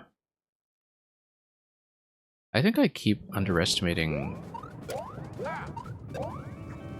when that shell is actually going to make contact with the question block, because perhaps I'm visualizing it going all the way to the wall when it's actually going to be one block short of the wall because it's hitting the question block and bouncing back. And I think that's probably the visualization error I'm making here.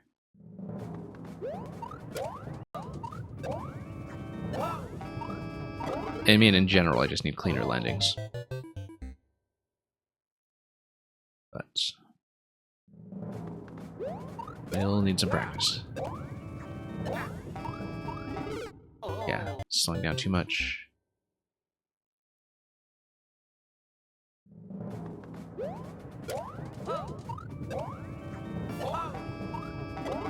Yeah, single twirl. With a good throw, a single twirl will do it. You catch the shell, you throw the shell, I guess it's going to be some kind of wall slide, and then once the shell hits the on-off switch, it's going to go back towards the right. I wall spin... not necessarily a spin, but we'll see how it looks when we get to it.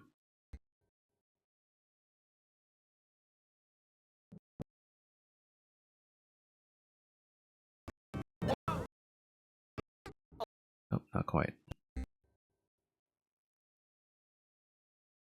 Sound is dead? Okay. Are you sure? Or is it just off? Because I do see that it seems active to me, but if the audio is off, I'll give it a reset, just be sure, in case it's glitching out. Do let me know, Electrodude. It looks very glitchy. Okay, let's clean it up. Give my hands a break for a moment. Yeah, if it's cutting out intermittently, that's probably not a good sign, so let me just fix that up.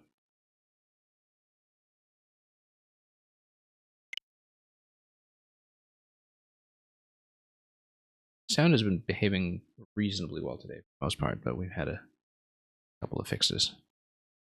Yesterday was perfect. I don't know how I managed it, but... Okay. Alright, this way. Do let me know if it's working now.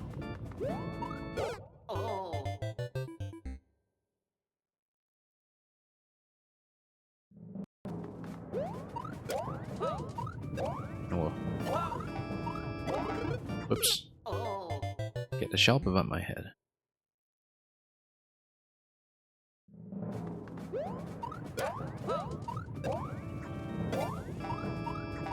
Not quite.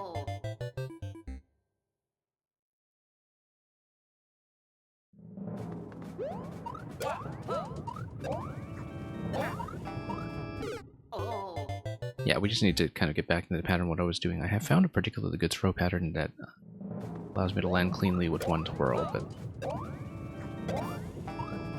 I probably shouldn't have stopped that second shell.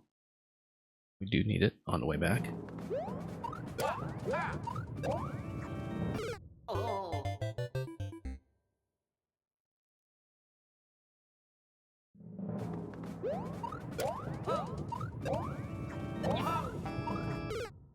Not quite working.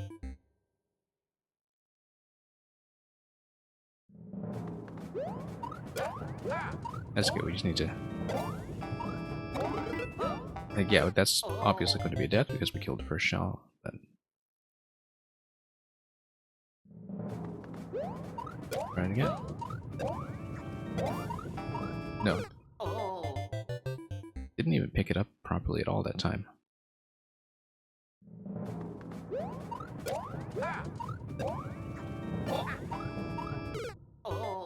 Yeah, release, and then we want to do single twirl right under the coin. That's what we're going for.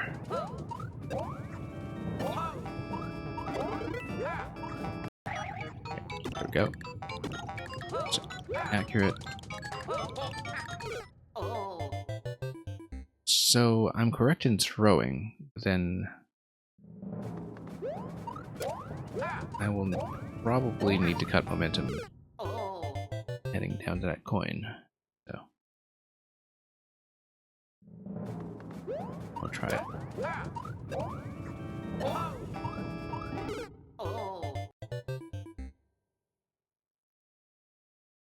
Yeah, picking up the shell was fine that time though. It does require me to be a little more careful, but go. Nice and clean.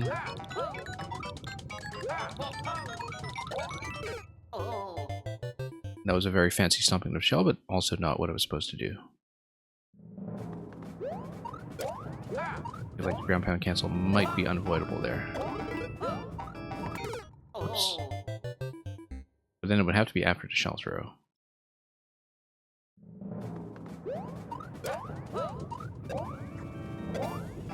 Nope. Bad pickup.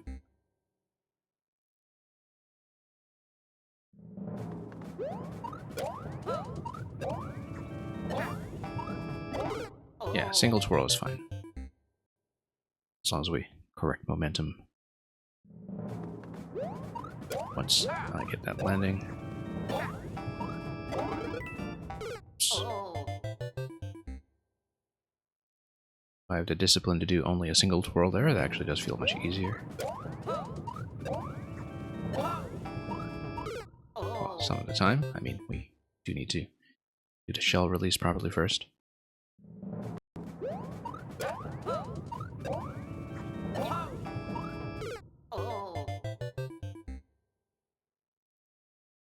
It's going to require a little bit of practice here.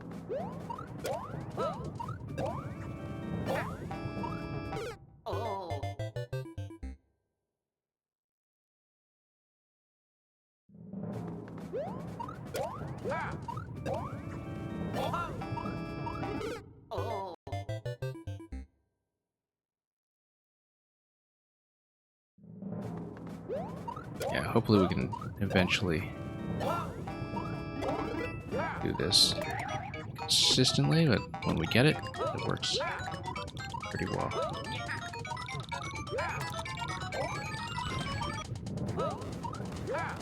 You know, that was almost fine. We just came in a little bit low on what was supposed to be a wall jump on the right side. That's the best we've done so far.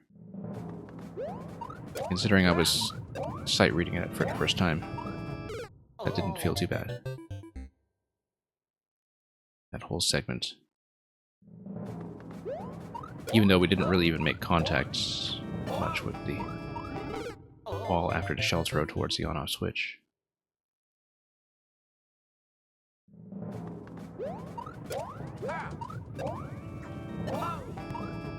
Okay.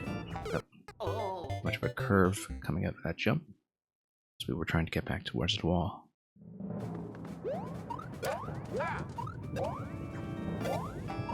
Nope.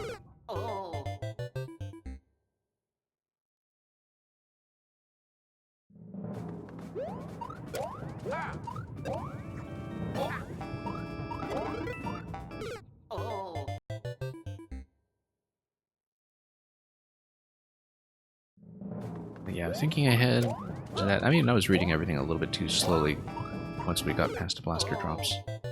So I was seeing it for the first time, but it actually seemed relatively approachable.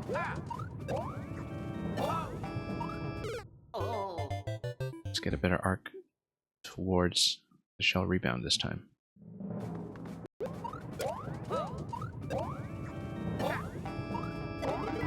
Nope, came in too far to the right under the wall this time.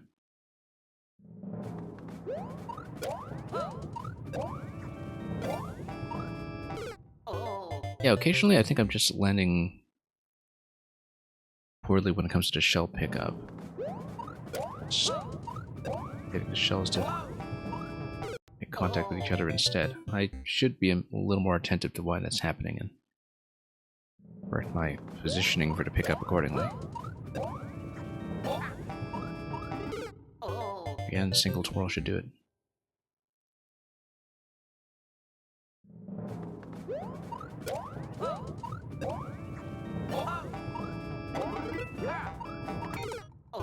Yeah, just missed a spin. If I hit the spin, it feels like smooth sailing for a couple of jumps at least. There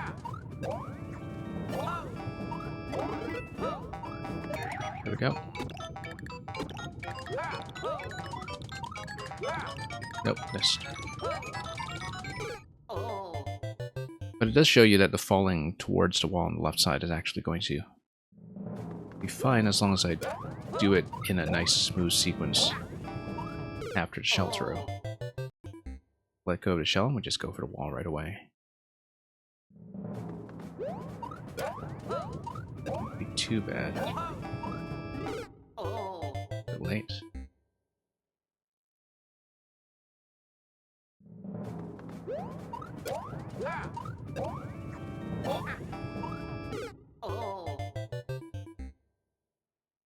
But we understand a decent chunk of this early segment.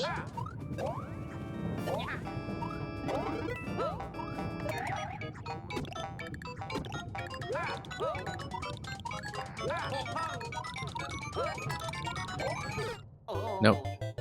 Too many twirls there to correct positioning when I need as much forward momentum off of the wall jump as possible. So we should have spent a little longer on the wall slide perhaps, but it was a little bit awkward. Yeah, the shell positioning was not great at the time, but just to make it work. Had a bit of a bad fall towards the wall after the shell release. We needed to jump a little bit higher into that shell release. In fact, I let up on a jump too low. I don't think there's a particular reason why that shouldn't be a full jump, in fact. So we should keep that in mind.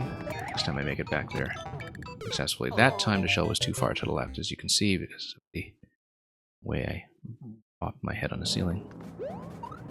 That's what happens when you make that mistake.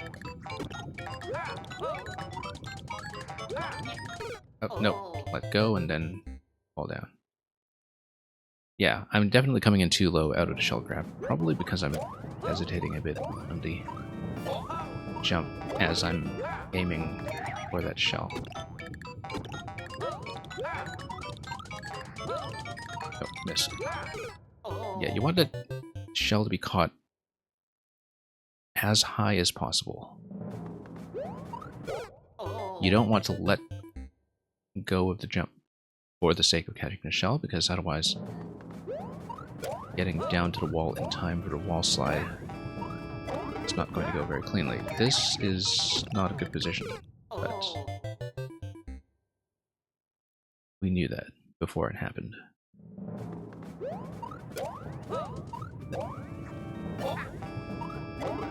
That's a good position. Do just fine.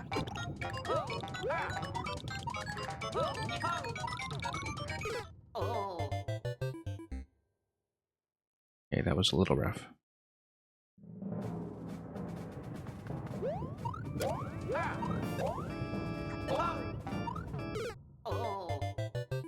Okay, let's try it again.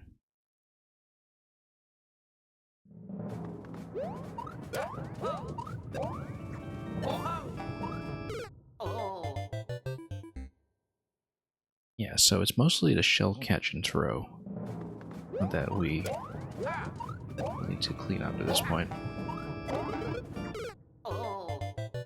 And that I am consistently catching, probably releasing it too low, and is causing problems for the wall slide sequence immediately afterwards.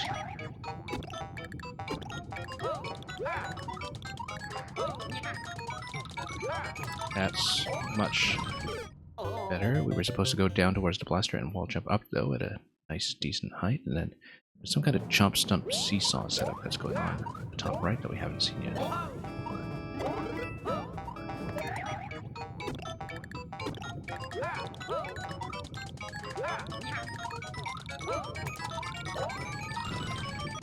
Nope. Kind of a bad curve that time. After the shell. Still haven't found a good positioning for that yet, but at least we're getting the interaction happening in terms of being able to get on the wall and jumping out, but I am late getting to wall slide every time, so probably because the shell toss is drawing me a little too far forward towards the right. The way that we just lean into the shell throw.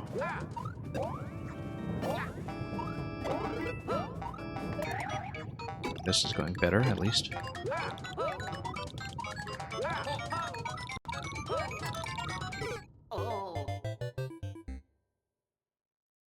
Yeah, we're definitely jumping off the wall too soon. I think we need to stall longer on a wall slide,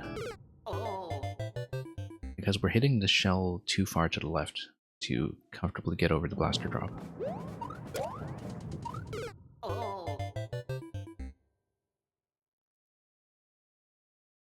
So we'll see if we can make that happen.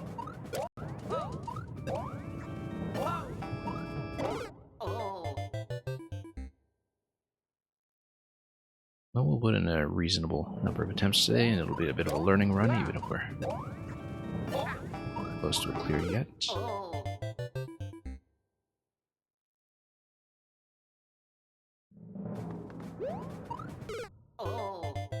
right over that thing.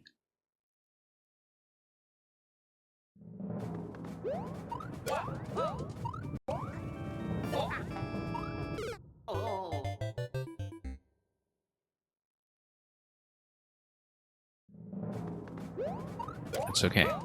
Incremental progress. Seemed like I was going a bit low over that boo, but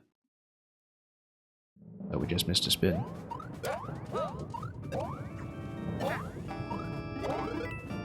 Nope.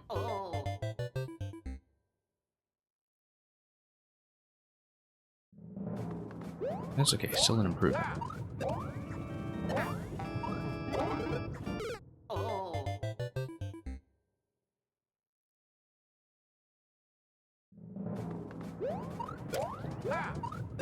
It's a matter of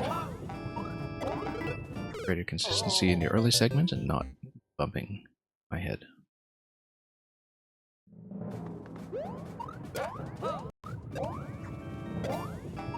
Nope.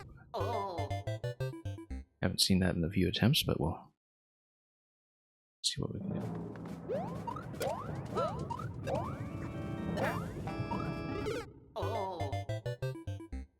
Now just one moment.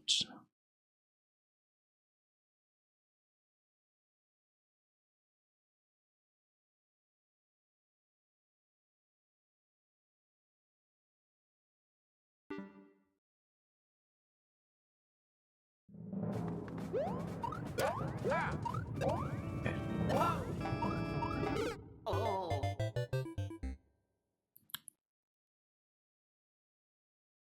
Let's try it again.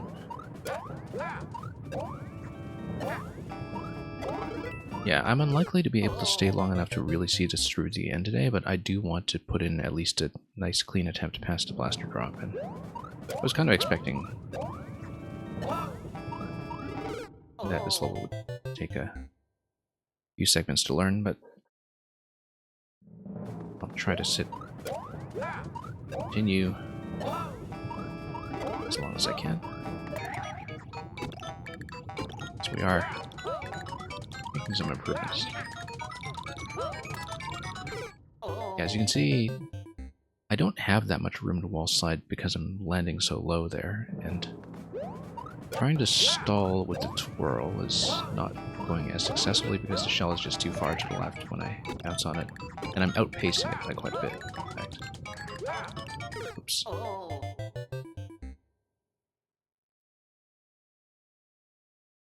And yeah, it's still a very productive practice run, I think.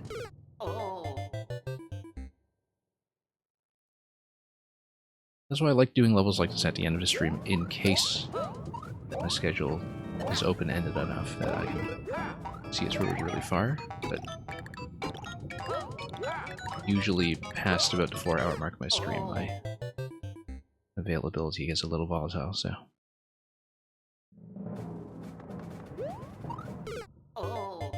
But we'll see if we can make it happen.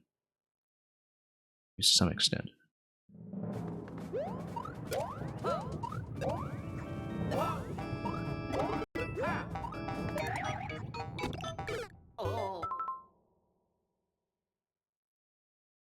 It currently has a 5-minute world. Probably has to do with the checkpointing. I would not imagine that the initial third check was 5 minutes, but who knows? Maybe it was.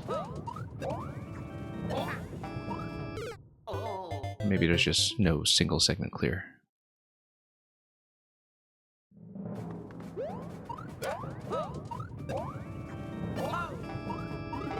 But yeah. We'll probably just make a few more attempts and then we'll have to cut this.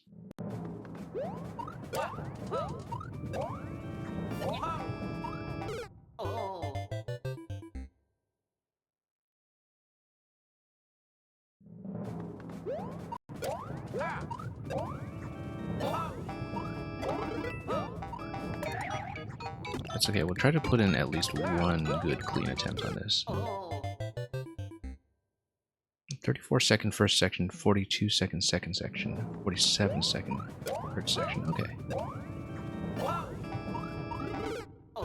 Yeah, so definitely no single segment clear from the general public yet.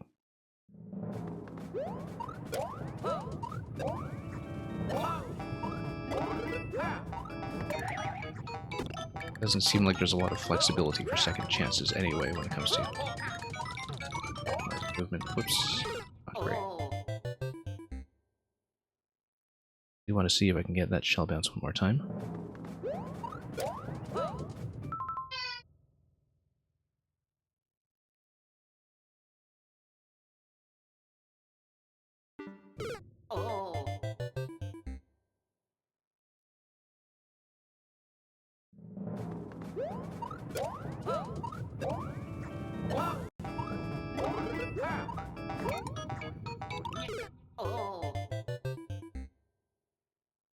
Okay, maybe one more good attempt and we'll have to call it.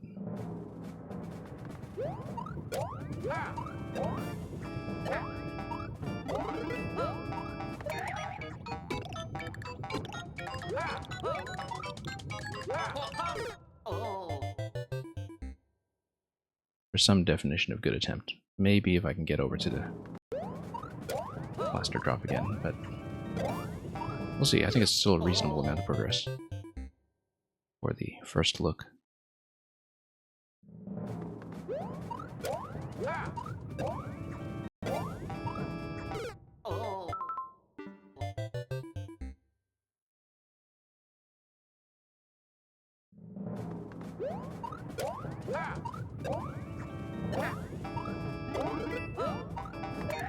Bounce and bounce.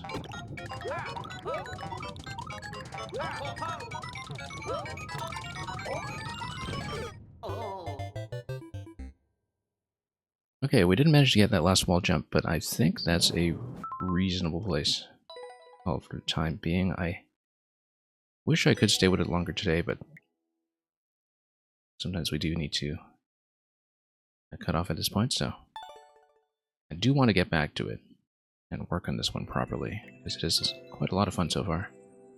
Yeah, their check of about 218, so world record is nowhere close to this, but it's just on 18 clears so far, so.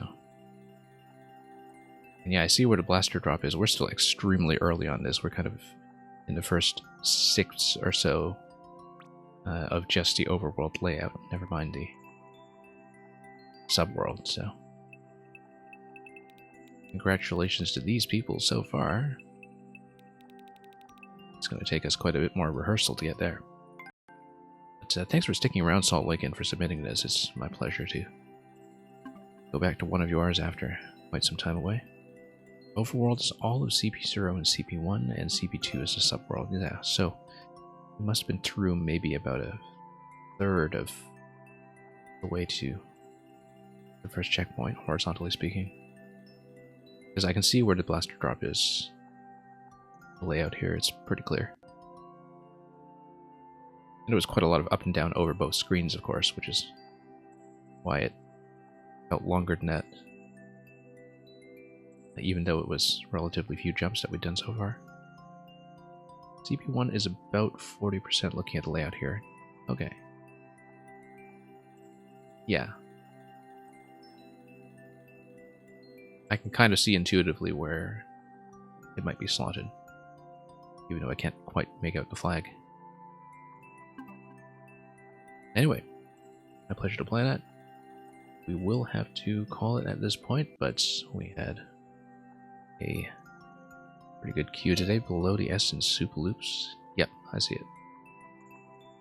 Or rather, I see the area you're talking about and where there might be a safe landing. We're going to send you folks on to somebody else.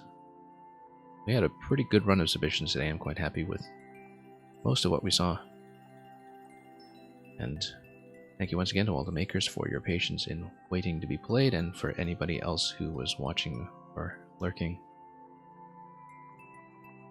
Always a delight to catch up on these whenever I can, so we'll hopefully be bringing back more Mario Maker over the course of the week. I'm hoping to get back to some puzzle streams, which we haven't been doing in quite some time.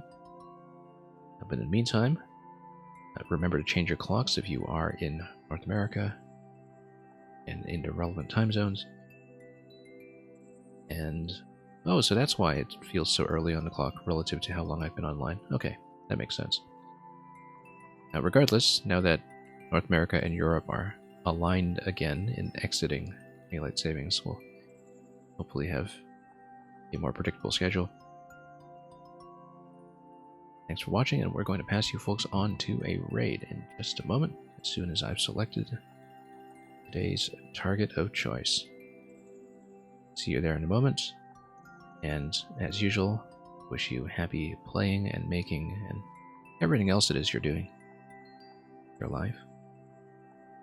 And above all, fare thee well.